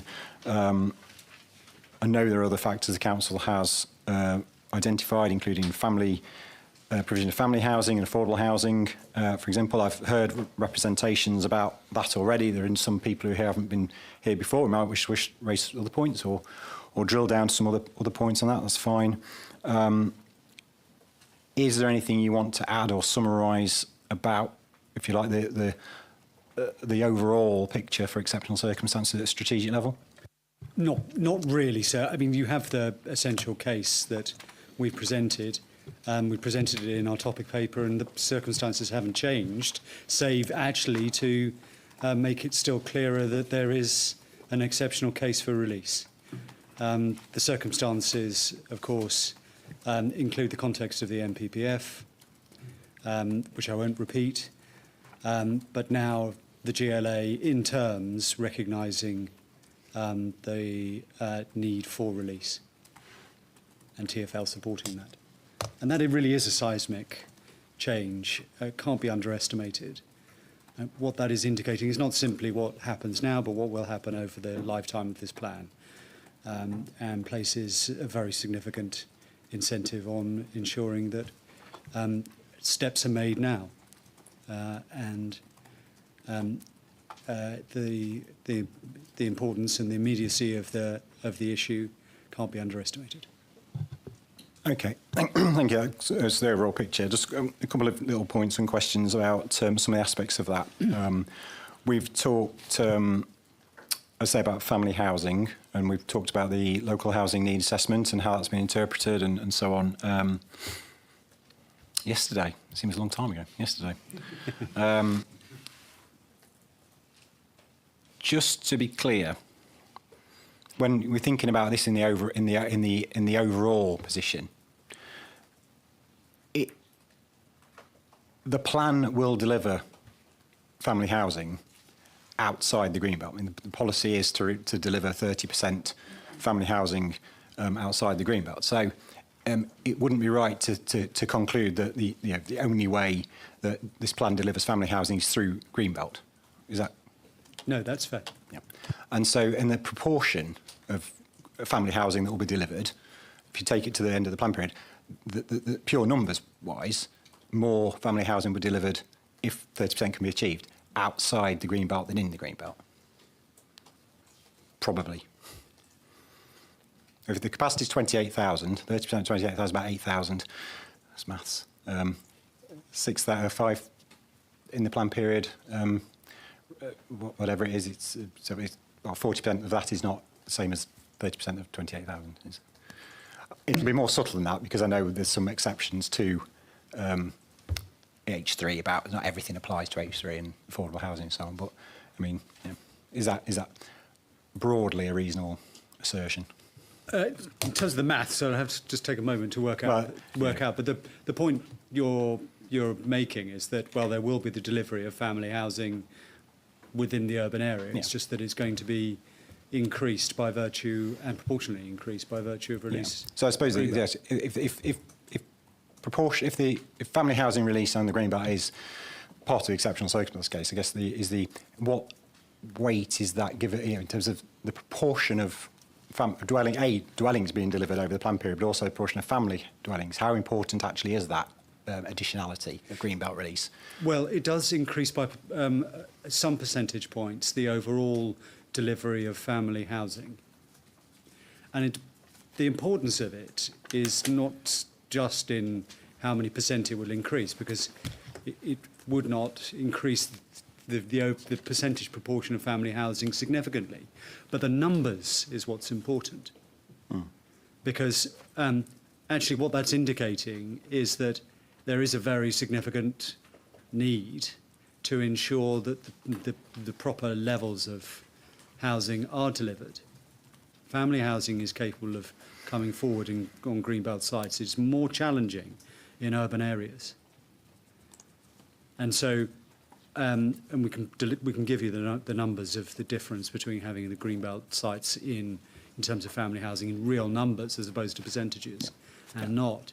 But that factor, i.e. the difficulty of delivering in the urban area, means that there is a considerable significance in the actual numbers that are being delivered within the Greenbelt sites.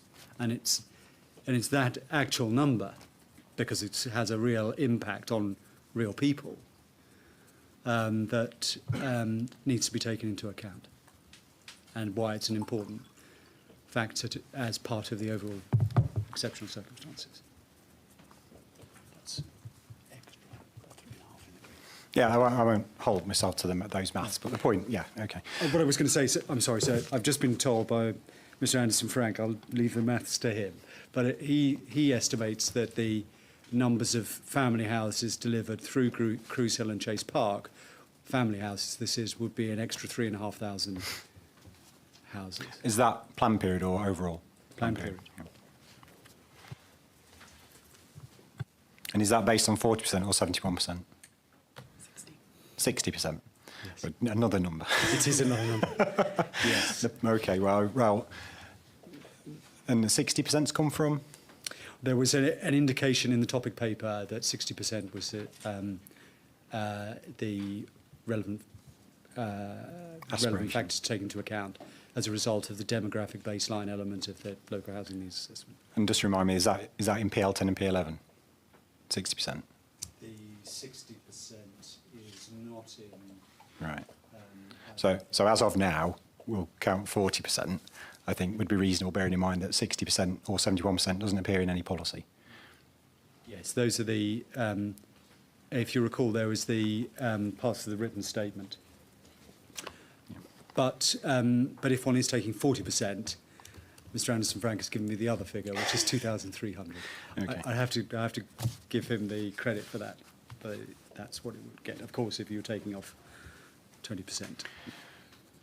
Okay, fine, thank you. And a similar point, I guess, on affordable housing really is affordable housing. Obviously, the plan will deliver affordable housing outside Greenbelt. It's entirely take that point. Of course, it will. But it's the question of how you deliver the amount that you need to deliver. And there will be, again, it can't be underestimated how significant the shortfall in affordable housing is. You have the figures. And so, again, contributions towards the affordable housing at the sort of levels that are being anticipated are affecting real people.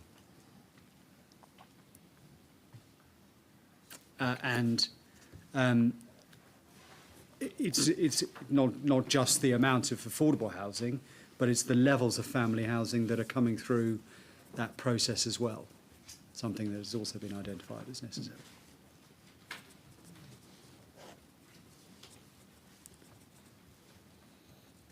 And it might be also worthwhile bearing in mind, so again, part of the context of the NPPF, the new NPPF, is that it becomes clearer now that housing need of itself is capable of amounting to an exceptional circumstance sufficient to enable release of the Greenbelt.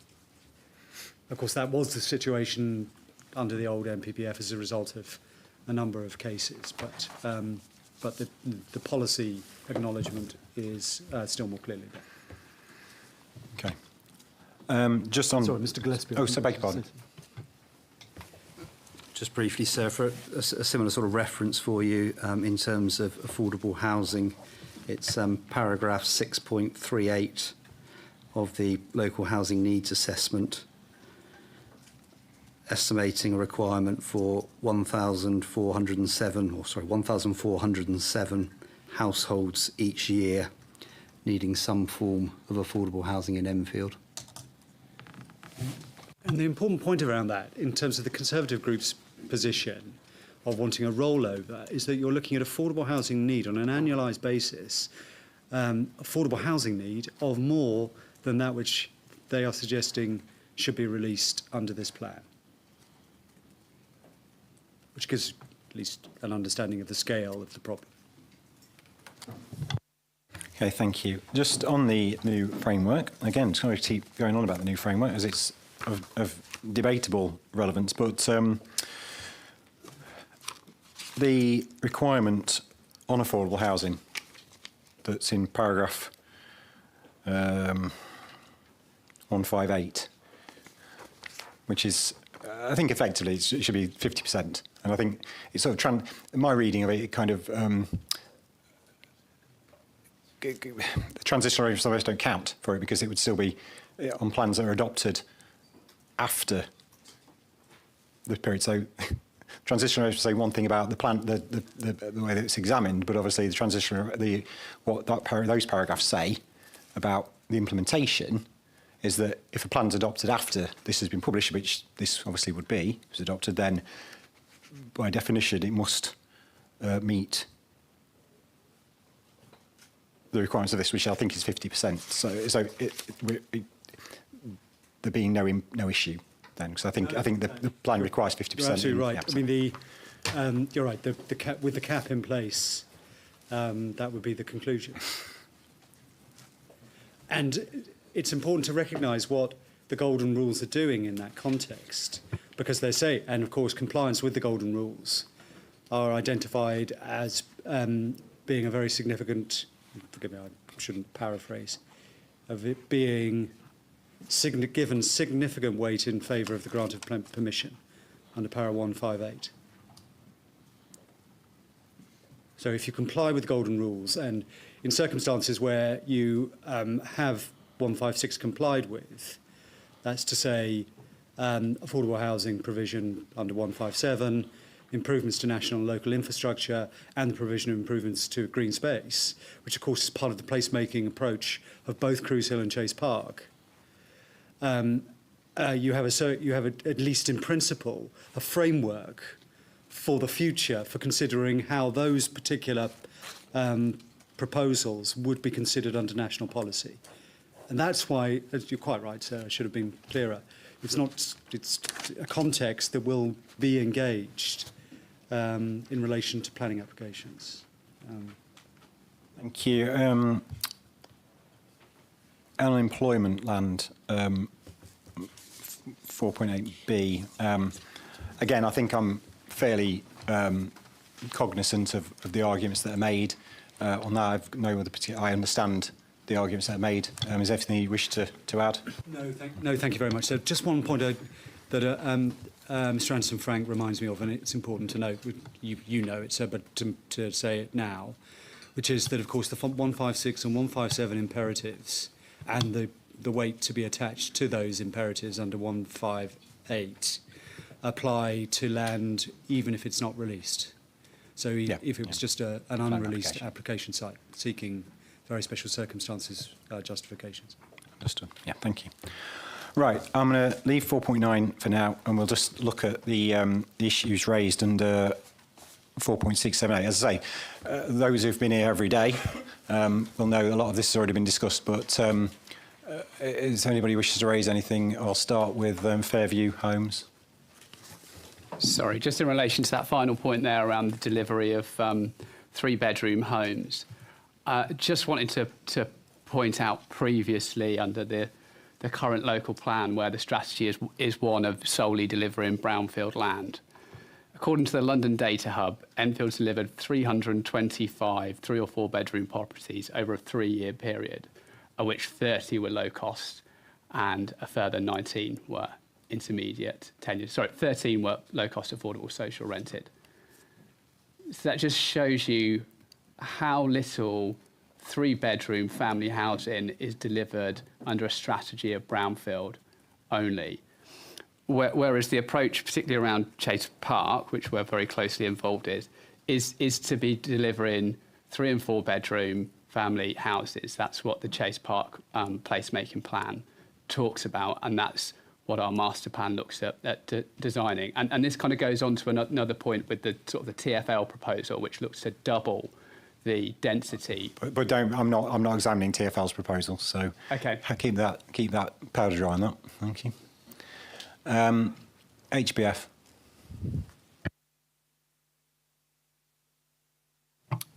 So I just wanted to make a comment in terms of Enfield's plan in relation to the wider London context, if that's okay, just very briefly.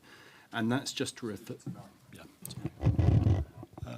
Yeah, I just wanted to make a comment about the relationship of the Enfield local plan to the wider London context. And just a couple of things.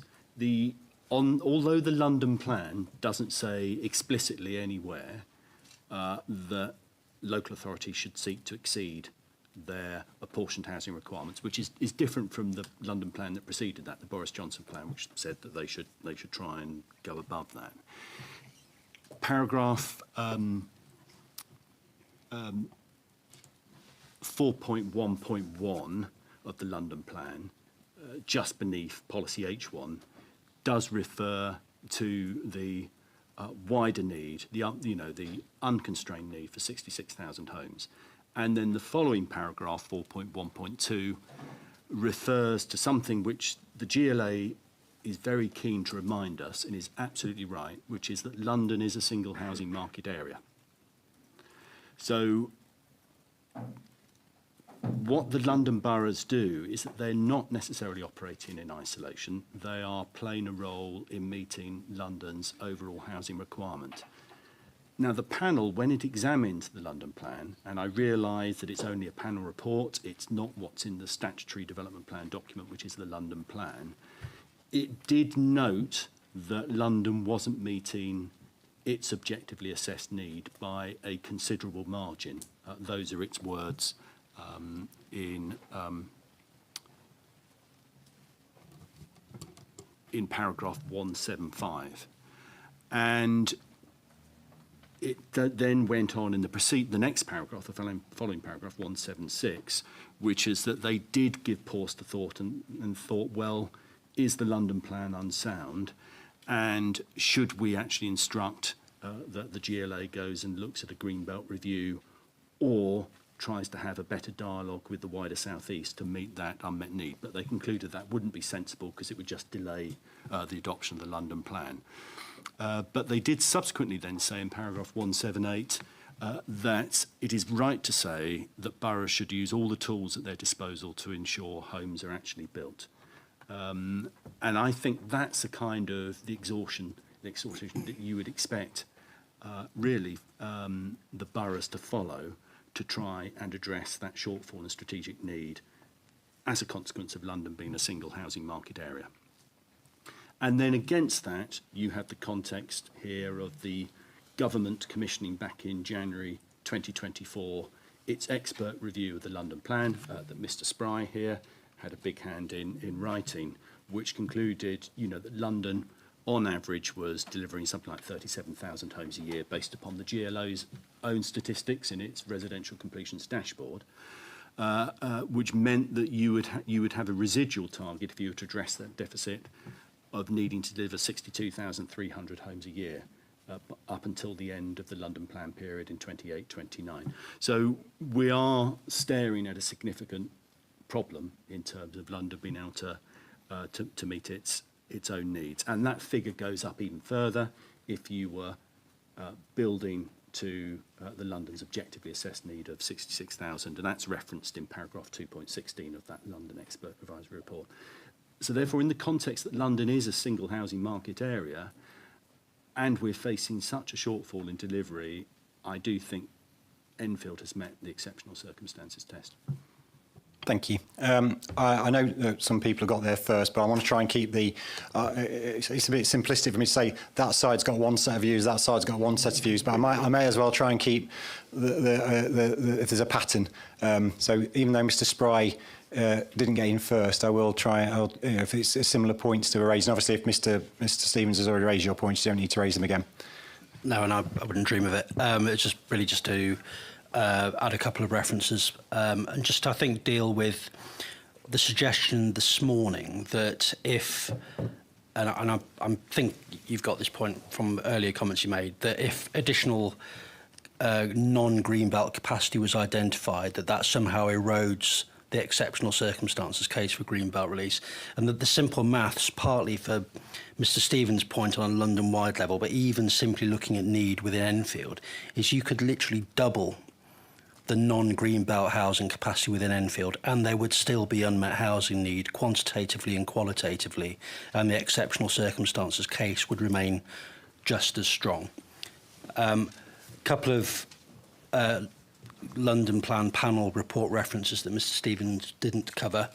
At para 457, the London Plan panel said that From the evidence we heard, the inescapable conclusion is that if London's development needs are to be met in future, then a review of the green belt should be undertaken. Now, inescapable.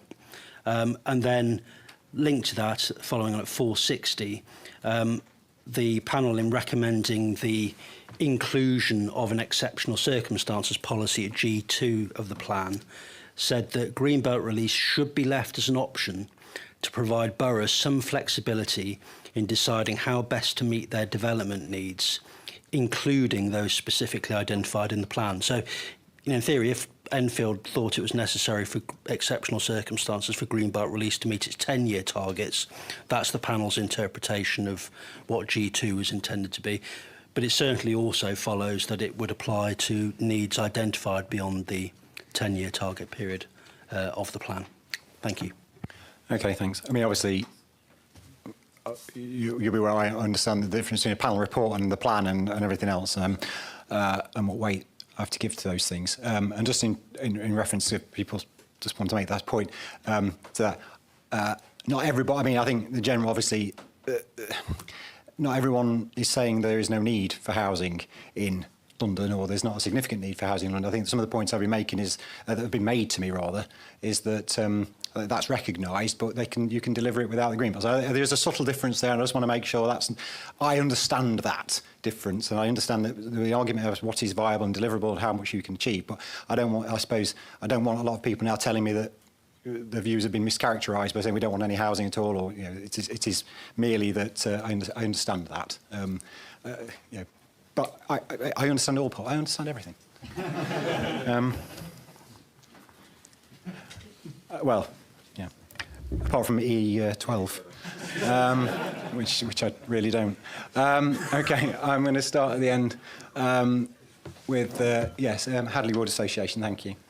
Yes, thank you, sir. I said I wanted to speak on question 4.6, and I hope it's all right. I wasn't here before to focus my questions on there.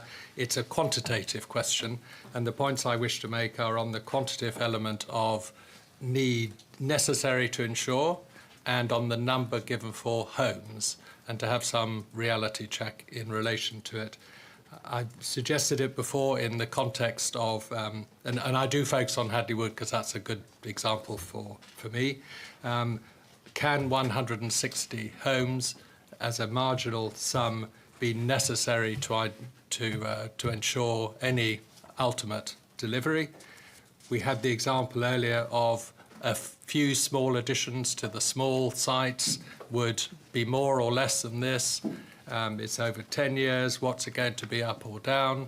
Now, in the context of Greenbelt, and I think the Greenbelt Council drew a very obvious distinction with any numbers in brownfield site can help, but what's the position in Greenbelt?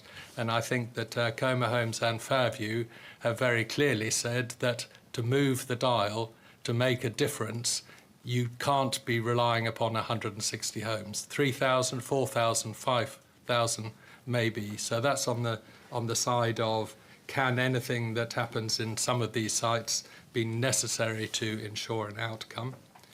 And I think we also need to look in reality sense at what homes means. It isn't 32,800 and whatever it is, numbers to tick. These are homes that are then being related to the policies of family, affordable and sustainable. And if I look at the site of Hadley Wood, for family homes, and we know this, there are plenty of 3-bedroom flats, family homes, built in Hadley Wood. Not a single one has been taken by a family. In Hadley Wood, it's just not the reality. Secondly, will they be affordable? I'm not so much of an expert or absolutely know the case, but I would be very surprised indeed if any affordable homes were built next to all the large and expensive flats and houses in Hadley Wood. It simply won't happen. And the third thing is that the housing need that's identified, family affordable, is largely in East Enfield, not in West Enfield. We've talked about sustainability briefly in terms of we have a commuter train twice an hour that goes into London. There is nothing whatsoever that goes from east to west and west to east to connect the population centres. So we have a very clear concept that in terms of the numbers being necessary, they can't be, is it needed to develop the homes that Enfield need? It won't. Thank you, sir. Thank you. Made note of that. Is it David, he's been... Greenbelt Council? Thank you. Sorry. Thank you, sir. Can I first of all draw your attention to paragraph 4.6.4, where it's talking about density, and I would refer you, please, if I may, to paragraph 146 of the previous MPPF, subparagraph B, optimise the density of development in line with the policies in Chapter 11. And it's quite clear that there should be higher densities, much higher densities in urban areas.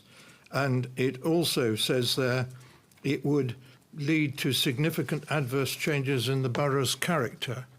Well, with respect, taking Greenbelt will also lead to changes in the borough's character and will be devastating on the Greenbelt that is sacrificed.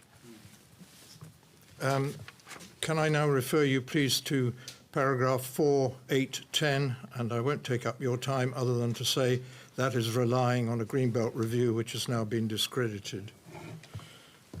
With regards to the conversations that have been going on, we're talking about deliverability, we're talking about GB sites and the need for affordable housing, and the minimum that the borough is looking at is 40%, but it's really wanting 60%. I'm afraid, to draw your attention, sir, if I may, to the Gilston situation in East Hertfordshire, where the developer got planning permission on the basis that it was 40%, on 10,000 homes, 40% was affordable. 18 months later, that developer came back with a variation based on the fact that he couldn't make the profit he was going to make, and he therefore wanted to reduce it by 1,700 affordable homes. I have to say, all the evidence out there is that developers will not accept a figure of 40%, and it's unrealistic to think that they will do. And finally, the two gentlemen opposite me talking about a shortfall of delivery in London. Yes, that's well known, but who's to blame for that? And the developers are to blame for that because they're not developing out the planning permission they've got already. And they're responsible for that, and they should be delivering. And the other problem is, as I said earlier, sir, we are short of skilled workers, and there aren't enough people to do this. And to blame this borough on deliverability when it has absolutely no power to do anything about it, it relies very much on the credibility of developers, which is debatable at times, then that is not going to happen, and we're not going to get the deliverability that we want.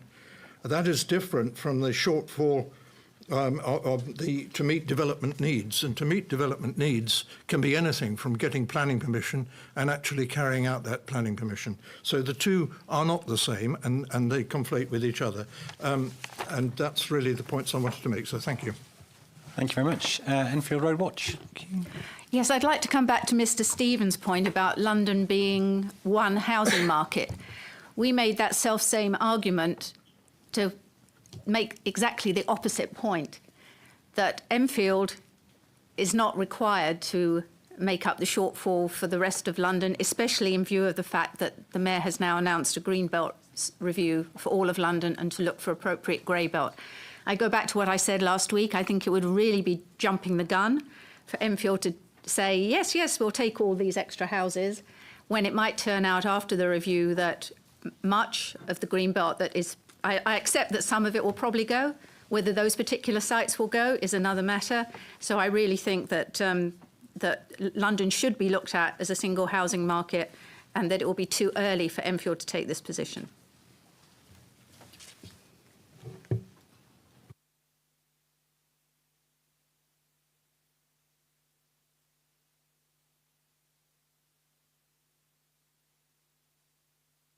Sorry, just wanted to make sure I got that noted properly and fully. I was listening. I was making copious notes and trying to make sure I got all the full point down. Thank you. Nobody else. Mr. Byrne, then. Thank you. Thank you, sir. On the affordable delivery, so that seems to be part of the exceptional circumstances argument. We've covered this in our hearing statement, points 40 to 45 in Better Homes Enfield and 33C and NCAFs, and largely that's around missing information. We don't know what the actual affordable housing delivery is for those sites. Yes, I'm sure we'll discuss that tomorrow. And then the second matter in terms of affordability relates to page 26 of the exceptional circumstances topic paper, point 4.29, which says, with Cruise Hill and Chase Park on stream, an additional circa 250 affordable homes will be delivered on average per annum from 2029 to 2041. So obviously, if affordable homes is 50%, if they actually achieve that, and we can argue about that, but that would mean you need to deliver 250 market rate homes in order to deliver that. So my point really is that when you think about what delivery rates that implies a delivery rate of 2.4 full-priced homes per week per sales outlet over 12 years every week. And checked this, and that doesn't seem realistic to us at all. And so we're arguing whether it's positively prepared. And we've got local examples of those of a very similar site delivering family housing on metropolitan open land that was achieving a sales rate of 0.2 per week. So we're just nowhere near that level of sales rate. So just the next part is just about family housing review. I know we covered a lot of this yesterday. I'm not going to cover that old ground, but there seems to be this disconnect between the case for exceptional circumstances around it being set on this 60% family housing figure, and supposedly that being viable, and we're told in the Chase Park topic paper it will be upwards of 70%. But then when it actually comes to the policy, we recognised this yesterday, that there's this disconnect. And to us, that's well, if it's viable and that's why you're doing it, then why isn't it in the policy? The second figure things to point out is that, as we found out yesterday, that 60% overall figure is driven very largely by the claim that 72% of homes in Enfield, owner-occupied homes, need to be family-sized homes. And as we found out yesterday, that is derived from national data. So we're using national data to identify our local need. We're not even using regional data. So this to us, in our opinion, is completely unsound. You know, I've looked at all the other strategic housing marketing assessments in London. I can only find one other that does this. It's with the same consultancy. Nobody else takes this approach. And in fact, Enfield didn't take this approach in the past. So we just think this is really not a sound basis for exceptional circumstances. And I know we can talk differently about the housing mix policy and have some conversations there, but here, exceptional circumstances. Thank you, sir. Understood. And obviously, I'm assuming ARC aren't here today but I've got the point from yesterday's discussion about that. So that's I've got that point. Just on the there was a point you made about delivery not being realistic. If you extrapolate that across the Greenbelt sites as a whole, I don't know if you were talking about specifically, obviously the examples, Cruise Hill and Chase Park, yeah. But so you're arguing they're not deliverable to the level. So the logic of that then is that if they're not delivering what they're supposed to or expect, then the argument for exceptional circumstances reduces. Thank you. Yes. Yes. I just want to make sure, because obviously, yes. Some people, I mean, there might be a corollary of that, is if they're not delivering what they're supposed to, then there's a need for more housing. But I'm not going to just put a pin in that one. No. As you again explained my point better when I explained it, so thank you. The main thing I always want to make sure I've understood the point, and so I just want to. So if they can't deliver, we must deliver X family houses, X affordable houses, but it's not going to, then exceptional circumstances. I think again that's got to be looking at the delivery in a more focused way. But the point is taken, and again, thank you. Councillor Skelton, thank you. Thank you, sir. The Conservative group feel very strongly that the exceptional circumstances threshold has not been met and that there is no case for building on the Greenbelt. Enfield's housing needs can be met without Greenbelt building. This is for a number of reasons. First, the market disparity between the London Plan's estimate of housing need, 18,760, and the estimate set out in this plan by Enfield, which seems to have been artificially raised in an arbitrary way and hasn't been adequately explained, either in the plan or in this discussion. The second element is the lack of an adequate understanding of potential brownfield sites. We've heard already this morning about the CPRE Enfield Society work, which suggested there are 37,000 potential from brownfield sites. There seems to have been a default preference for greenfield building from the beginning of this process, which has been based on a presumption that the brownfield sites suggested are not eligible without adequate explanation or investigation.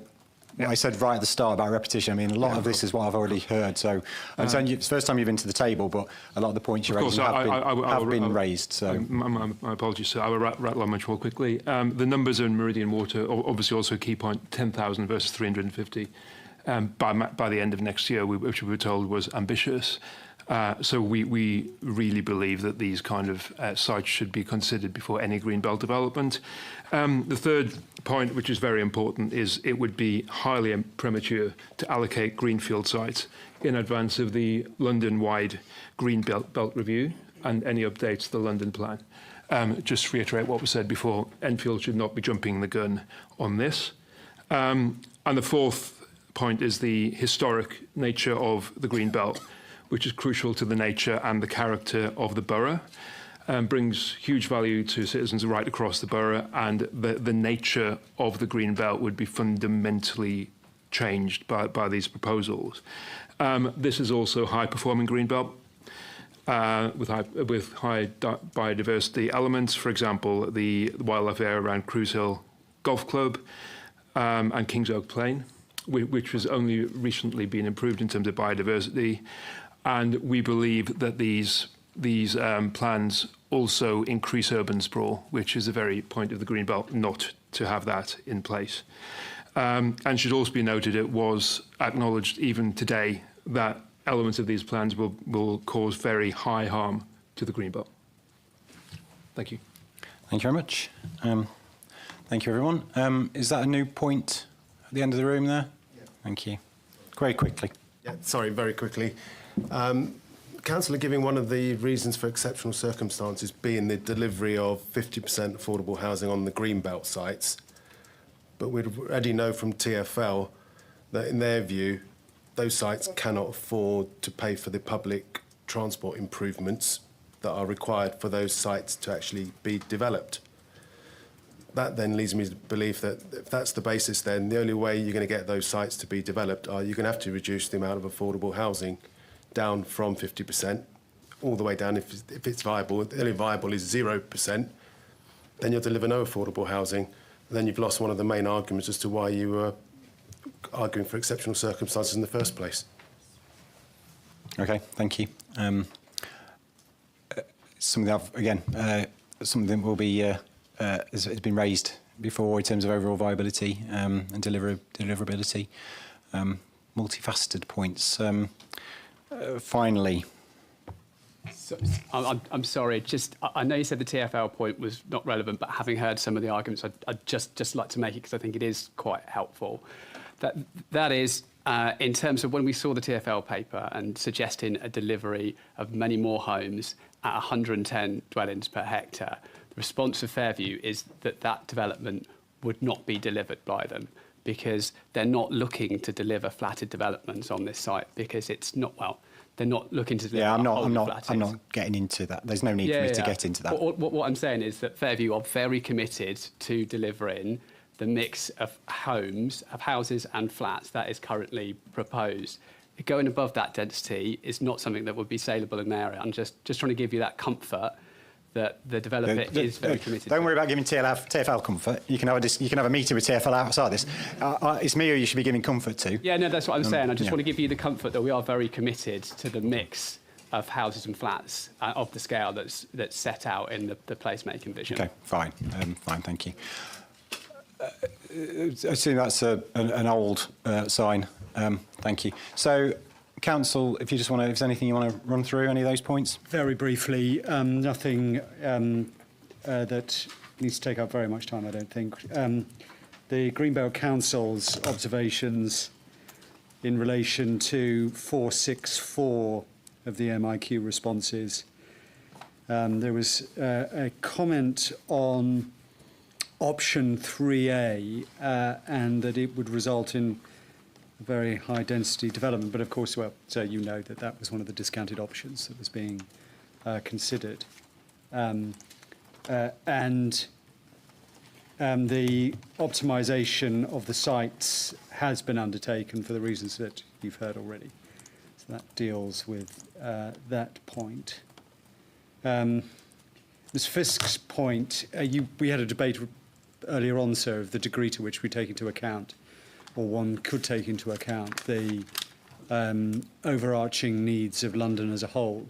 I'm not going to repeat that. You've heard the way in which we've placed it. So the suggestion, to the extent that it's made that in some way that's a critical point for our part, is not accepted. To be fair to Ms. Fisk, she was raising that in respect of Mr. Stevens' point. So that's what I need to say about that. Mr. Burns' arguments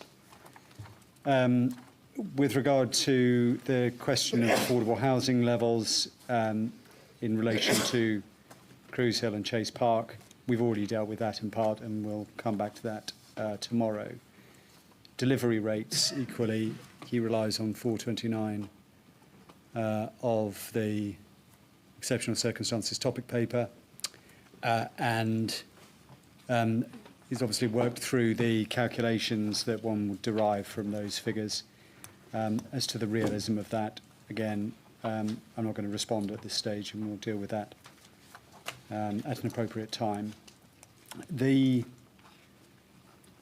suggested disconnect between the requirements for Cruise Hill and Chase Park for family housing and that which is contained within the local plan. What is unclear in relation to BHE's position is what it is saying is the amount of family housing that should be provided within the borough. They've been very clear about the critique that they've made of the analyses that have been undertaken.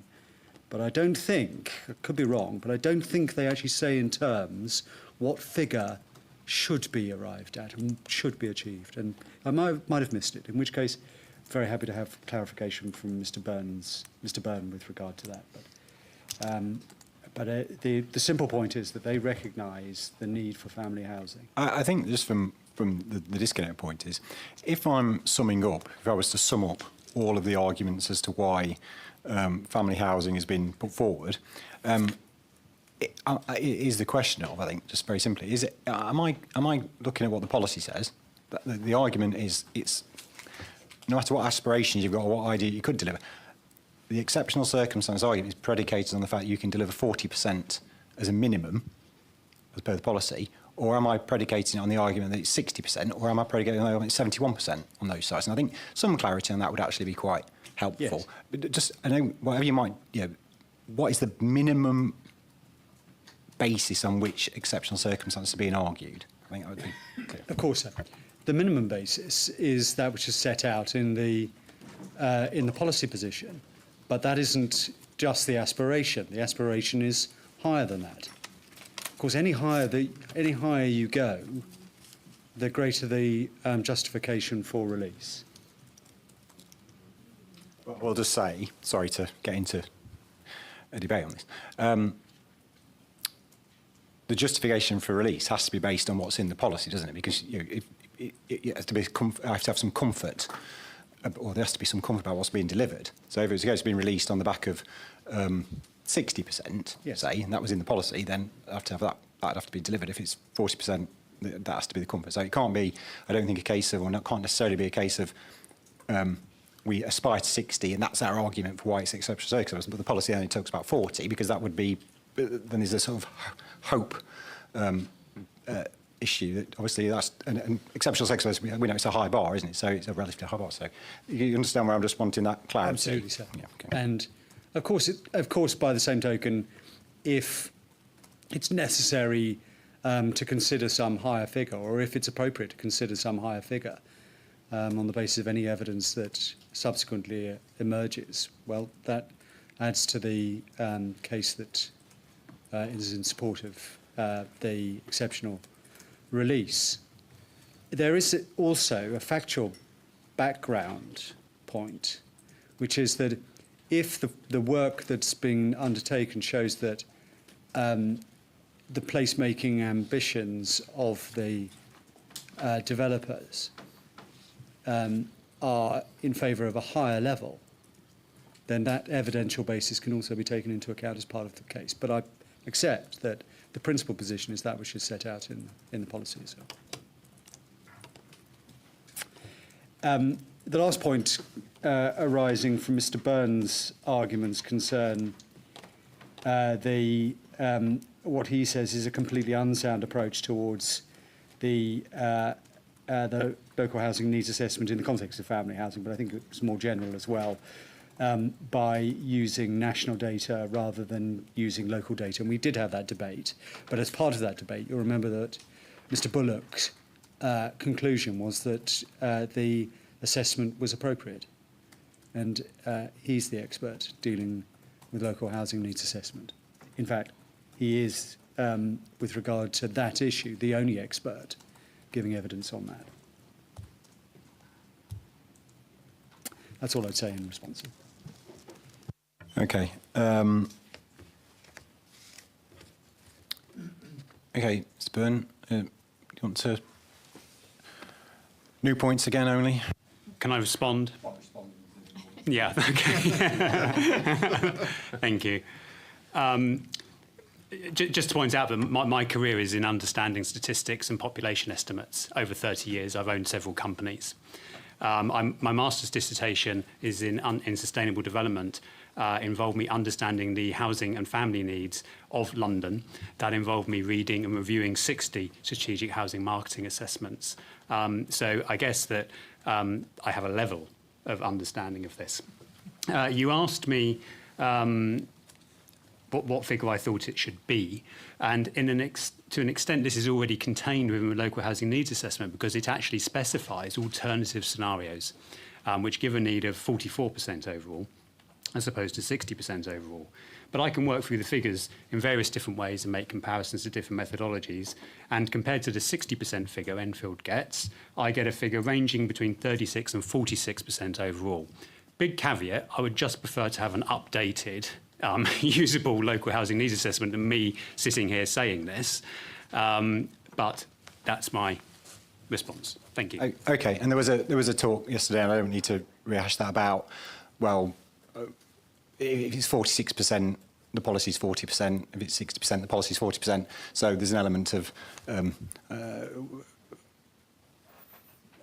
what difference does it make if the policy is what it is? Exceptional circumstances argument. It's the exceptional circumstances argument, and also the fear that we have that when you read through that policy and the way it's written, it's directing people to the local housing needs assessment or to that end policy we mentioned where it's saying about what Cruise Hill and Chase Park would have to deliver, which is way too high, and that would actually stymie delivery, really, and actually the delivery of affordable homes. Okay. So that's where it comes from. Understood. Right. Okay. There's a different facets to that, but I've got all of that. Anything you want to say? Just this, obviously, no disrespect meant to Mr. Byrne in terms of his expertise. I hear what he says about his statistical background. It's very helpful to know that, and also to recognise, of course, that the position he adopts with regard to what the level of family housing should be is within the range of the policies that are being promoted in any event. But it's helpful to have that clarification.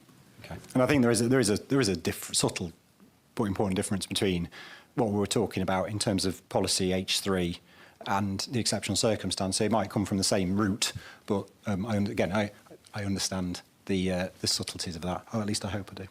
Or at least I hope you all realise I do. Right, thank you for that. Any other points about 4.6 to 4.8 questions?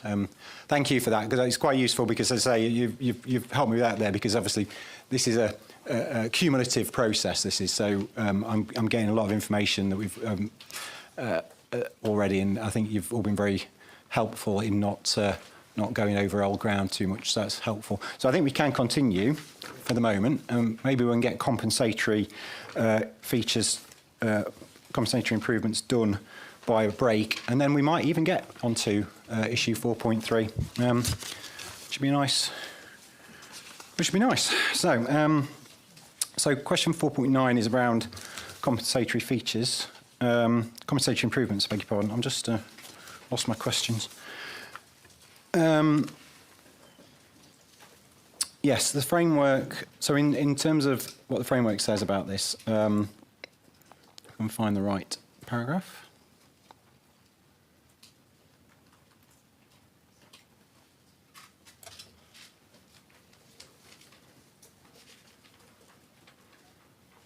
So paragraph 147 of the framework says, we've obviously talked about, should be looking,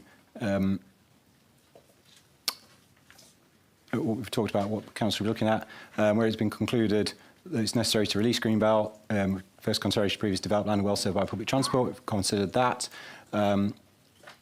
And they should also set out the ways in which the impact of removing land from the Green Belt can be offset through compensatory improvements to the environmental quality and accessibility of Green Belt land. So I asked, my question very straightforwardly was, does the plan do that?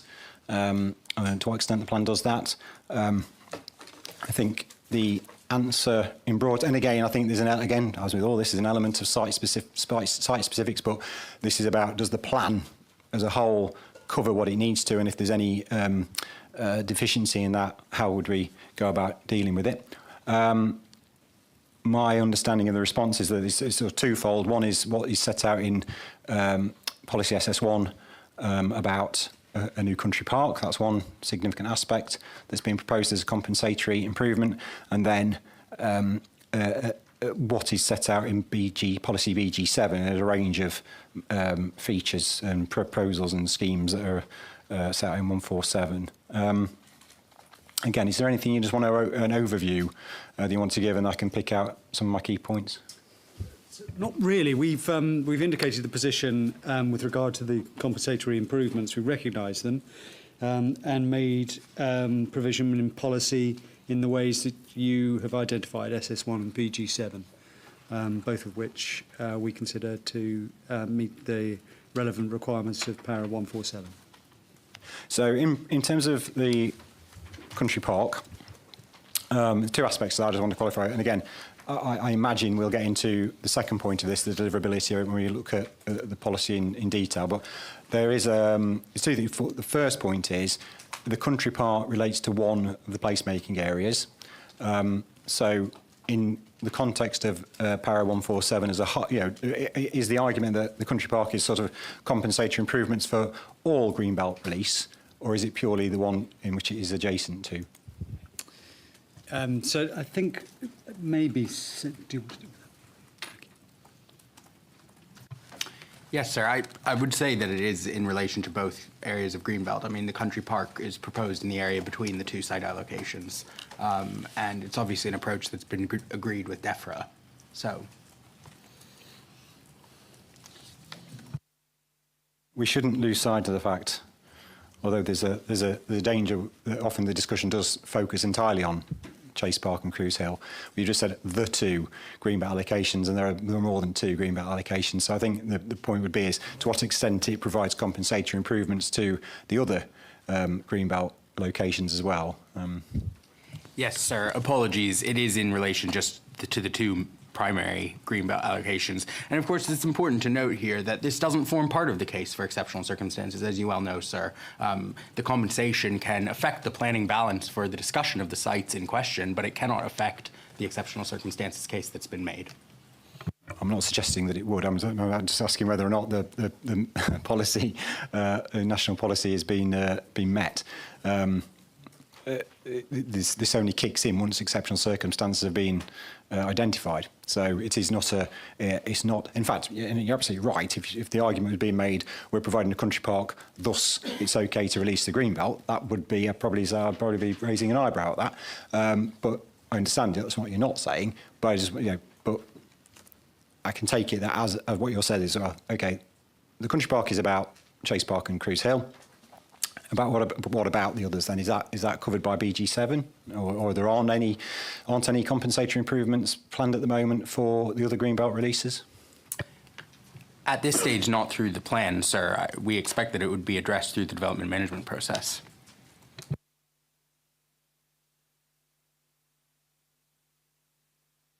Okay, so nothing identified for the other sites. Again, I'm going to just read out what paragraph 4147 says. Councils should set out ways in which the impact of removing land from the greenbelt can be offset. So obviously there's an expectation that you will set out how that's going to be done, not necessarily deal with it through development management. I mean, if you've assessed it and there aren't any, that's the thing. That's one question. Have you assessed whether these things exist and there isn't anything you can do? That's one question. Or is it that you've not assessed it? I think we would need to take that away, sir.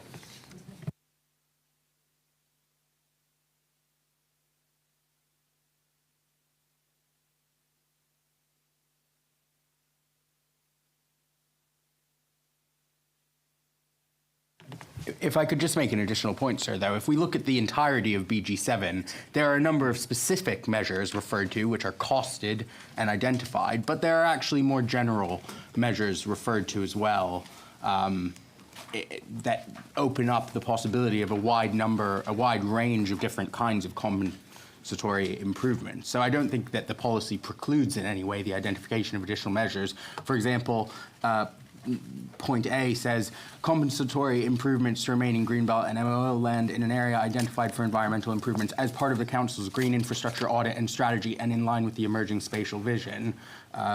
So just to say that there are a wide range of documents where we could draw potential compensatory improvements from. So it's fair to note that the strategy in relation to other sites beyond those specifically provided for in relation to the country park under SS1 has a descending series of requirements to be considered, as Mr. Anderson-Frank has indicated with regard to point 6 in BG7, but that then even if those aren't satisfied, one then provides for a commuted sum.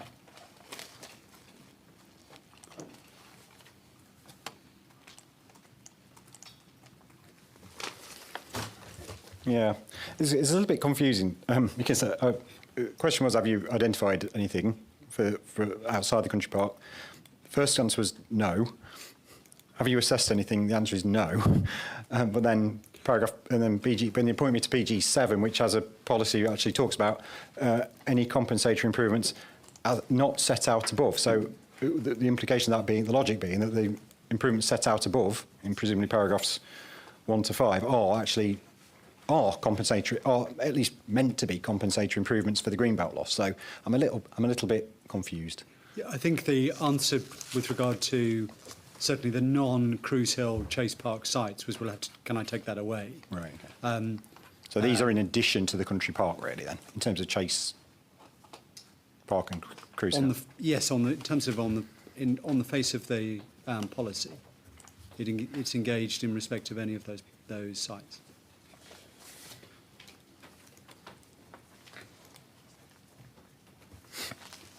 Okay, so just on that then, say you've drawn my attention to BG7, they may well be in relation purely to PL10 and PL11, Chase Park, Cruise Hill. if they've already been costed and funded and committed, how does that relate? How are they compensatory improvements for the release of Greenbelt when the Greenbelt's not being released yet? If they've already planned these and you've already committed these, then one assumes they're there for some other purpose. There's the planning of those has been to address some other issue. So is that in the spirit of 147, or not? Yes, sir. The point is taken, and there are a multitude of benefits from some of these measures, for example, flood risk and et cetera, and they derive from a number of different funding sources. But to my mind, it doesn't mean that they can't be considered compensatory improvements. They may have been made proactively and in advance by the council in a manner that considers the possibility of Greenbelt release, but I don't think in the NPPF, there's nothing to preclude the use of those measures as compensation. Are all of the, without having encyclopedic knowledge of everything in that list, are they all, or everything that's listed in BG7 within the Greenbelt?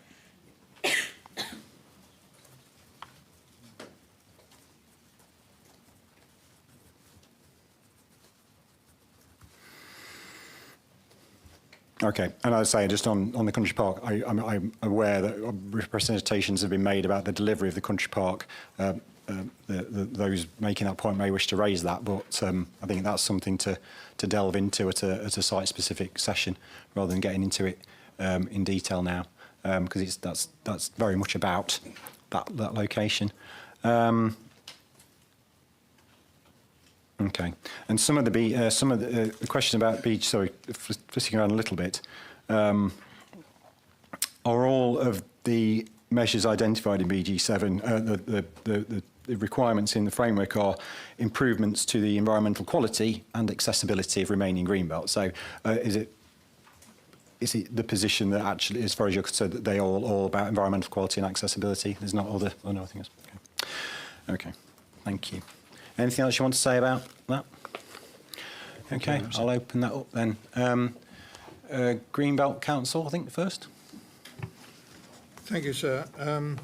Disappointing that no consideration has been made to the loss of best and most versatile land, both through development in the Greenbelt and also the country park taking up space, and the effect that will have on food security. And the second one is Chapter 14 of the NPPF is about climate change and the effect of climate change and the importance of greenbelt land for carbon sequestration, flooding, etc. It's all mentioned in paragraph 157, what they should be doing. And that there doesn't seem to be anything in this particular part of the plan dealing with that.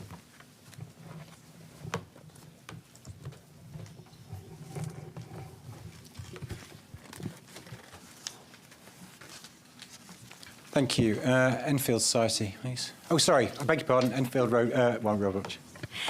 Yes, you brought up the deliverability issue. A couple of things just to comment on there. This space under where the extension of Trent Park is supposed to go, under the London Plan definition is already considered as open space and protected. So we're not quite sure what would be added. And Mr. Comer's people in their representation did say they would rather not deliver this extension to the country park. So there are big questions about its deliverability.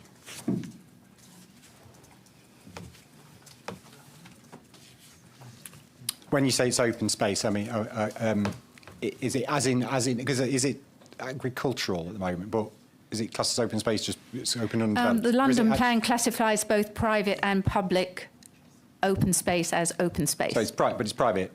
Yes. Land which is open and undeveloped. Yes. Yeah. Okay. Thank you. Thank you. Enfield Society. Thank you, John West. Yes, just following up this issue that was just raised of viability. It's right, at least one of the developers, I think, have said that, and I think their wording is the compensation land is not available, I think because they feel it should remain as farmland and not deliverable. I think the other compensatory things I see mentioned are reference to a new school, etc., new railway bridges, and it's all very unclear, the viability and the funding of that. And my colleague has just reminded me that we did produce a footpaths map showing all the footpaths across the borough, which do go through the open spaces, and it's very unclear how they will be compensated for in any development. Thank you. Okay, that's a matter of very extreme detail. I think footpaths, but okay, point taken on the other improvement issues. Anybody else who wishes to raise anything about that? No. Thank you very much. Then anything else the council wishes to say? Sorry, I want to say actually, while they're here, I can ask the question in Coma Homes. It is your representation, I think, which raised some concerns about the country park. Is that fair? Have you got anything you wish to say about it? Well, it's covered in our representation, so I wasn't going to say anything. I think there's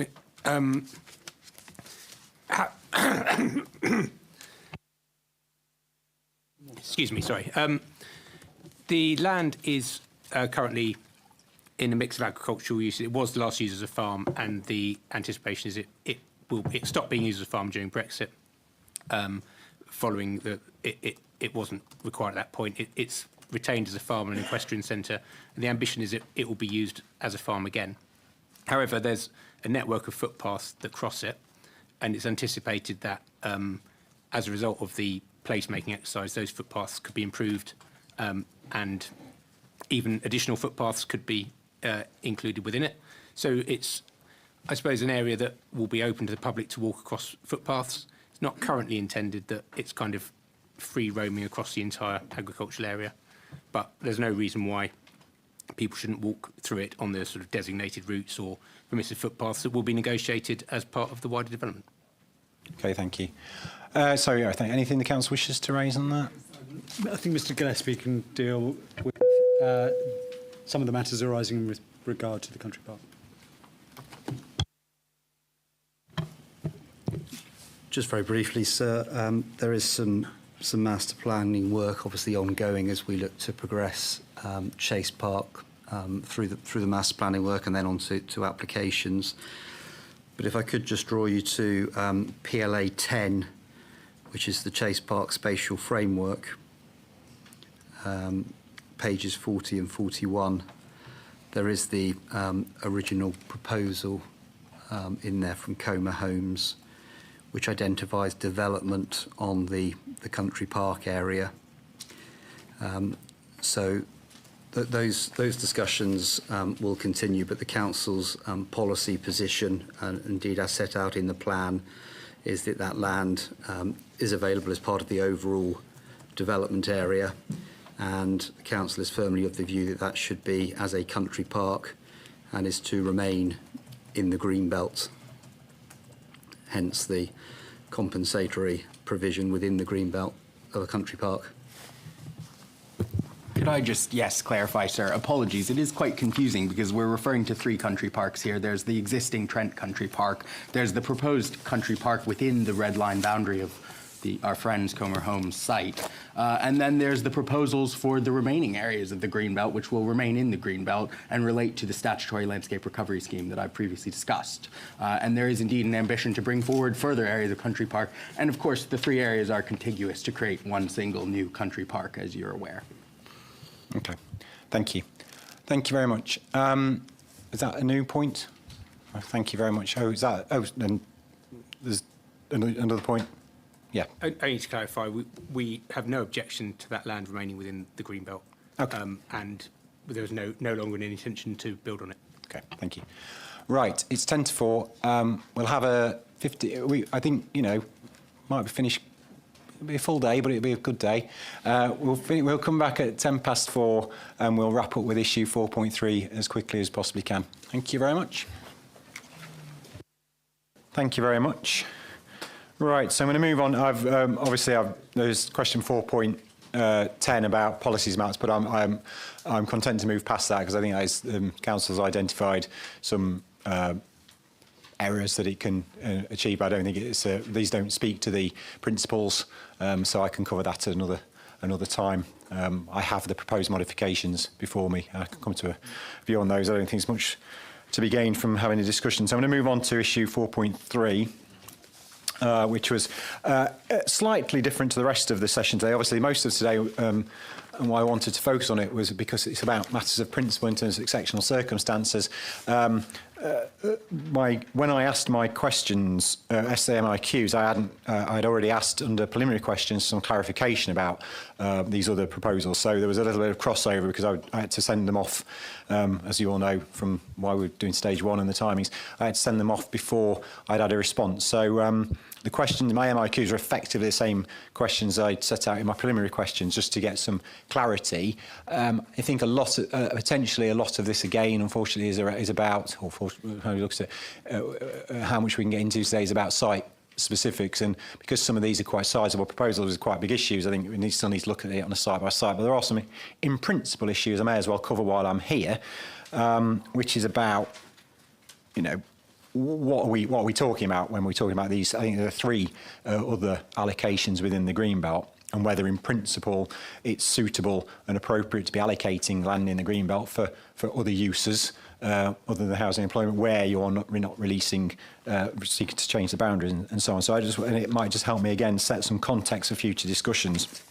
So question 4.12 was just seeking, and this is again same as what was in my preliminary questions broadly, just getting some clarity about what was actually being proposed in the Greenbelt other than housing and employment sites. And so that's a factual question, I don't need to say, and the council have responded. And I think there are 3 proposals, 1 for a burial site and 2 for sport and recreation of different nature. So 4.13 was about whether any, again, confirming, and this was partly due to some issues about the policies map and inset maps and just getting some clarity, was whether or not the council was proposing to make any changes to Greenbelt boundaries resulting from these allocations, and the answer I've got to that is no. So obviously I'll take that at face value for now, and there's no need to me to think about exceptional circumstances in that case at the moment. And question 4.14, which is really, I suppose, what we're talking about mainly, is again just to get in a bit of clarity about what it was that was being proposed, is asking the question whether or not the uses proposed are compatible with Greenbelt policy, national Greenbelt policy, and whether or not any of the development would, in principle, be considered inappropriate development in the Greenbelt as per national policy. Because then I think the question would be, well, we have a little bit of proposing what would be considered inappropriate development in the countryside, in the Greenbelt, in a local plan might be questionable. Council's response is that the uses proposed are, as far as they're concerned, acceptable, compatible with national policy in principle, but that some of the detail would have to be sorted out at development management stage. And I just want to, so that was quite a sizable preamble, beg pardon, but just so we get the context right. So the council's position is that these proposals would be capable of being considered not inappropriate, which is a clunky way that we say things in planning about, because you can't say appropriate in the Greenbelt. It's inappropriate or not inappropriate. But they're capable of being not inappropriate by virtue of the fact that paragraph 154 of the framework lists a series of exceptions. And one of those exceptions to whether something is inappropriate in the Greenbelt is the provision of appropriate facilities in connection with the existing use of land or a change of use for outdoor sport, outdoor recreation, cemeteries and burial grounds and allotments, as long as the facilities preserve the openness of the Greenbelt and do not conflict with the purposes of including land within it. So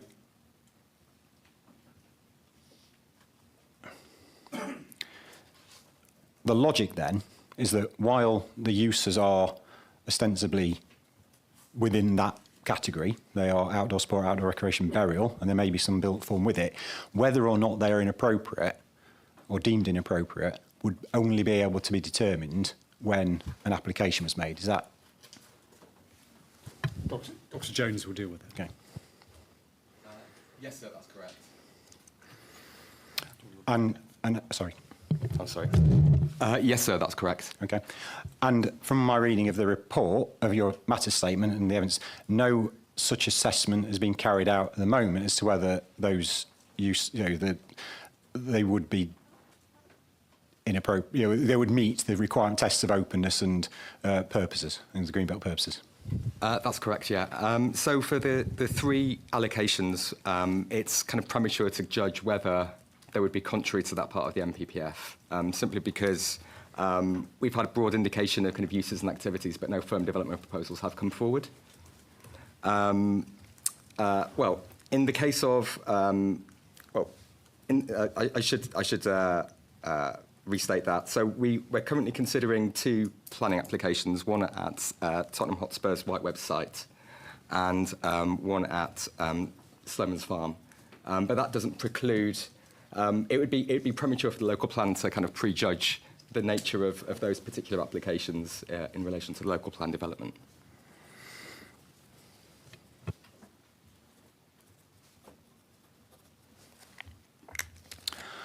Is the council working on the basis that applications for those uses would have to fall within the definition of 154, i.e., in order to be supported by the policy, they would have to not, they would have to preserve the openness of the greenbelt and not conflict with the purposes of including land within it? Yes, that's correct. Right, so that's the starting point. That is the starting point. Okay, so there's a general presumption then that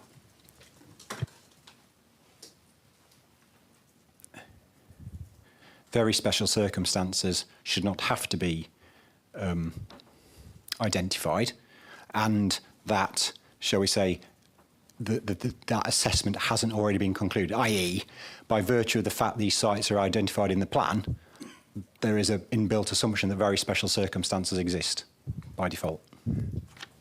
Well, for the sites could come forward in a manner which would align with paragraph 154B of the National Planning Policy Framework. So in that instance, very special circumstances wouldn't have to be demonstrated, but it may be the case that these sites are developed in a manner which would contain built form which did affect the openness of the Greenbelt, for example, in which case the development management process would need to ensure that very special circumstances could be demonstrated. Understood. Yeah, I understand that. What I'm saying is, if the plan allocates these sites, is there an inbuilt implication that in allocating the sites for these uses, the council must already have gone through some kind of process by which it's determined that very special circumstances would exist, because the council is supporting these uses to such an extent that they've decided to allocate land in the plan. So I'm trying to, and again we might get into it on the individual policies, but a decision maker who hasn't had the benefit of sitting in this room, perhaps, would they be aware of that requirement? Because it might well be there's an inbuilt assumption that by virtue of that you've allocated them, you must have decided, well, they're of such importance that very special circumstances is sort of assumed. I think that test would have to happen at the development management stage, if I'm understanding you correctly, sir. Yeah, well, obviously it would, but I suppose the point is, why have you allocated them? If they could come forward anyway, and they're compatible with Greenbelt policy, and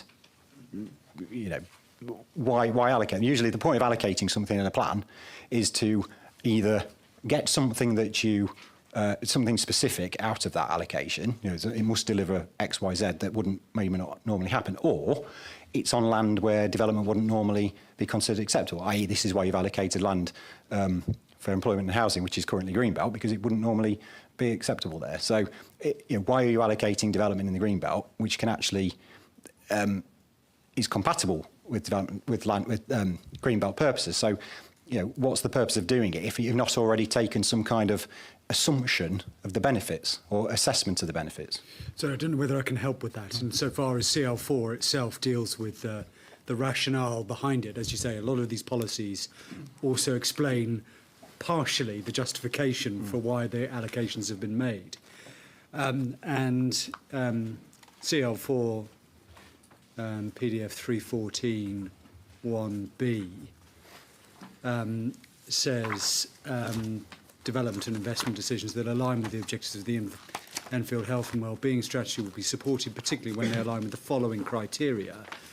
One of them is they facilitate and contribute towards the development of first-class, publicly accessible, strategic sport and leisure facilities to meet the needs of the growing population, based on the following hierarchy of priority locations shown on the policies map, including, and then we can see the White Webb's Lane provision.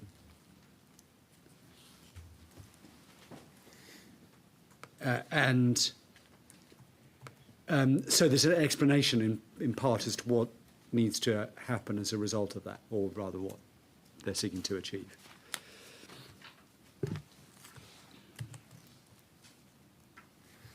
Okay, and then as far as that sets out, therefore, that it provides the comfort that there's no, as I say, often when we're dealing, it's not that usual to find allocations for uses in the green belt, which are not, it's not an everyday occurrence. But if you were sometimes when we're talking about, sorry for slight digression, when I'm having these discussions and we're talking about policies, say for allocations that say, oh, it's near to a conservation area, and it might be must have regard to the conservation area. My question is always, in deciding that the allocation is suitable, is it a case of development should not result in any harm to the significance of the asset, or we've contemplated the harm to the significance of the asset and determined that the public, the public benefit test has a reasonable chance of being passed?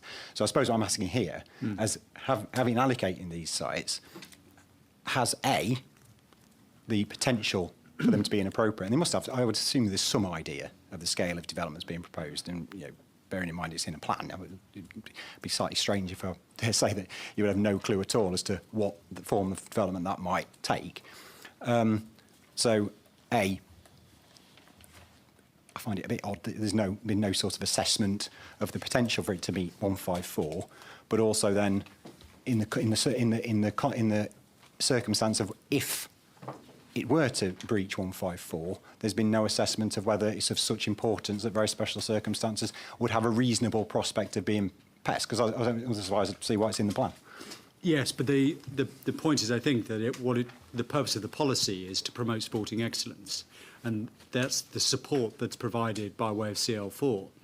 Ultimately, there'd then be the requirement in the event that it's determined that it's inappropriate development to establish very special circumstances, which a factor will be taken into account the promotion of sporting excellence, indicating to the extent that it does the benefits of that as identified in 1B, or it's not inappropriate, in which case that's another factor that can be taken into account, but it's a much lower hurdle to development. There is a wider point, which is, of course, in general terms, when one's considering the policy, yes, there may be planning applications sitting behind it, but that doesn't mean that there can't be some other proposal in the event that is found, for example, that very special circumstances aren't established, of coming forward that itself might be not inappropriate development.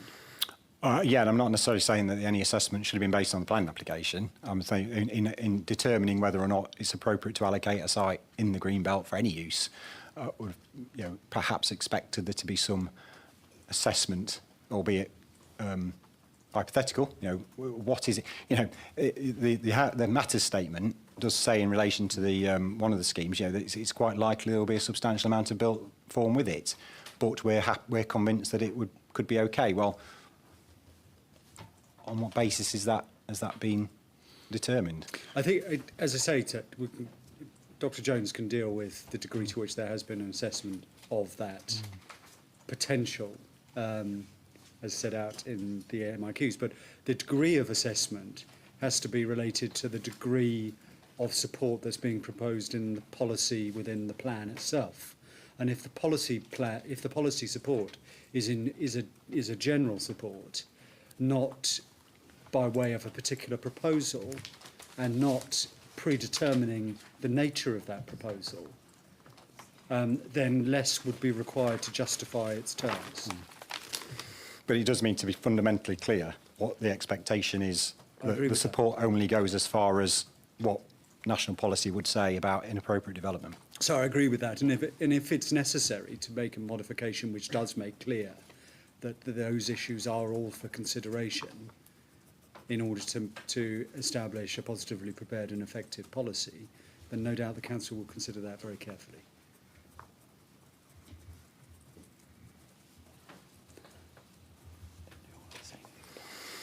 Thank you.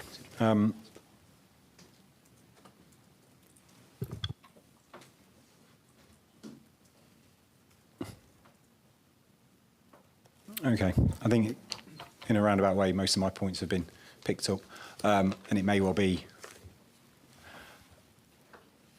when I reflect upon this discussion I may well issue some guidance before we get into the detailed discussion about what might be useful to see. Yes, certainly, sir. Certainly. Okay, any points anyone wishes to raise about that? Whitewebs, sorry, I beg your pardon. Friends of Whitewebs? Thank you, sir. Park? Yes, Sean Wilkinson. It's very difficult to make, in the spirit of what you've asked, it's difficult to make non-specific points about such a narrow area. I'll do my best.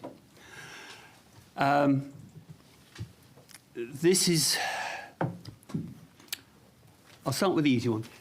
There are views across this area, one of which is recognised by the council as important, and and the Friends of Whitewebs are very pleased to see that support that in the local plan. And as we would in any part of the borough, to support those and feel that they are important. The topography of this area, these areas, is gentle and very susceptible to interference by even the slightest levelling of ground or fencing or anything, or bunds, they're called. So we would want that, we would really be concerned about that. We think also that locally listed historic landscapes need protection and should be protected. This is locally listed, one of these is locally listed to the best of my knowledge, and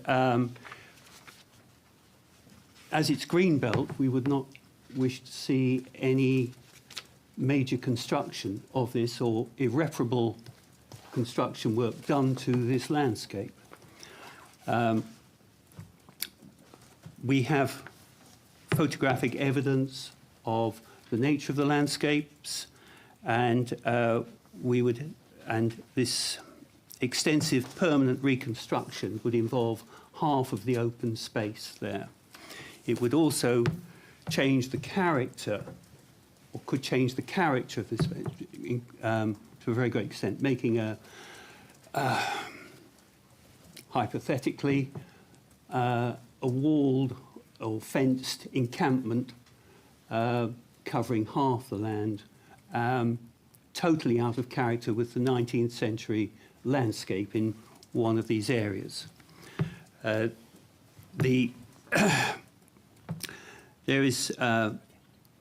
is suggested in the documents here that it will be for community use. We've already heard arguments that places are difficult to get to, the encouragement to use public transport. This is, was it TPAL 0?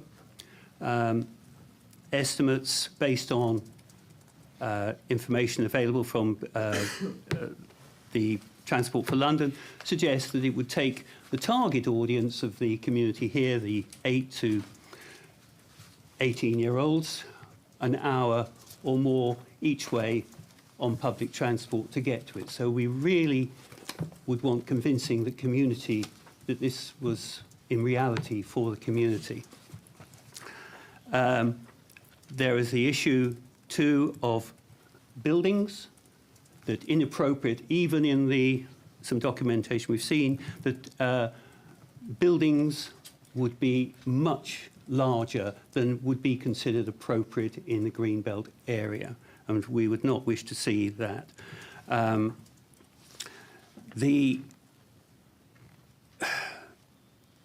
We have concerns about the ecological investigations of these areas, including, especially with regard to sinks, which we think have been neglected. And we are concerned that this land has been rescheduled with what seems to be the sole purpose of benefiting one independent commercial corporation. This is public land that has been rescheduled just for the purposes of one very large, powerful corporation. And we understand that other land is available within the vicinity. So the special circumstances that are claimed are only special circumstances for the benefit of one interested party. Nobody else, not for the community, and not really for anybody other than a large corporation. I'm sorry if I'm... Yeah, you've sat very patiently all day, so I'm giving you a little bit of leeway on the topic. But obviously, this is very specific to the, and I do accept it's very difficult to, particularly if you're not me who's got to try and do this.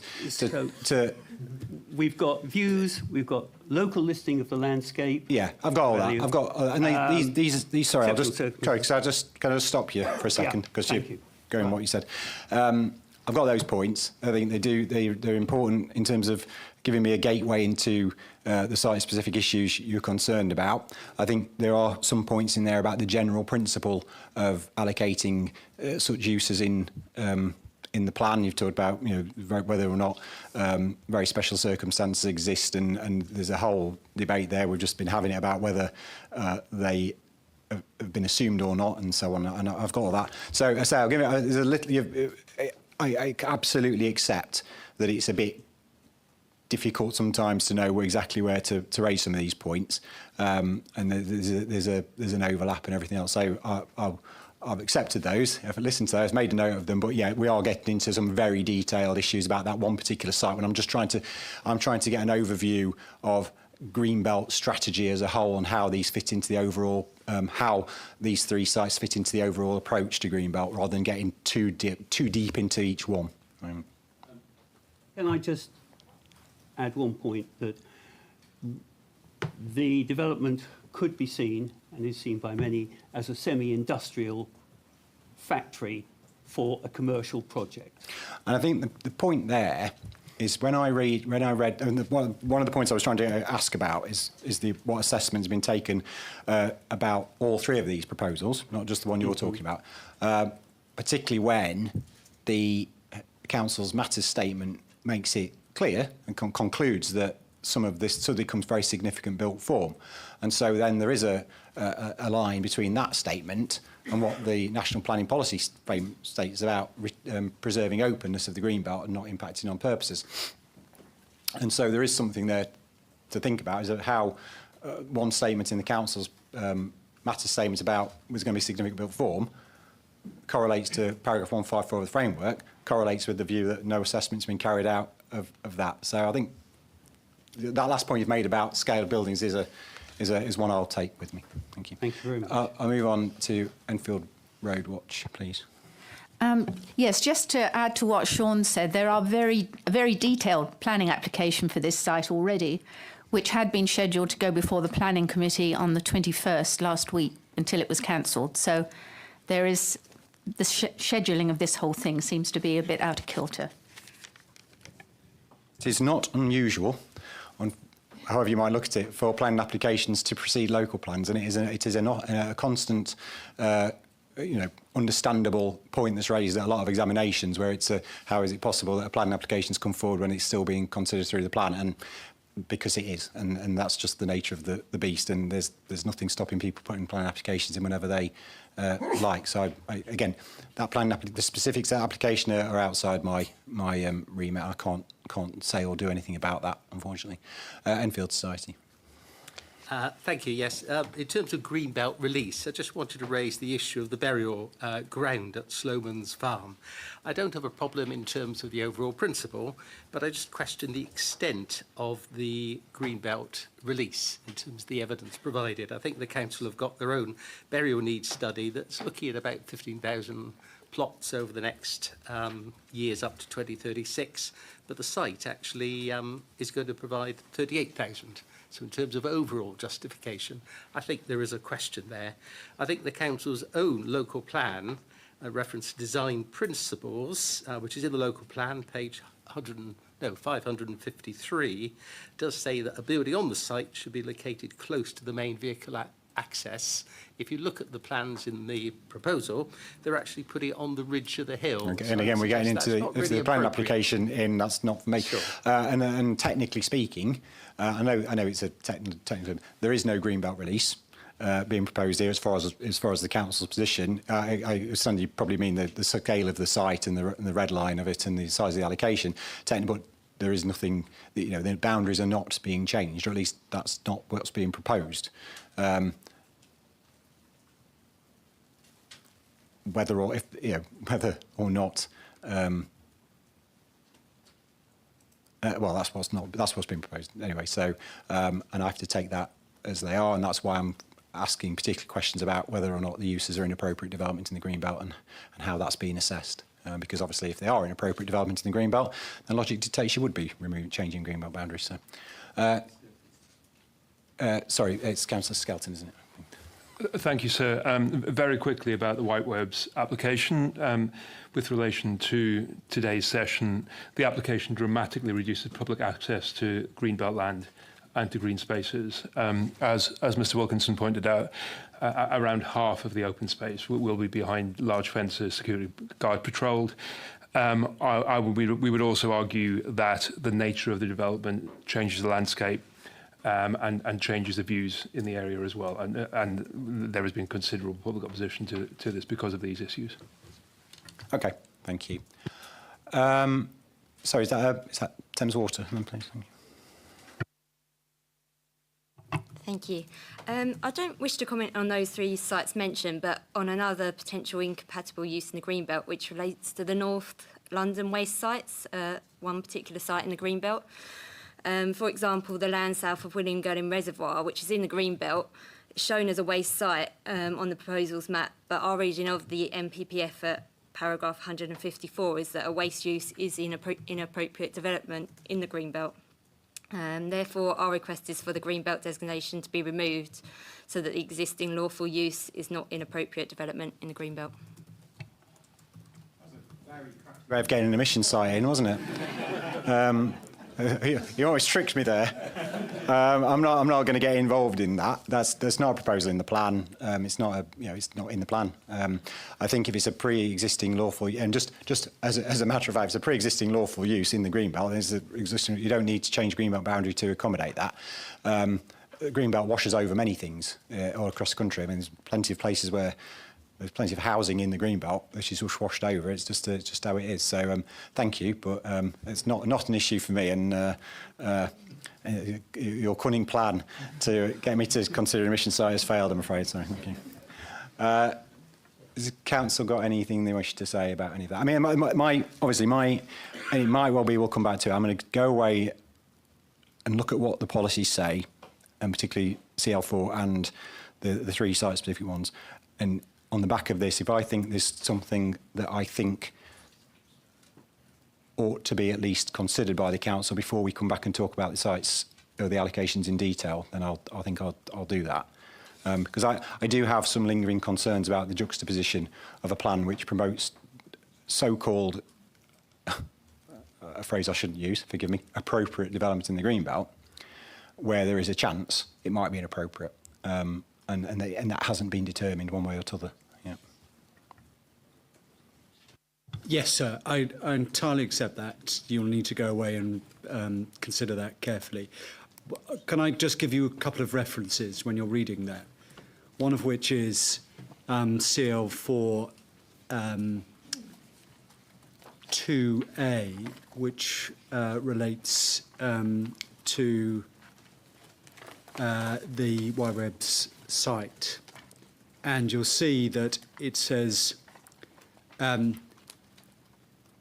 designation allows for the potential development of professional community sports, recreational and leisure facilities, including ancillary and related uses in line with Greenbelt policies in the plan, as well as the following considerations. So note that in line with Greenbelt policies in the plan, and then says any development related to professional and community sports, recreation and leisure facilities, whether appropriate or inappropriate in Greenbelt development, must meet the following development management criteria. So it anticipates that there's the potential for not inappropriate development of a form. Of course, it may be that an application comes forward that doesn't meet that criterion, as I said earlier on. And that's why it's capable of accommodating that issue. But it, at the same time, does deal with the inappropriate, potential for inappropriate development. If it's inappropriate, or if it's not inappropriate, it still has to satisfy all of those criteria below. And it's just to note those other criteria, which I think deals in part with Friends of White Web's arguments. It said that this isn't actually going to be offering community access, but there is a specific requirement, point X, that says that that has to happen. Whilst it's certainly it's clear on the face of the plan itself that it's going to be offering sporting excellence from a professional perspective as well, namely Tottenham Hotspur. And it's 1221 is the other reference. You'll see that. So it's not as though that's being some way hidden from the hidden in respect to the policy. It's very clear that that's also part of the sporting excellence promotion, but it is requiring specifically the delivery of community access and a requirement to consider a range of issues, as I say, including visual and landscaping impacts. So as a result of that, it has the capacity to fall within 154B, and because it has the capacity to fall within 154B, it's appropriate to have that policy. But so, as I say, you'll take that away. You'll reach a conclusion as to whether or not there needs to be modifications in order to properly fall within the terms of 154B, and we'll consider those. Okay, thank you, everyone. I've got nothing more to say on that. I think that brings me to the end of my agenda issues, doesn't it? Yes, it does. Oh, well, there was question 4.15 was about inset maps, and again, I think that's something I can take when there's a whole raft of potential changes to the mapping that has to be looked at some point. So, right, so I've got nothing else. Now, is there anything anybody wishes to say about anything raised today that you wished you'd said, wanted to say, with the caveat that it's not already been said? Or at least, yeah. And before we leave, because obviously I don't want anyone to repent at leisure if there's something desperation. But obviously I've heard a lot today, and I've got a lot to take away with me. So it doesn't appear to be the case. So I'm going to adjourn for today, or return tomorrow at 9:30. Tomorrow is, if at all possible, even more detailed day, and there probably will be things I'm going to defer to another time and focus on one or two things. Thank you all for your contributions, and if you're here tomorrow, I'll see you in the morning at 9:30. Thank you very much. Thank you. Thanks.